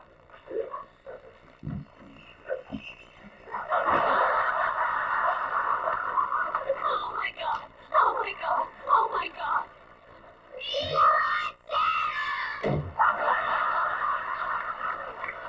Uh-oh. What's wrong now? The Easter Bunny hang himself in my front yard? No, there's kids out there. So I have a bad effect on me, this being Christmas, and Santa here looking like tree sap and all. And we can't take him out there now. Swing back over that way, boys. Come on. Oh my god. Oh my god. Oh my god. It's okay, Marcy. Come on. I'll take you home. Yes, home. Where Perry Como sings and Santa's still alive. Is Santa okay? We heard he landed in your yard. Yeah! Oh yes, he's fine. He's a fat, jolly man, and he'll never leave us. As long as there's a Christmas coming.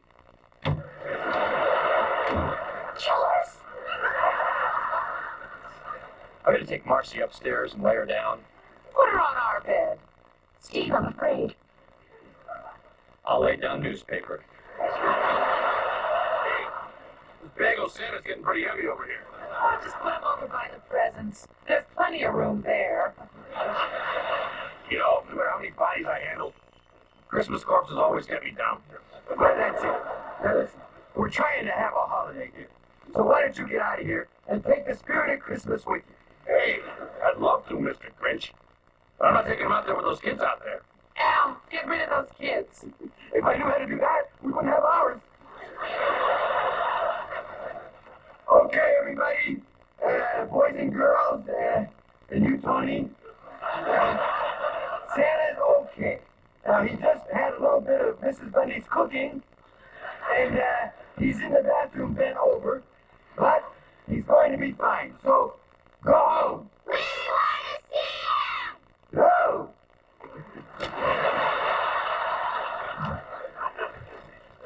I'm rolling them out right now. Al, they're children. Well, listen, grow them up. Sorry, For the sake of their mental health, that body's not going anywhere until those kids have left. Hey, you know, pizza. It always reminds me of my first day on the job.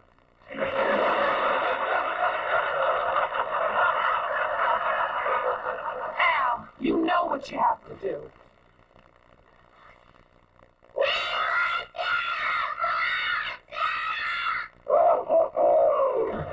Hi, everybody!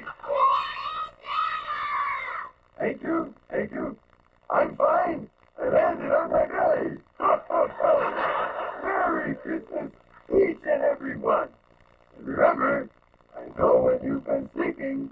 I know when you're awake. You, Joey, I know it was you let that bag of duty and put it on the bunny porch. The rest of you will get plenty. Remember, Santa's not at the Lakeside Mall. Santa hates the Lakeside Mall. Go on home now and torture your parents. What did you bring us? Nothing yet. That's why I gotta get back to the North Pole with the Dancer and Prancer and Donald and Goofy. We haven't told you what we want. Santa knows. And what do I want? I don't know. I'm on your lap. All right, but make it fast. Santa has hemorrhoids. What do you want? I want to know why you came to old man Bunny's house. Oh, well, I came to bring him special presents because he sells women's shoes and is cursed with a foul wife and has ungrateful kids, but still he goes on. But he's a butthead. No, he's not. He's the nicest man on the block. No, you must be Santa. I told you I was. What do you want? I want a real live horse. Your mom's the one who makes pies for everyone in the neighborhood but those nice bunnies, isn't she? All right. Santa will leave you a horse tonight under your tree. But if it's not there in the morning, it's because your mommy chased it away and killed it.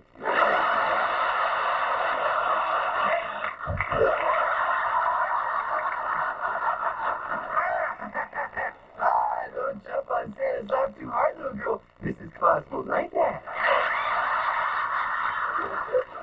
No, Nestor. Despite what your mom says, Mr. Bunny doesn't really sprout a tail at midnight. But here's a special Christmas gift for Daddy. Tell him to come home for lunch someday around when Mr. Mailman's there with a special delivery for Mommy. That'll be a real Yuletide treat for old Dad. New home and a fresh new Mommy. Well, Santa's gotta hit the road, but I'm gonna go in and say goodbye to my favorite family, the Bunnies. Be nice to them, or you won't get any Christmas gifts next year. Santa smells like beer. It gets me in 5 minutes, I'll smell like hard liquor. On Dundee, on Dumbo, I go silver away!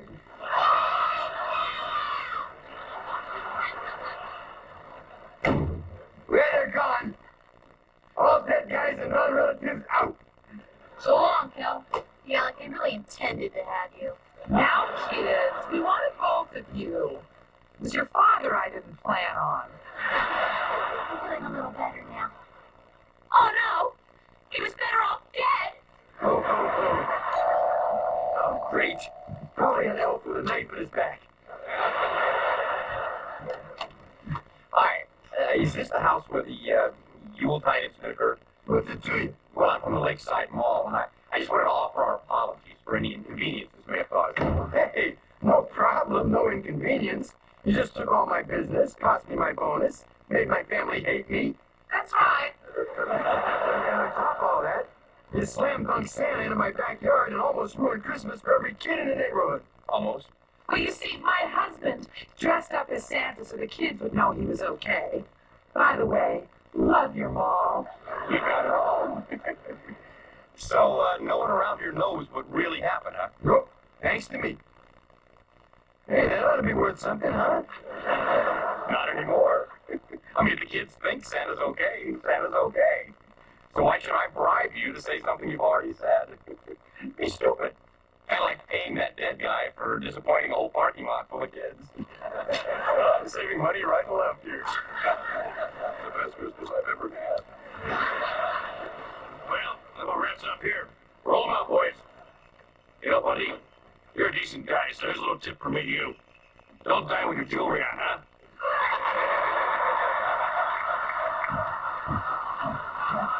Well, Al, look at it this way. You did a nice thing, cost us a nice bribe, and a shot at a happy Christmas. Thank you, Father, kids. Thanks, Dad. Yeah, I know I let everybody down. It's okay, Dad. It's not like this never happened before. Yeah. I mean, Santa Corpse was a new twist, but Hackett's gonna tell us psychiatrists later on in life. Yes, it's a Bundy Christmas. And unfortunately, we're Bundys. What's that? I don't know, but if it's dead and has a red nose, we'll throw it in Stephen Mercy's yard.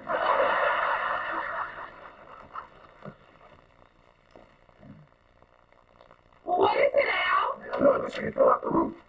Hey, look! It's $10 certificate from the Lakeside Mall. Hundreds of them. Come up to the back and have me jump. Oh, we're rich! We're rich! I found it! Oh, get their father, kids! Save them! Let's go bust them all. Although it's been said many times, many ways,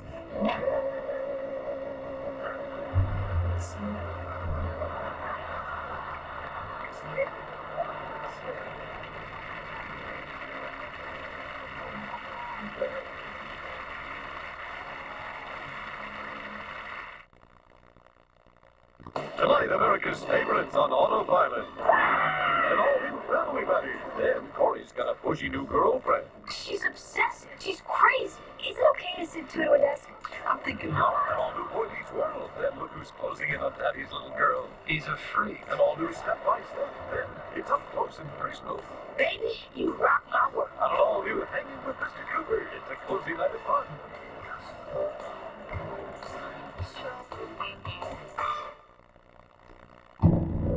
This holiday season, start a family tradition with an elegant timepiece from the clock shop in Williamson's Interiors.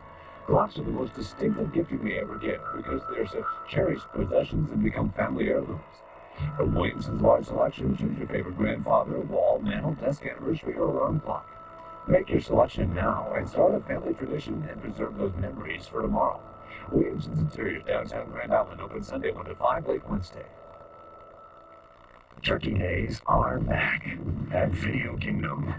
Hey, there's free finance and everything. No payments for 6 months. That's cool. ECR is starting at just $188. And I got free movie rentals. Camcorders from $4.99. I don't have to pay for it till next month. Free financing, free delivery on all large TVs, free RCA nipper dogs. Hey, what about the free turkey? Oh yeah, and free turkeys too.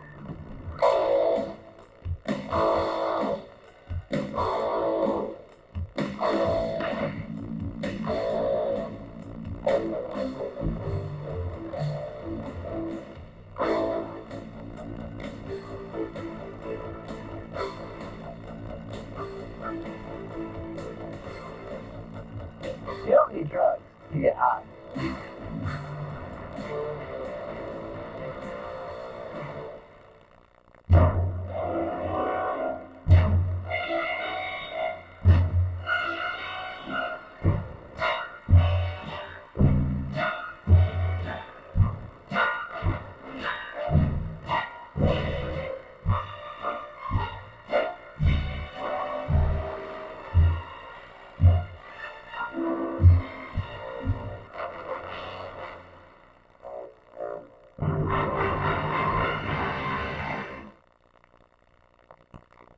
Six months ago, Joanne Spears broke her leg playing soccer far from home. Fortunately, the Spears Blue Cross and Blue Shield plan provides easy access to medical care nationwide.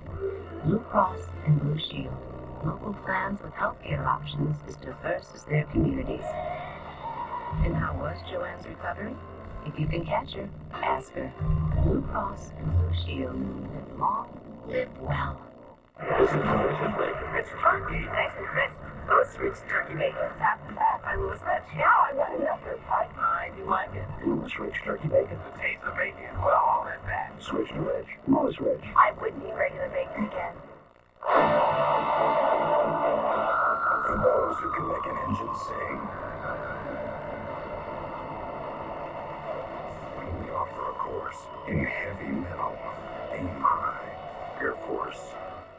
Ready for something totally new? 1995 Chevy Blazer. Check it out. The front end, completely restyled. Back end, all new. Body panels, galvanized steel. Anti-chip finish, 4.3 liter V6. It's built like a rock. Hey, you want an airbag? You got it. Stand in. And leave it to your Chevy dealers to give you a payment this low. Just $378 a month for 36 months. So get a new Blazer. Be ready for anything. See your nearest Chevy team dealer right away. Before the one you want is gone.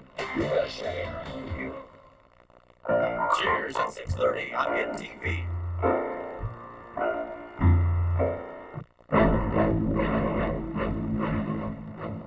A deadly crash on an interstate highway near Chicago highlights questions about the safety of trucks with side-mounted gas tanks. It was the day after Thanksgiving, and all through the stores, shoppers are pulling out their credit cards and piling up their debt. And hopeful Americans are racing the clock before Russia ruins their dreams of parenthood. This is World News Tonight with Peter Jennings. Sitting in tonight, Catherine Pryor. Good evening. The crash, which left 6 people dead and 9 injured Thanksgiving night on a highway south of Chicago, might have become one more holiday statistic, except for one fact. One of the vehicles involved was a General Motors truck of a type whose design has become very controversial, and according to the government, a kind of truck with a history of involvement in other fiery crashes. Here's ABC's Aaron Hayes. It happened in seconds. A pickup truck crossed a Chicago interstate last night, hit a car, killing all 6 in both vehicles, and a fireball erupted instantly. Extremely huge fire, intense. Flames must have been 30 feet high. The 2 people in the pickup truck died in the fire. Now, in an unusual move, the National Transportation Safety Board is investigating. That pickup truck was a 1985 General Motors truck with side-mounted gas tanks. It did have side saddle-mount gas tanks, and the driver's side ignited. The side-mounted gas tanks have been blamed by consumer groups and the U.S. Secretary of Transportation for well over 100 deaths in fiery crashes. Next month, the Transportation Department will hold a public hearing to investigate the safety of the side-mounted design. At issue are General Motors trucks from 1973 to 1987. All had gas tanks mounted on the sides, outside the truck's protective frame. Most trucks, including the newer GM models, have gas tanks inside the frame. Richard Zelnick, whose father burned alive in this GM truck, will testify at the Washington hearing. I would explain to them how he burned to death in this thing, and for them to get Jim to open their eyes on this thing before more people are killed. Convinced the trucks pose an unreasonable risk, the Secretary of Transportation recently asked GM to voluntarily recall and fix the trucks. GM refused, and consumer groups are furious. We have fixes that are readily available for less than $100 a truck, and they can save hundreds of lives, and GM isn't doing it. The Chicago accident, in the meantime, remains under investigation, with officials not yet ready to say exactly what caused the fire. Aaron Hayes, ABC News, Chicago. And another question about auto safety tonight, this one involving nearly 4 million of the very popular minivans made by Chrysler. Federal safety officials say there could be a problem with the rear door latches. Here's ABC's Michelle Norris. The National Highway Transportation Safety Administration is investigating complaints that the rear door latches on certain Chrysler minivans pop open unexpectedly, even in low-speed accidents, allowing passengers to eject through the back door. The van was spun around, and the back door opened, and the entire rear seat flew out. Suzanne Clark's son Alex landed 20 feet behind his family's Chrysler Town & Country. He survived, but she is angry. Everybody's taking the time to get their kids strapped into the vans, not knowing that the doors are going to open if they have a crash. According to the Highway Agency's records, Chrysler minivans have been involved in at least 51 accidents where the safety latches unexpectedly popped open. Those accidents resulted in 74 ejections and 25 fatalities. Sources say the agency is considering asking Chrysler to recall 3 minivan models sold since 1984, the Dodge Caravan, the Plymouth Voyager, and the Chrysler Town and Country.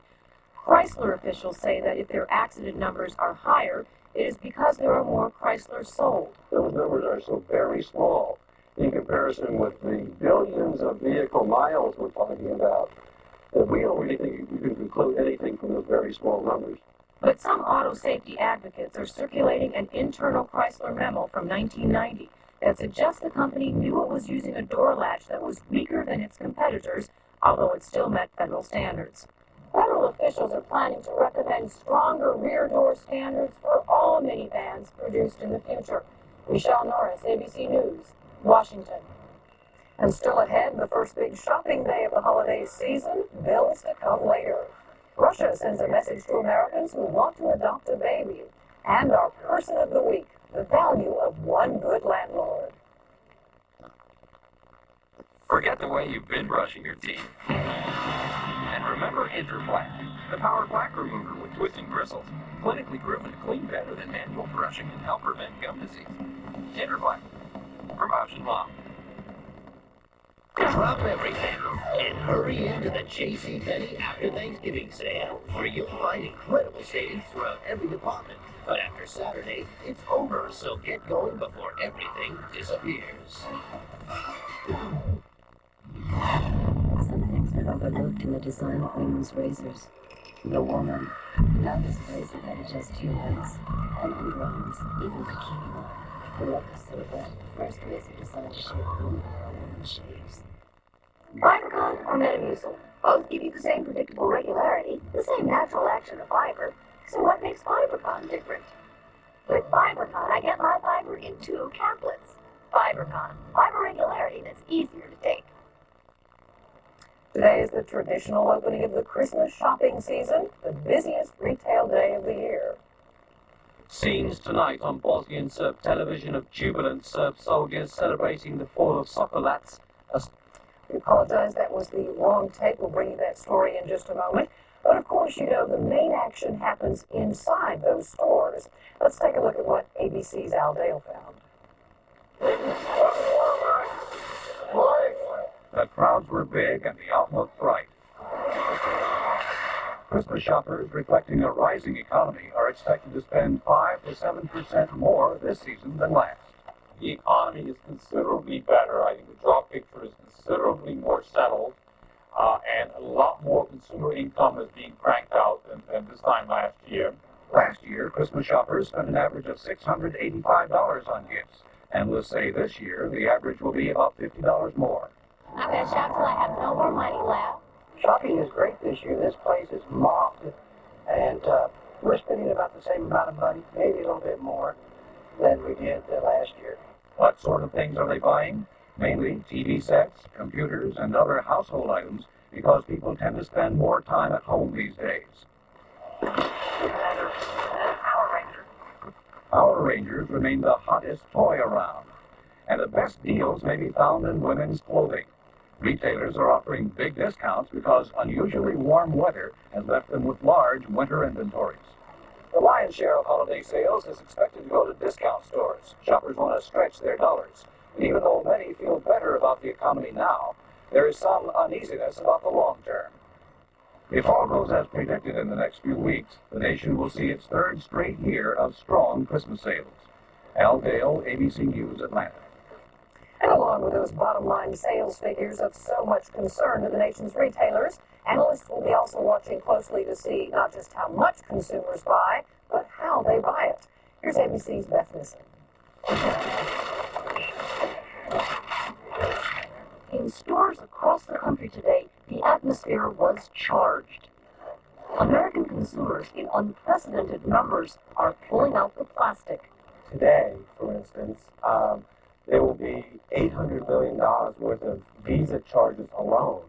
Joseph Nacera has written a history of the credit card. He says it has become part of the national identity, being a card-carrying American. Including store cards, I have 5. 13.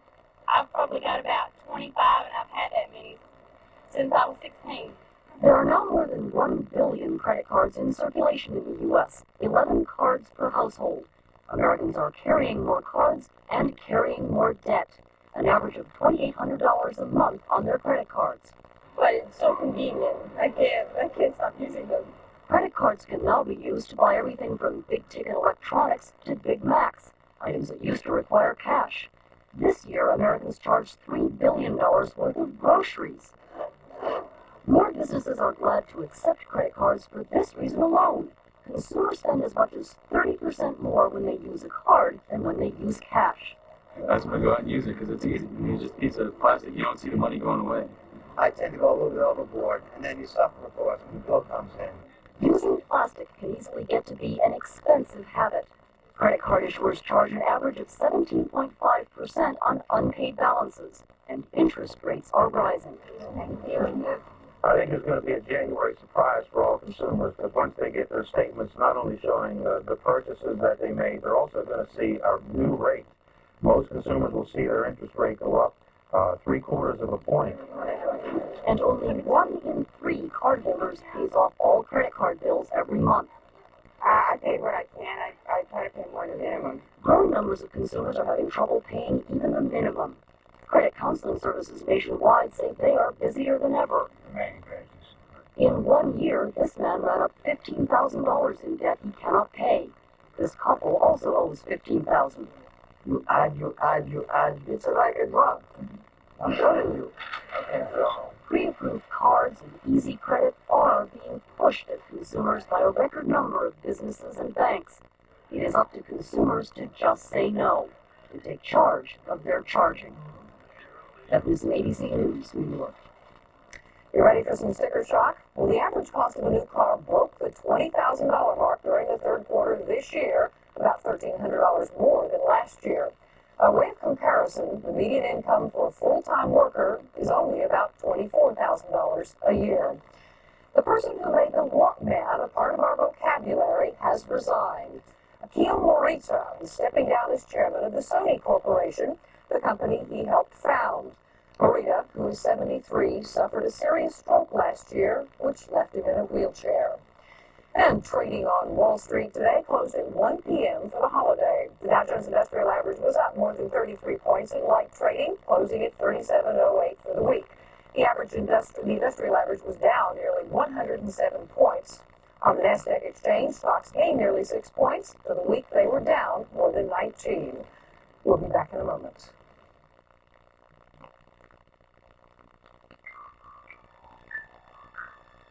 I can go from 0 to 60 in 6.9 seconds.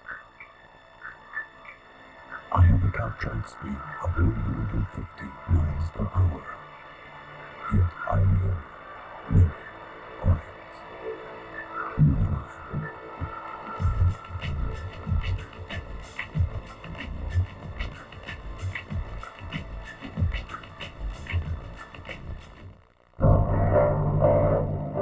Outside of this box of Russell Stover candies, life has changed in the last 70 years. But inside, very little has changed. We're still using our time-honored recipes and only the finest ingredients. That's why we can guarantee freshness and home-fashioned goodness in every piece. Nobody does chocolate like Russell Stover does chocolate. Over the last few years, a lot of people have seen their investments drop in value. Unfortunately, that's life. Our annuities have held their value and consistently paid higher rates than CDs. That's New York Life. New York Life, the company you keep. We just weren't hungry, dear. Well, I'll make cappuccino. Cappuccino? You don't have a rug, but they have a cappuccino machine. What's Maxwell House cappuccino?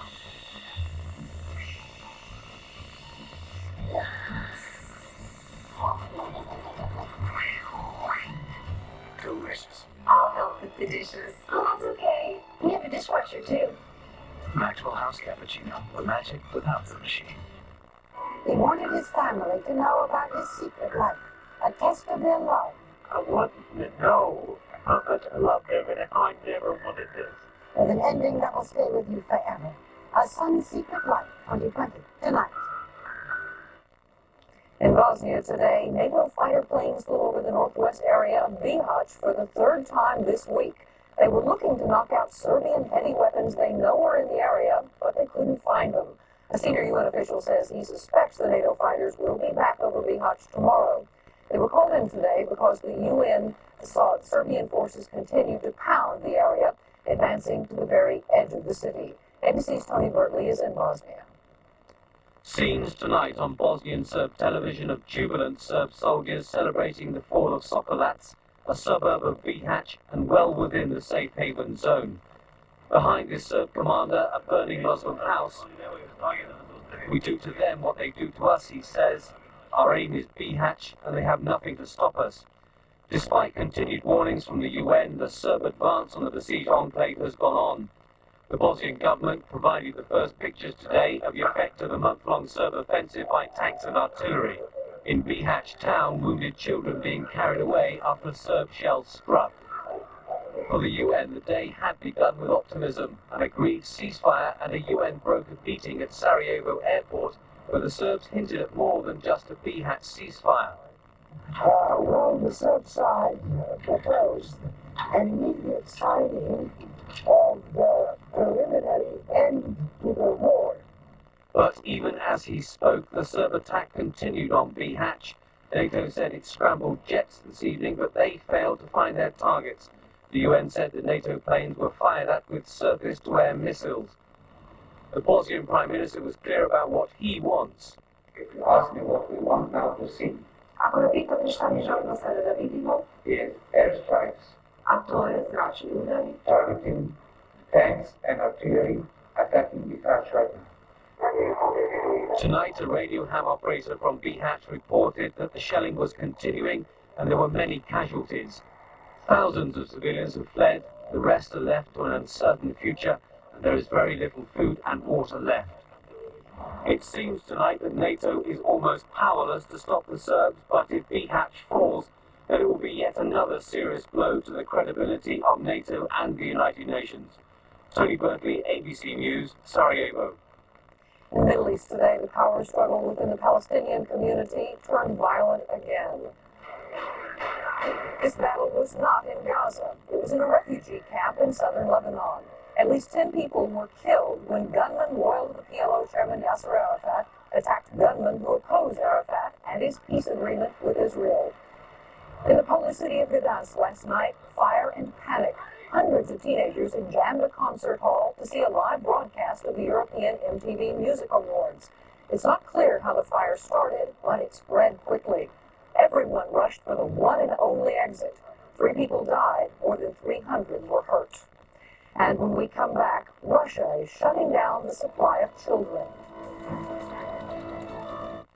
Our oldest was in the playoffs. I had a terrible cold. So I picked up Robitussin Liquid Gel's cold formulas. Boy, did they work. Because of Robitussin, I got to watch Terry make the play of the game. Robitussin Liquid Gels. Discover Robitussin Relief for your cold. Drop everything and hurry into the JCPenney after Thanksgiving sale, where you'll find incredible savings throughout every department. But after Saturday, it's over, so get going before everything disappears. It began with a simple insight that chickens fed on the way to market, a live punt with profits. Then they introduced chicken in parts, which took them into supermarket and fast food chains across America. Today, Tyson Foods is much more than the world's largest poultry company. It is poised to be the main course wherever food is served. Where do you find companies so in touch with what investors hunt for? Actually, there's a list of them printed every day.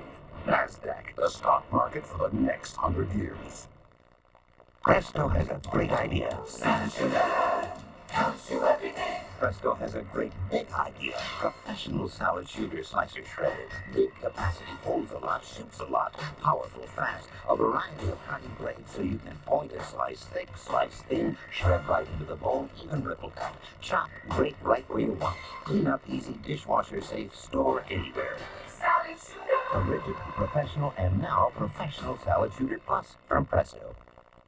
In business, there never seems to be enough of it. And the last thing you can afford to do is run out of it. Time. So rest assured, Delta Airlines will help you make the most of it. With over 4,900 flights a day to over 300 cities around the world. And best of all, will make sure you arrive relaxed and refreshed with plenty of time to spare. Delta Airlines. We have two pictures tonight about the importance of a child. In the eastern part of Germany, the economy is doing so poorly, the number of young couples having babies has been dropping precipitously. The birth rate there now is so low that the eastern German state of Brandenburg has decided to start paying couples $650 for every new child.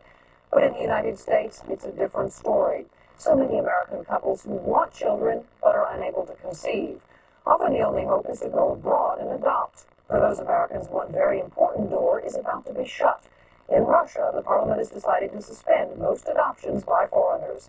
ABC's David Ensor in Moscow on the impact. Tom and Nancy Doyle of upstate New York got an urgent call from their adoption agency last week. Hurry to Russia, the agency said, and pick up a 9-month-old orphan. They rushed to Moscow and hope to meet their child this weekend. They are the lucky ones, and they know it. Yeah, we should have a happy ending. I feel bad for the other couples. Thousands of them. In the 3 years since communism collapsed, Russia has become an adoption mecca for Americans who adopt more Russian children than any other foreigners, 1,800 in the last year alone. The new law will shut down almost all foreign adoptions for 6 months and possibly much longer. It was passed by Russia's parliament to regulate a process that has sometimes involved bribing officials to expedite adoptions. Definitely, there were violations. There were agencies treating adoption as a commercial venture. We don't measure human value in dollars. At the U.S. Embassy in Moscow, officials say scores of parents may still manage to adopt Russian children before the new measure takes effect, but at least 800 other families in the U.S. may not be far enough along in the paperwork. In Alexandria, Virginia, Paula and John Roderick have already bought a crib and clothes. They were expecting to pick up their daughter-to-be in December. You just have to go on, and the whole adoption process is a leap of faith, is the way I look at it. U.S. officials are urging parents not to come to Moscow until they have absolute assurances the adoption will go through. And it's a heartfelt plea to just wait until you know that you can successfully complete the adoption. And otherwise, don't come here. Basically, unfortunately. American officials say there's nothing they can do to reverse the moratorium on foreign adoption. They only hope, for everyone's sake, that it won't last long. David Ensor, ABC News, Moscow. And we'll be back in a moment. World News Tonight with Peter Jennings and the Person of the Week are brought to you by Aflac, insuring over 38 million people worldwide. This is LA! We have tons of friends. This is Posh. This is my wife. This is my neighbor. This is my son-in-law. This is my very good neighbor. This is my number 2 daughter. This is my neighbor John. When I found out that I needed surgery, it was kind of a shock. Luckily, it turned out. Aflac really helped protect our savings. Just really took the worry away. Aflac covers the unexpected cost of getting better so you can get on with life. Don is definitely not an answer. Goodyear announces 25% off some of our most popular passenger, performance, and light truck radials. 25% off. But you gotta hurry. The sale ends December 3rd at participating Goodyear retailers. Watch how fast Tristan nasal spray works. What do you smell? I can't smell anything. Use Tristan nasal spray. It'll smell. Oh yeah, I can smell that. What is it? I can smell an orange. Tristan nasal spray. Fast, effective relief. This Christmas, give something that will make them hope all year long.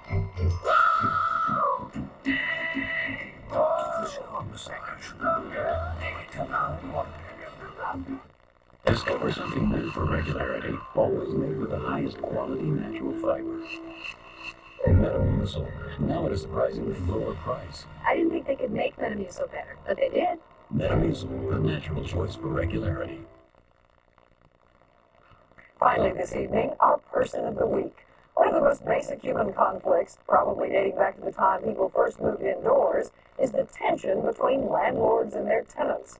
The person we choose this week is a landlord who's decided the key to business success is diffusing that tension. I believe there are a lot of things that are good for the landlord and good for the tenant also. And that's a major part of what I'm doing here. John Lance, landlord and philosopher. And is it possible to be both at once? The tenants in Atlanta's Shallowford Gardens say he can do anything. He thinks of his apartment complex not as tenants and landlord, but they want to up the entire family. How can that be? Pay your rent, keep the noise down, or get out is the only landlord philosophy most Americans are familiar with. John Lance heard that too when he took over Shallowford Gardens back in 1991. The place was a mess. Most tenants were way behind on their rent, and drug dealers had moved in. Within a few short weeks, I started to see the drug problem. It was an incredible drug problem, a lot of prostitution. There were families here, but they would hide. They were afraid to come out. We know how this story usually ends. The neighborhood simply falls apart. Not here. Lance started fixing the place up, patching all those holes. No drugs allowed signs went up, and then with eviction notices and with the help of police, he got rid of the drug dealers. But tenants still weren't paying their rent. Instead of kicking them out, he tried to find out why they couldn't pay. Most, he learned, were new immigrants, and not many could speak English. He had brown eyes. Lance went to tenant Alice Markey and told her he'd cut her rent if she gave free English lessons. I asked him, when people ask me why you're doing this, because he was doing it free of charge, what should I tell him? And he said, tell them that it benefits me financially. And I said, no way. If they can't fill out an application for the job, then they cannot even get a job or pay the rent. And of course, what I'm looking for is someone who can pay the rent. Once again, the bottom line. The English classes became popular, and so did living at Shallowford Gardens. When Lance took over, 77% of the apartments were vacant. Now there's a waiting list to get into the 103-unit building. And Lance has changed the way his tenants live their lives. Most are poor and could never afford a vacuum cleaner. He bought one and lends it out. And what that does for the tenants is allows them to take pride in what they have, take pride in a clean apartment. And what that does for me as a landlord is allows me to replace the carpets less often. That bottom line again, in an apartment complex that sounds more like a village, with the new community room Lance built to turn tenants into neighbors. It's working. If you think of your neighbor as a friend, then you can feel safe. And they do. They feel safe in Lance's new garden, another place for neighborly get-togethers, and in the after-school daycare program he built to keep the kids out of trouble.